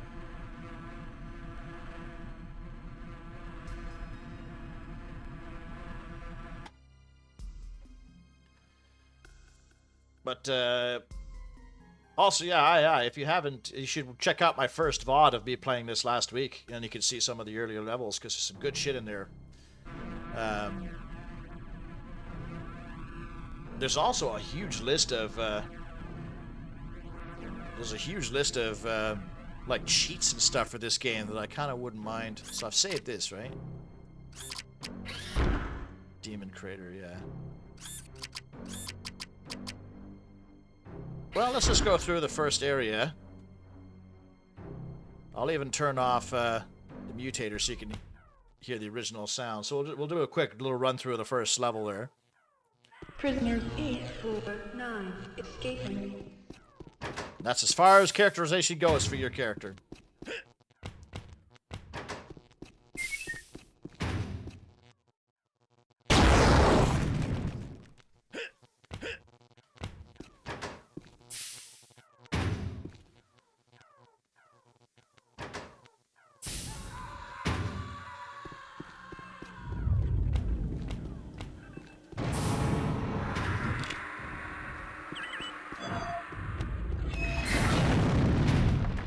Prisoners 4, prisoners 327 escaping.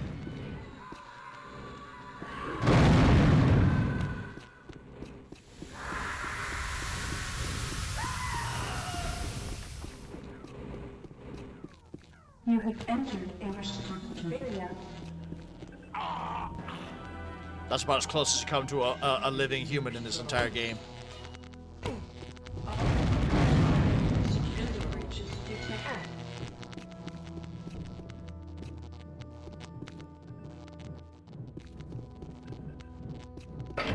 You have entered a restricted area.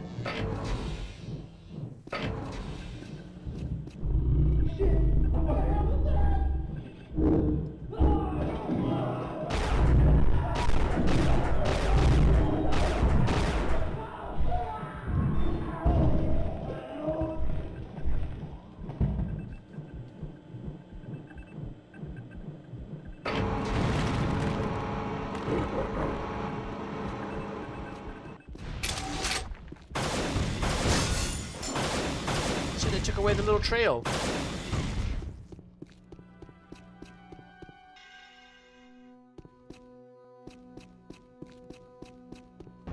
Also, this second level has the best one of my favorite soundtracks in the whole game, besides Tyranniacs.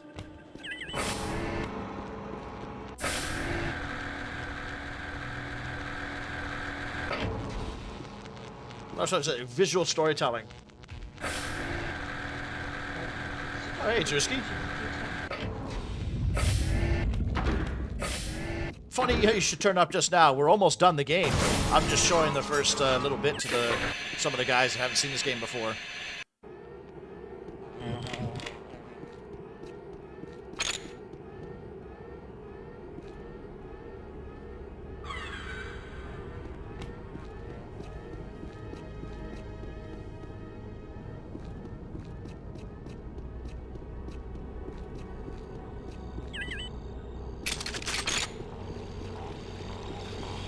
Look, clean water. Ah, it still looks a little bit green, actually, yeah.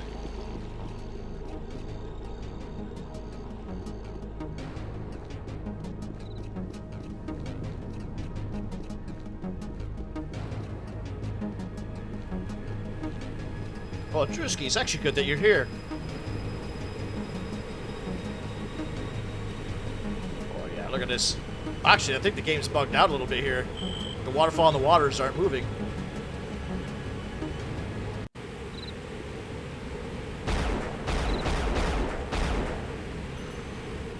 Odd. Okay, so let's try out some of these cheats while I'm here. Hang on, let's bring them up on this side.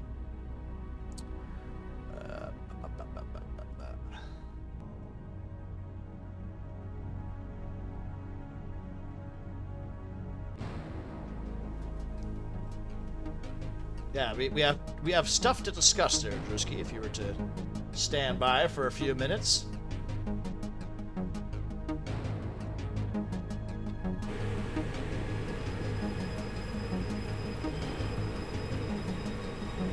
Now, it says you can add bots. I want to see if that can...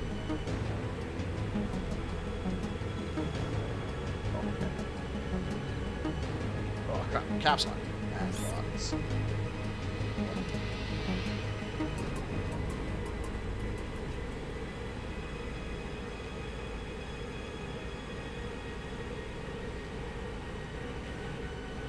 I was wondering if you could add can't drown, fly mode, freeze all enemies, give amplifier, summon, so you can summon all sorts of shit here, like summon minigun.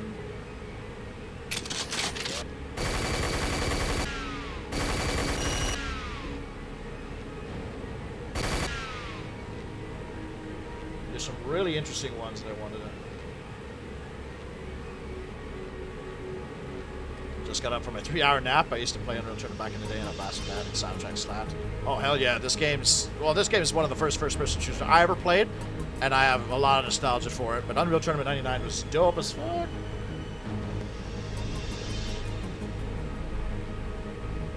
Oh, I can, like, opens up advanced options menu where you can save, change your settings like drivers, sounds, Unreal, so I can change the I from here. So the pistol's the only human weapon in the game, besides the minigun. The minigun and the rifle, I think. The rifle is a human gun. All the hit scanning weapons are human. Yeah, the ASMD shock rifle as well. And suck my dick is what it stands for. The ASMD shock rifle. But the pistol is like the most recognizable one. Okay.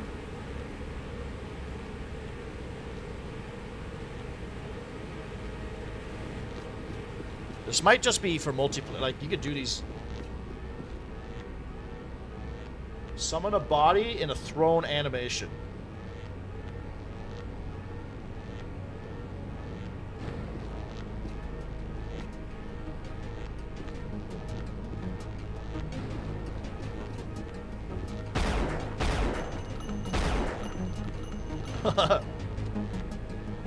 Summon cryopod?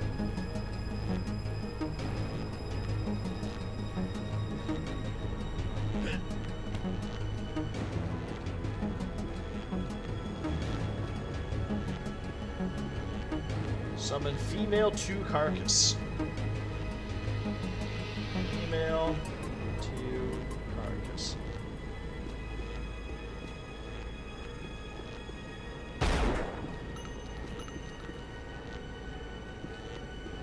I suppose she should...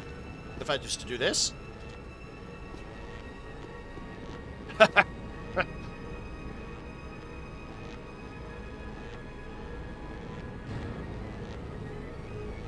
Oh, you want to see ass first.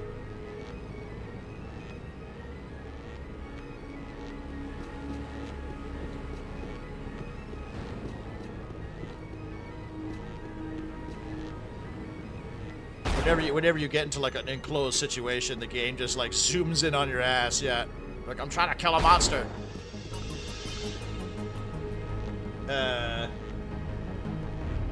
Summon frozen Nally corpse.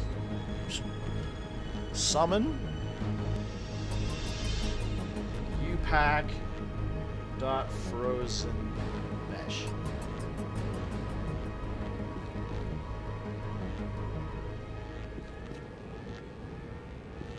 It almost looks like he's reaching for something.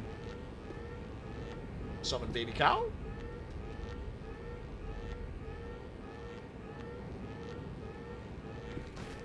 Hey! Hey, it moves around!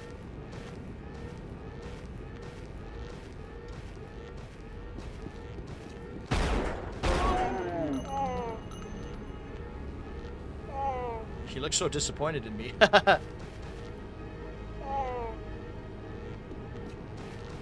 Oh, he's running away from me.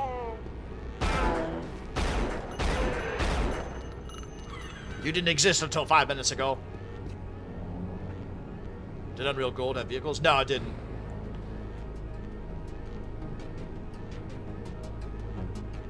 Summon a barrel full of sludge. Summon a biter fish. Summon a blob. Oh, that's the boss, the blob.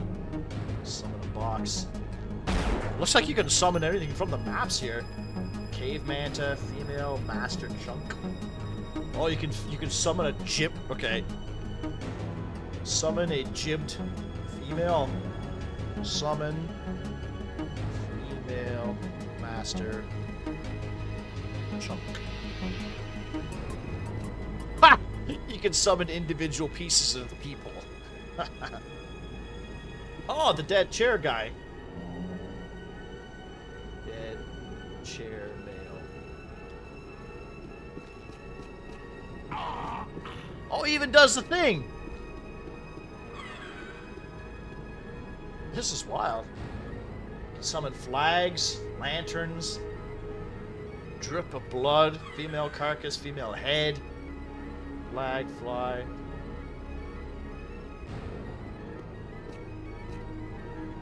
How do I identify this? Yeah, let's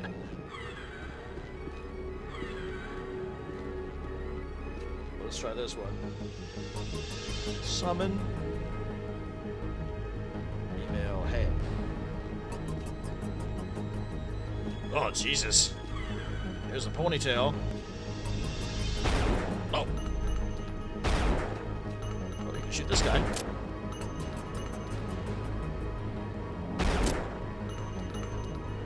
Oh, summon a female one skin bot. Oh, let's try that. Summon female one bot. 'Cause Whoa!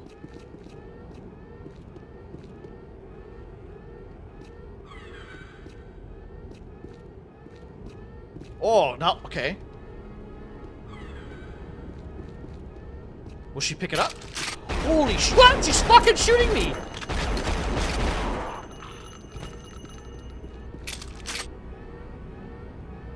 Wow!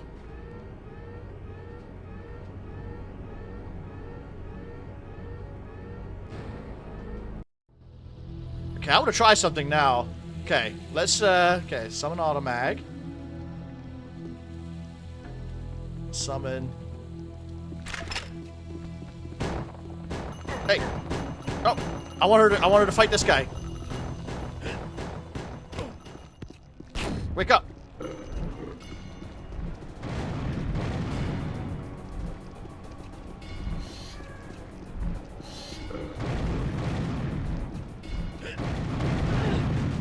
He does fight her!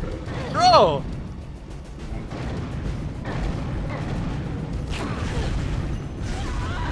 She got fried! Go get him!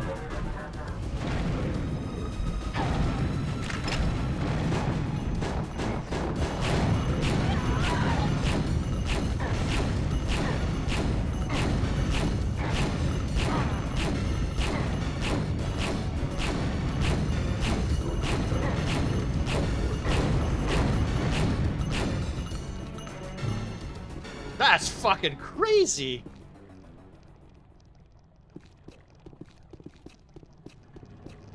That's awesome! So I guess I can do that with any summon... male one bot. Hey!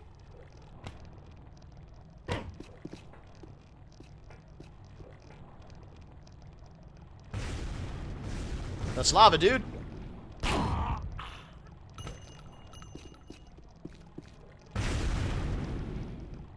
That's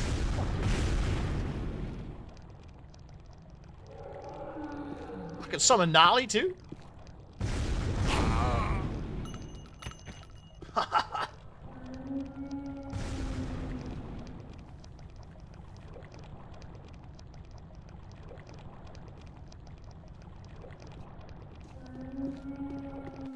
Okay, let's go back to Nylee's Falls.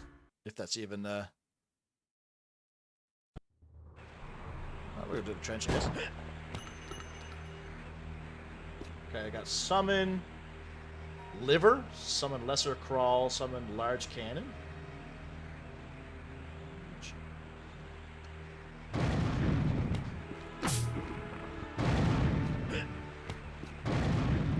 Oh.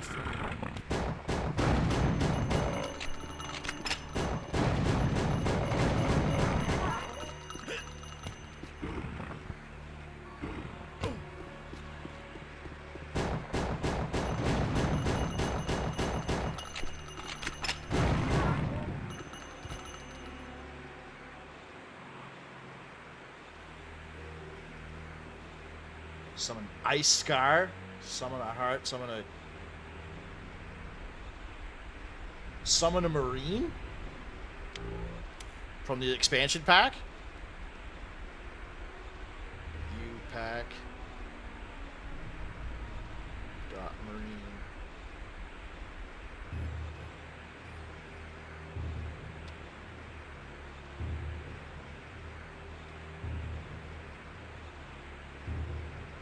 Oh, it's a box. Marine box.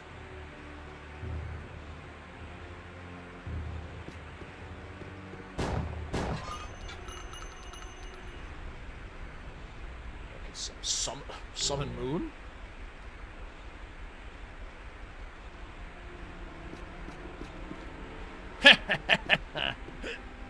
It's like that thing in Awesome Powers, the big rubber...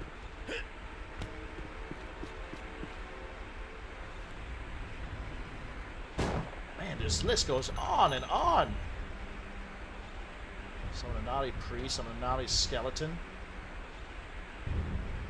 Summon book, summon the last boss. I can summon the queen.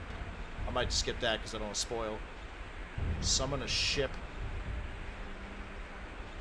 Oh, there's all the enemy summon Scar.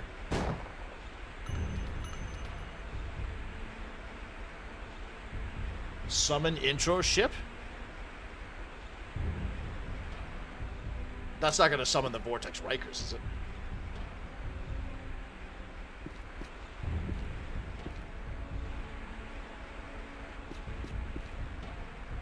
This is interesting.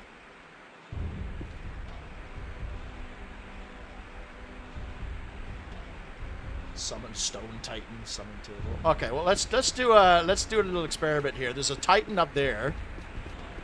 I'm gonna see if I can. Let's summon like a bunch of fucking bots here.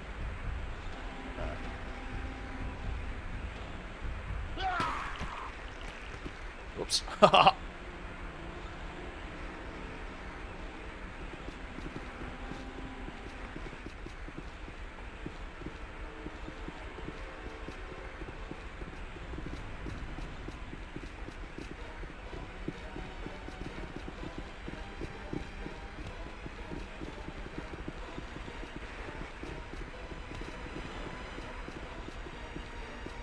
I'm just gonna summon a bunch of automags.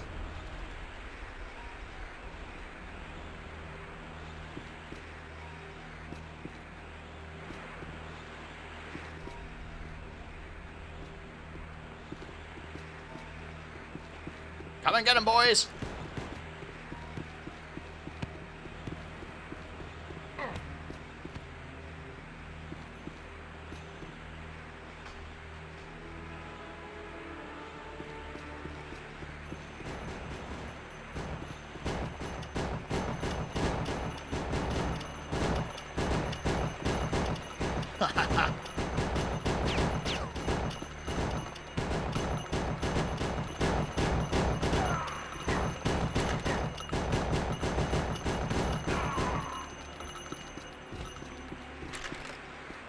This is hilarious.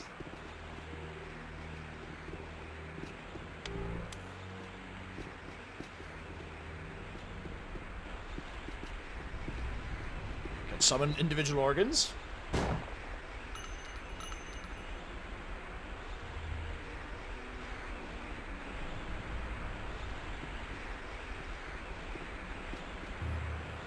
I think there was there's an experimental weapon, I think.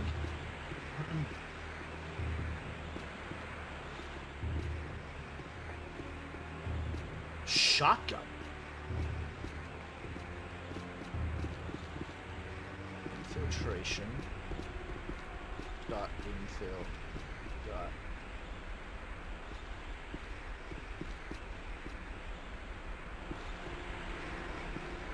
Did I type that in right?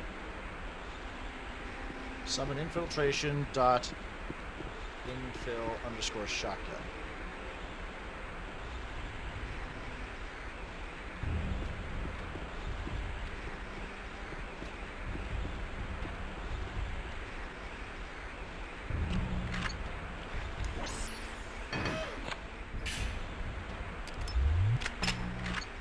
Oh, it's not working out. Summon roll bar? Sniper rifle?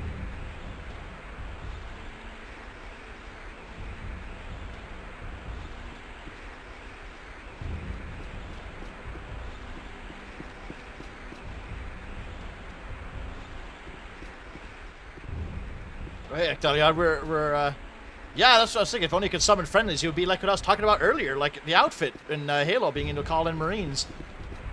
So, Ectelion, I figured out that you can spawn pretty much anything you want in the game.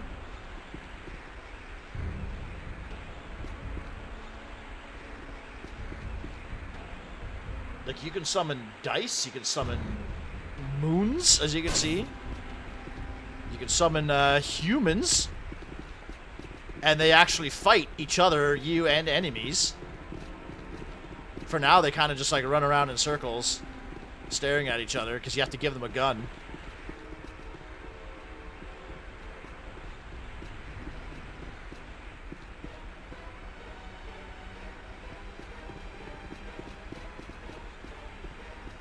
Summon a warlord.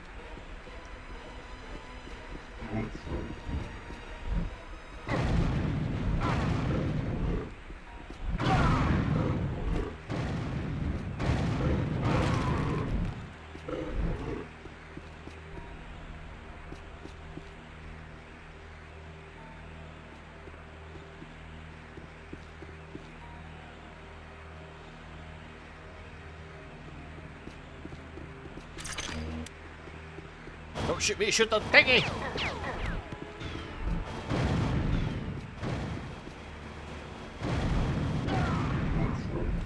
Ha! Right on. Alright, well, that's cool. I didn't know you could do all that. That's neat. So anyways... Oh... I didn't think it was in Halo 2, but I'd like to give my Marines rocket launchers snipers since they never run out of ammo. Well, that's what I was talking about earlier on in the stream, how, for my next video too, when I talk about the outfit, I really like the idea of being able to, like, summon NPC allies or reinforcements or airstrikes and stuff, and how cool would it be for Halo to have had that? Since you're a Master Chief, you're a higher rank, and say, like, you know, a Jackal sniper's pinned you down. Well, aim at him with your binoculars, and then call in an ODST. And his pod will come down, a Marine will come out, and he'll kill the sniper for you, shit like that. Or, hey, I'm pinned down, call in a Pelican that'll hover for 20 seconds, and he's got a turret on the back, and, like, the ramp will be down, and the Marine will shoot out the back or something. Because in Infinite, you can do pretty much that. You can give all your Marines, like, snipers and rocket launchers, and then you can load them up in your fucking Warthog, the one without a gun, like with the 6 passengers on the back, and then you could just be a mobile war platform of Marines just blowing shit up. It's fucking awesome. Oh, you could do that in Jedi Knight as well? Used to do that in Jedi Knight games, making Sith fight off waves of rebel troopers. What? That's sick! Jedi Knight was such a great game. I remember spawning in armies in the last mission to have epic battles. I didn't know you could do any of that. So it's just pretty much what I was just doing right now? I think there was a realism mode where lightsabers instantly chopped off. Yeah, the realism mode apparently is really cool. That's what I mean, yeah. That's what I'm talking about. Like, the Helldivers 2 really woke me up for that. Like, I used to love that because I played a game called The Outfit Ecthelion, which is like Helldivers but in World War II, and it was made in like 2006. Same principle. You could call in machine gunners and anti-tank guns and tanks and jeeps, airstrikes, and you could have these like mock battles. The only problem was you couldn't call in like infantry. Like, you could call in infantry to refill your squad, and if you killed yourself, your squad's infantry would go rogue. So what you could do is you could kill yourself like 100 times, and then your Marines would keep piling up, and then they would have these big battles. But I write in my script that would be really cool to be able to just call in free infantry. Well, not free, but it'll cost you money kind of thing.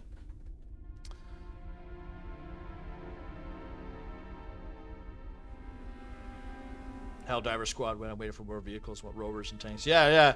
Well, what I was thinking, Drewski, tomorrow, did you ever play Renegade?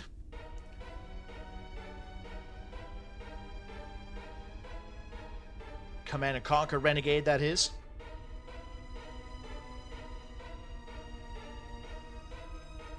I'll make an announcement in the Discord after this as well. This is for you too, Ecthelion, or anybody else that's in the area. I think at Jedi Knight you could at least bind keys to console commands. Oh, wow! So you could press a button, so just press 1, spamming Stormtroopers.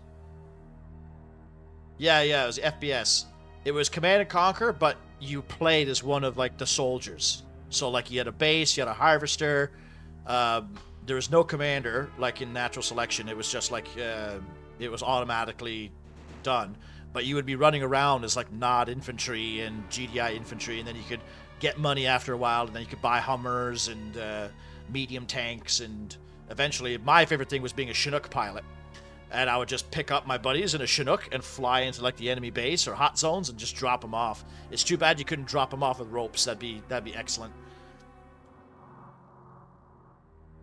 So you did play, yeah. Well, I was saying earlier, man, that was cool. If only they did a Red Alert version. Apparently, they did. Well, they didn't officially made one, but there's a mod for Red Alert Renegade. So, like, with Russians and warships and aircraft, like fighters and MiGs and stuff. So I was going to suggest maybe tomorrow or some other time this week, whenever it works well for people, that we could get, like, my community together and we could maybe try and play it. It's, like, free to download. I don't think you need Renegade to even run it. Maybe. We'll have to do some testing on it. But if not, I would also like to try and get some Warcraft 2 online going. Using the USA server, And since most of us are pretty bad at the game or noobish at the game, it'll be kind of fun to just have some like 3v3s or 4v4s or something, you know? Or whatever we can muster. Maybe even some comp stomps. I don't know how the computer is, but...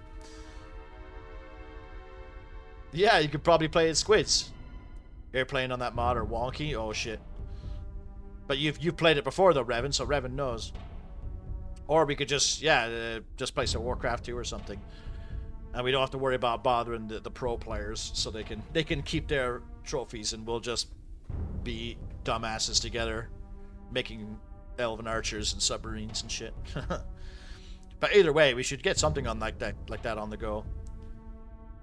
So yeah, so Revan's the man who knows. Do you need Renegade to play it, Revan, or can you just play it however?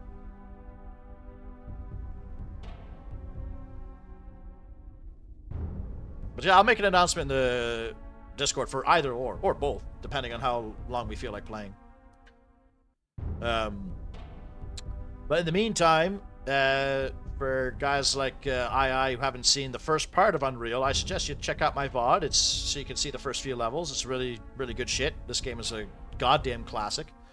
My videos, I uploaded my video to YouTube 2 days ago, and she's coming along. She's coming along slowly, so feel free to like and subscribe and all that shit. It's not going as fast as the other video, so hopefully, I don't know if it's a quality thing or just people just aren't interested in Warcraft 1, not sure. If somebody could fucking figure out if you can play Warcraft 1, let me know that too, because I will play it and stream the shit out of that. Because that'd be hilarious. Standalone, so yeah, you don't even need Renegade. So yeah, you just download off ModDB and fucking crush it. Yeah, maybe we should get that on the go tomorrow, or at the Warcraft 2, depending on how people are feeling. But we could really do that anytime. Doesn't have to be tomorrow. I gotta set my alarm for tomorrow. I gotta wake up, help my fucking buddy move a shit. Right, so yeah. If you haven't joined the Discord already, the bot should have been putting Discord links in the chat. Watch my video on YouTube 100,000 times if you can, because it's what's going to be paying my bills soon. For the longest time, I defined the FPS genre as pre-Half-Life 1 and post-Half-Life 1 because of how much it felt like the FPS genre changed around that time. That's true. Half-Life 1 was a big evolution in like narratives, especially like narratives in a game. Especially like self-insert, like not self-insert, but like a narrative that happens through your eyes. Like there's no cutscenes or anything. Yeah, there you go. I'll get it to play on repeat. It's a good. I was proud of the video, so I think it's a good video. A lot of people were upset that I, as a child, didn't know what footman meant, so I cut that part out because I had some kind of mean comments, being like, "You're stupid if you don't know what footman meant," and I was like, "I was 5. Fuck, relax." Either way. Oh yeah, you'll be surprised at what people cling to. It was like a one-off line too. Like 10 minutes into the video, I was like, when I was a kid, I never understood what footman meant. And people were like, "You're fucking retarded." You know, like a couple people did. It's amazing. They'll ignore everything else that happened in the video, but they'll find that one thing that just that either they're experts on or they just cling to.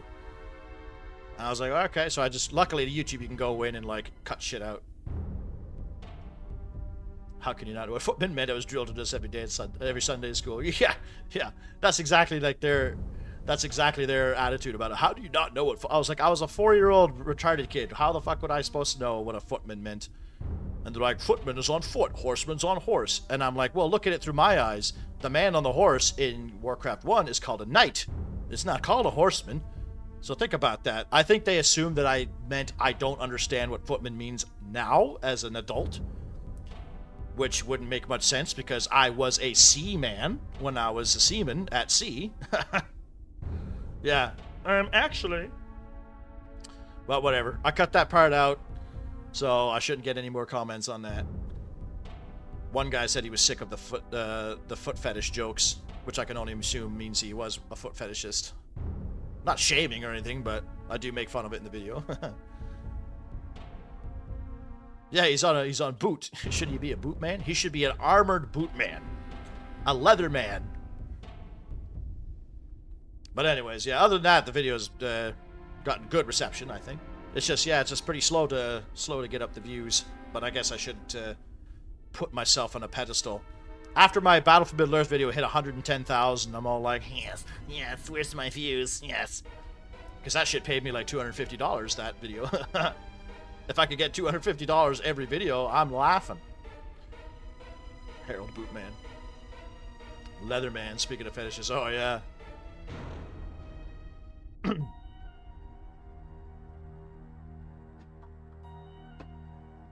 Oh!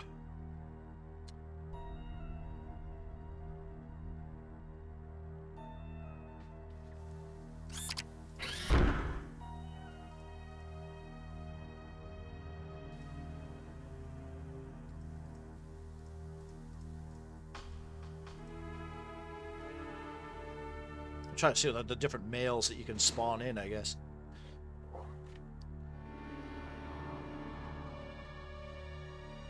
Carter.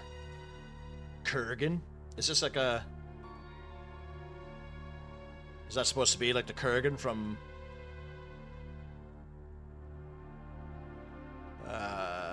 Highlander? They're remaking that, I think, aren't they? Oh, whoa, what the fuck? Never seen that. Oh, this must be the fan mod.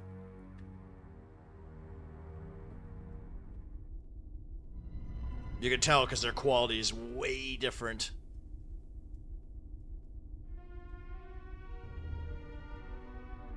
This character's cool because he has a peg leg, and you can actually hear it when you're playing the game. You can hear it, like, tip-tapping.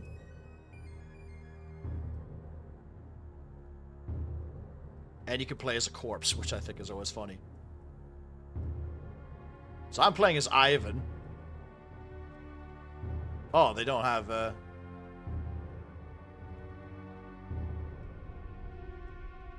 Oh, that's the only skin that they have for, fan ones?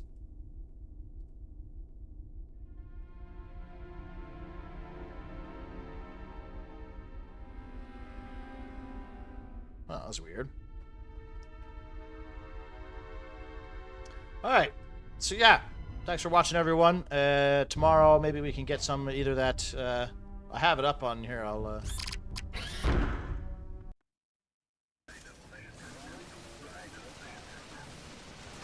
We'll see how this turns out. Maybe we can get a little round going, unless there's other people already still playing, and we can,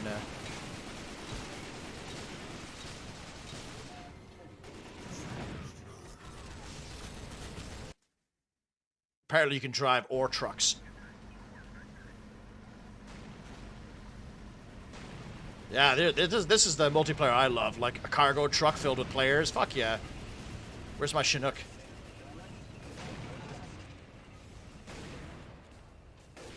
So they had, like, bases that each team had a base, and each team had a harvester that would go out and automatically harvest, and you could just, like, spawn in tanks and choppers and nuclear strikes, and you just, like, fought each other. It was really cool.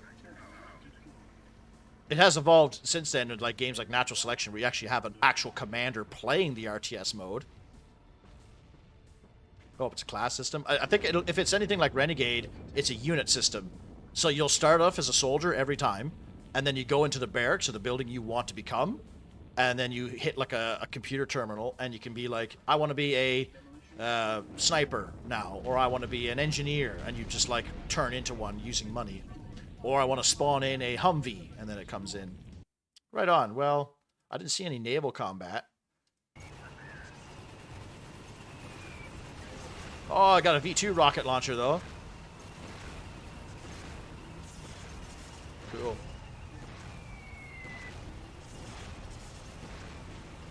Oh, that's a cryo. I think that's the harvesters there. Cool. Yeah. Well, the standard Renegade was a really good game. It was made by Westwood and EA, but it was a really cool game. Natural Selection is an awesome game, but yeah, the community is hideous. It's one of the most foul communities now, at least. When that game first came out, Natural Selection was so much fun. It was so friendly. There's loads of people, but now it's only sweatlords that play that game. and you cannot do anything without pissing somebody off in that game. You can't be a noob in that game. They're so not friendly to noobs, and I don't care what anybody in their forums say. Like, oh, I'm always nice to. No, I booted it up like 4 months ago just to see, and I am a veteran of that game. And fuck me, it was like pulling teeth. I didn't even speak half the time, and people were just like calling me noobs and retarded and all this shit. I was like, oh my god, I've only been playing for 5 seconds, and I'm already getting yelled at over the mic or listening to people yell at other people over the mics, which is a shame because that game is really cool. That's what it is. It's Terrans versus Zerg essentially, and one player on each team is building the base, harvesting resources, researching upgrades, basically playing StarCraft. And all the players are playing as his individual Marines and vehicles and shit. The bugs were hard to play, but that's what, if you were good at the game, like it was very hard to. It was a very snowbally game too. If you had one expert player on either team, it was GG. You would have every game would end nowadays with like, oh, you had 30 kills and 20 deaths. Oh, Phil had 20 kills and 25 deaths, and then you'd have one guy with like 176 kills and 2 deaths. And that's exactly it, Ectelion. Yeah, they always go in the community hub like, oh, why is nobody playing this game? And then as soon as a new player, you fucking retard, like, you should have known this. And it's like the person's like just booted the game up from a sale or a summer sale for the first time ever, and they're already getting yelled at. Like, it was, when the game first came out though, it was super friendly. It was really great. And like, the commander's a hard role to play. So you'd have like a guy come in and like me when I was like, I kind of want to try it. And then you just go on the mic and you go like, all right, what should I build now? Or what should I do now? And the players would be like, oh, give us shotguns. Okay, I'll research shotguns. And then it would turn, even if you lost, you still had a great time because you had a lot of communication, things were going. But now it's like if anybody who even like doesn't have a badge next to their name, like me, like I haven't played in like 2 years, but I know how to play the game. And I'd go in and they'd be like, you're a noob, you don't have this badge next to your name. And they would kick you. Not only just like yell at you, they would kick you from the game or the role or the server, or like you'd make up one mistake. Oh, I researched attack 1 before attack 2 or armor 1. And then you get vote kick, vote kick, vote kick. And you're like, oh my God, fucking. Why it's rude to suck at WoW. Yeah. That's probably, is he going along the lines of what I'm trying to talk about right now? Why just enjoying your time in a game is like is rude to other players, you know? Conqueror's Blade is really bad for that now. Because you're like, I like archers. I think archers are cool. I like the visual of archers shooting arrows at people. But I, wanting to have my own fun, is a curse on the team, and I'm not a team player because I want to enjoy the game that I paid for, type of thing. If you bring archers, you're not a good player. You're not a team player. And you're like, well, fuck you. I want to play archers. I'm not playing for you. I bought this game so I can play it and I can enjoy it. Yes, it's nice to win at team games. It's nice to have teamwork. But, you know, anyways. Yeah, how other players expect high efficiency play and what is normally an RPG and technically allows different modes of play. Yeah, and it's not even PvP. Like, really. Yeah, I mean, I guess if you do raids and stuff, you need to have other players with the same build or builds, but that's, yeah. Yeah, exactly, Drewski. That's what I do. I will do the same thing. In Warcraft 2, I'll bring archers, meta be damned. But you have the meta slaves, you know, the guys who need to win. And I understand, winning is fun. Winning feels good. But, like, who cares at the end of the day? Oh, you lost a match of an online game that is from 1996 that nobody gives a fuck about. Good for you. Like, or you won. Congratulations. If it's like a cash prize, then maybe, yeah, I can understand. But if you're just playing casually, like, who gives a shit? Fucking play whatever you want to play. And then, yeah, and then Revan will slaughter your elves. There you go. So yeah, maybe tomorrow, yes, tomorrow we could play this on my screen right now, or maybe play some Warcraft 2 at any time. Maybe get a little Admiral Lily community 3v3, 4v4 slugfest or whatever. If anybody can get Warcraft 1 working online, let me know. But in the meantime, I think I'll sign off for tonight because I got to eat some dinner. I'm hungry. Thanks for watching, and I'll finish Unreal at some point. It'll be one of those things where if I'm streaming and I don't know what it's to stream, I'll just boot that up and play the rest of that. Yeah, enjoy your Blood Ogres. I'll be having fun. Yeah, exactly. That's why I would always play as humans for that exact reason. I would only play as humans because like nobody else does besides Drewski. But yeah, thanks for watching, boys. We'll see Cathelion, if you're not in the Discord, fire up the Discord, and we'll talk tomorrow. If not tomorrow, sometime throughout the week. But see ya.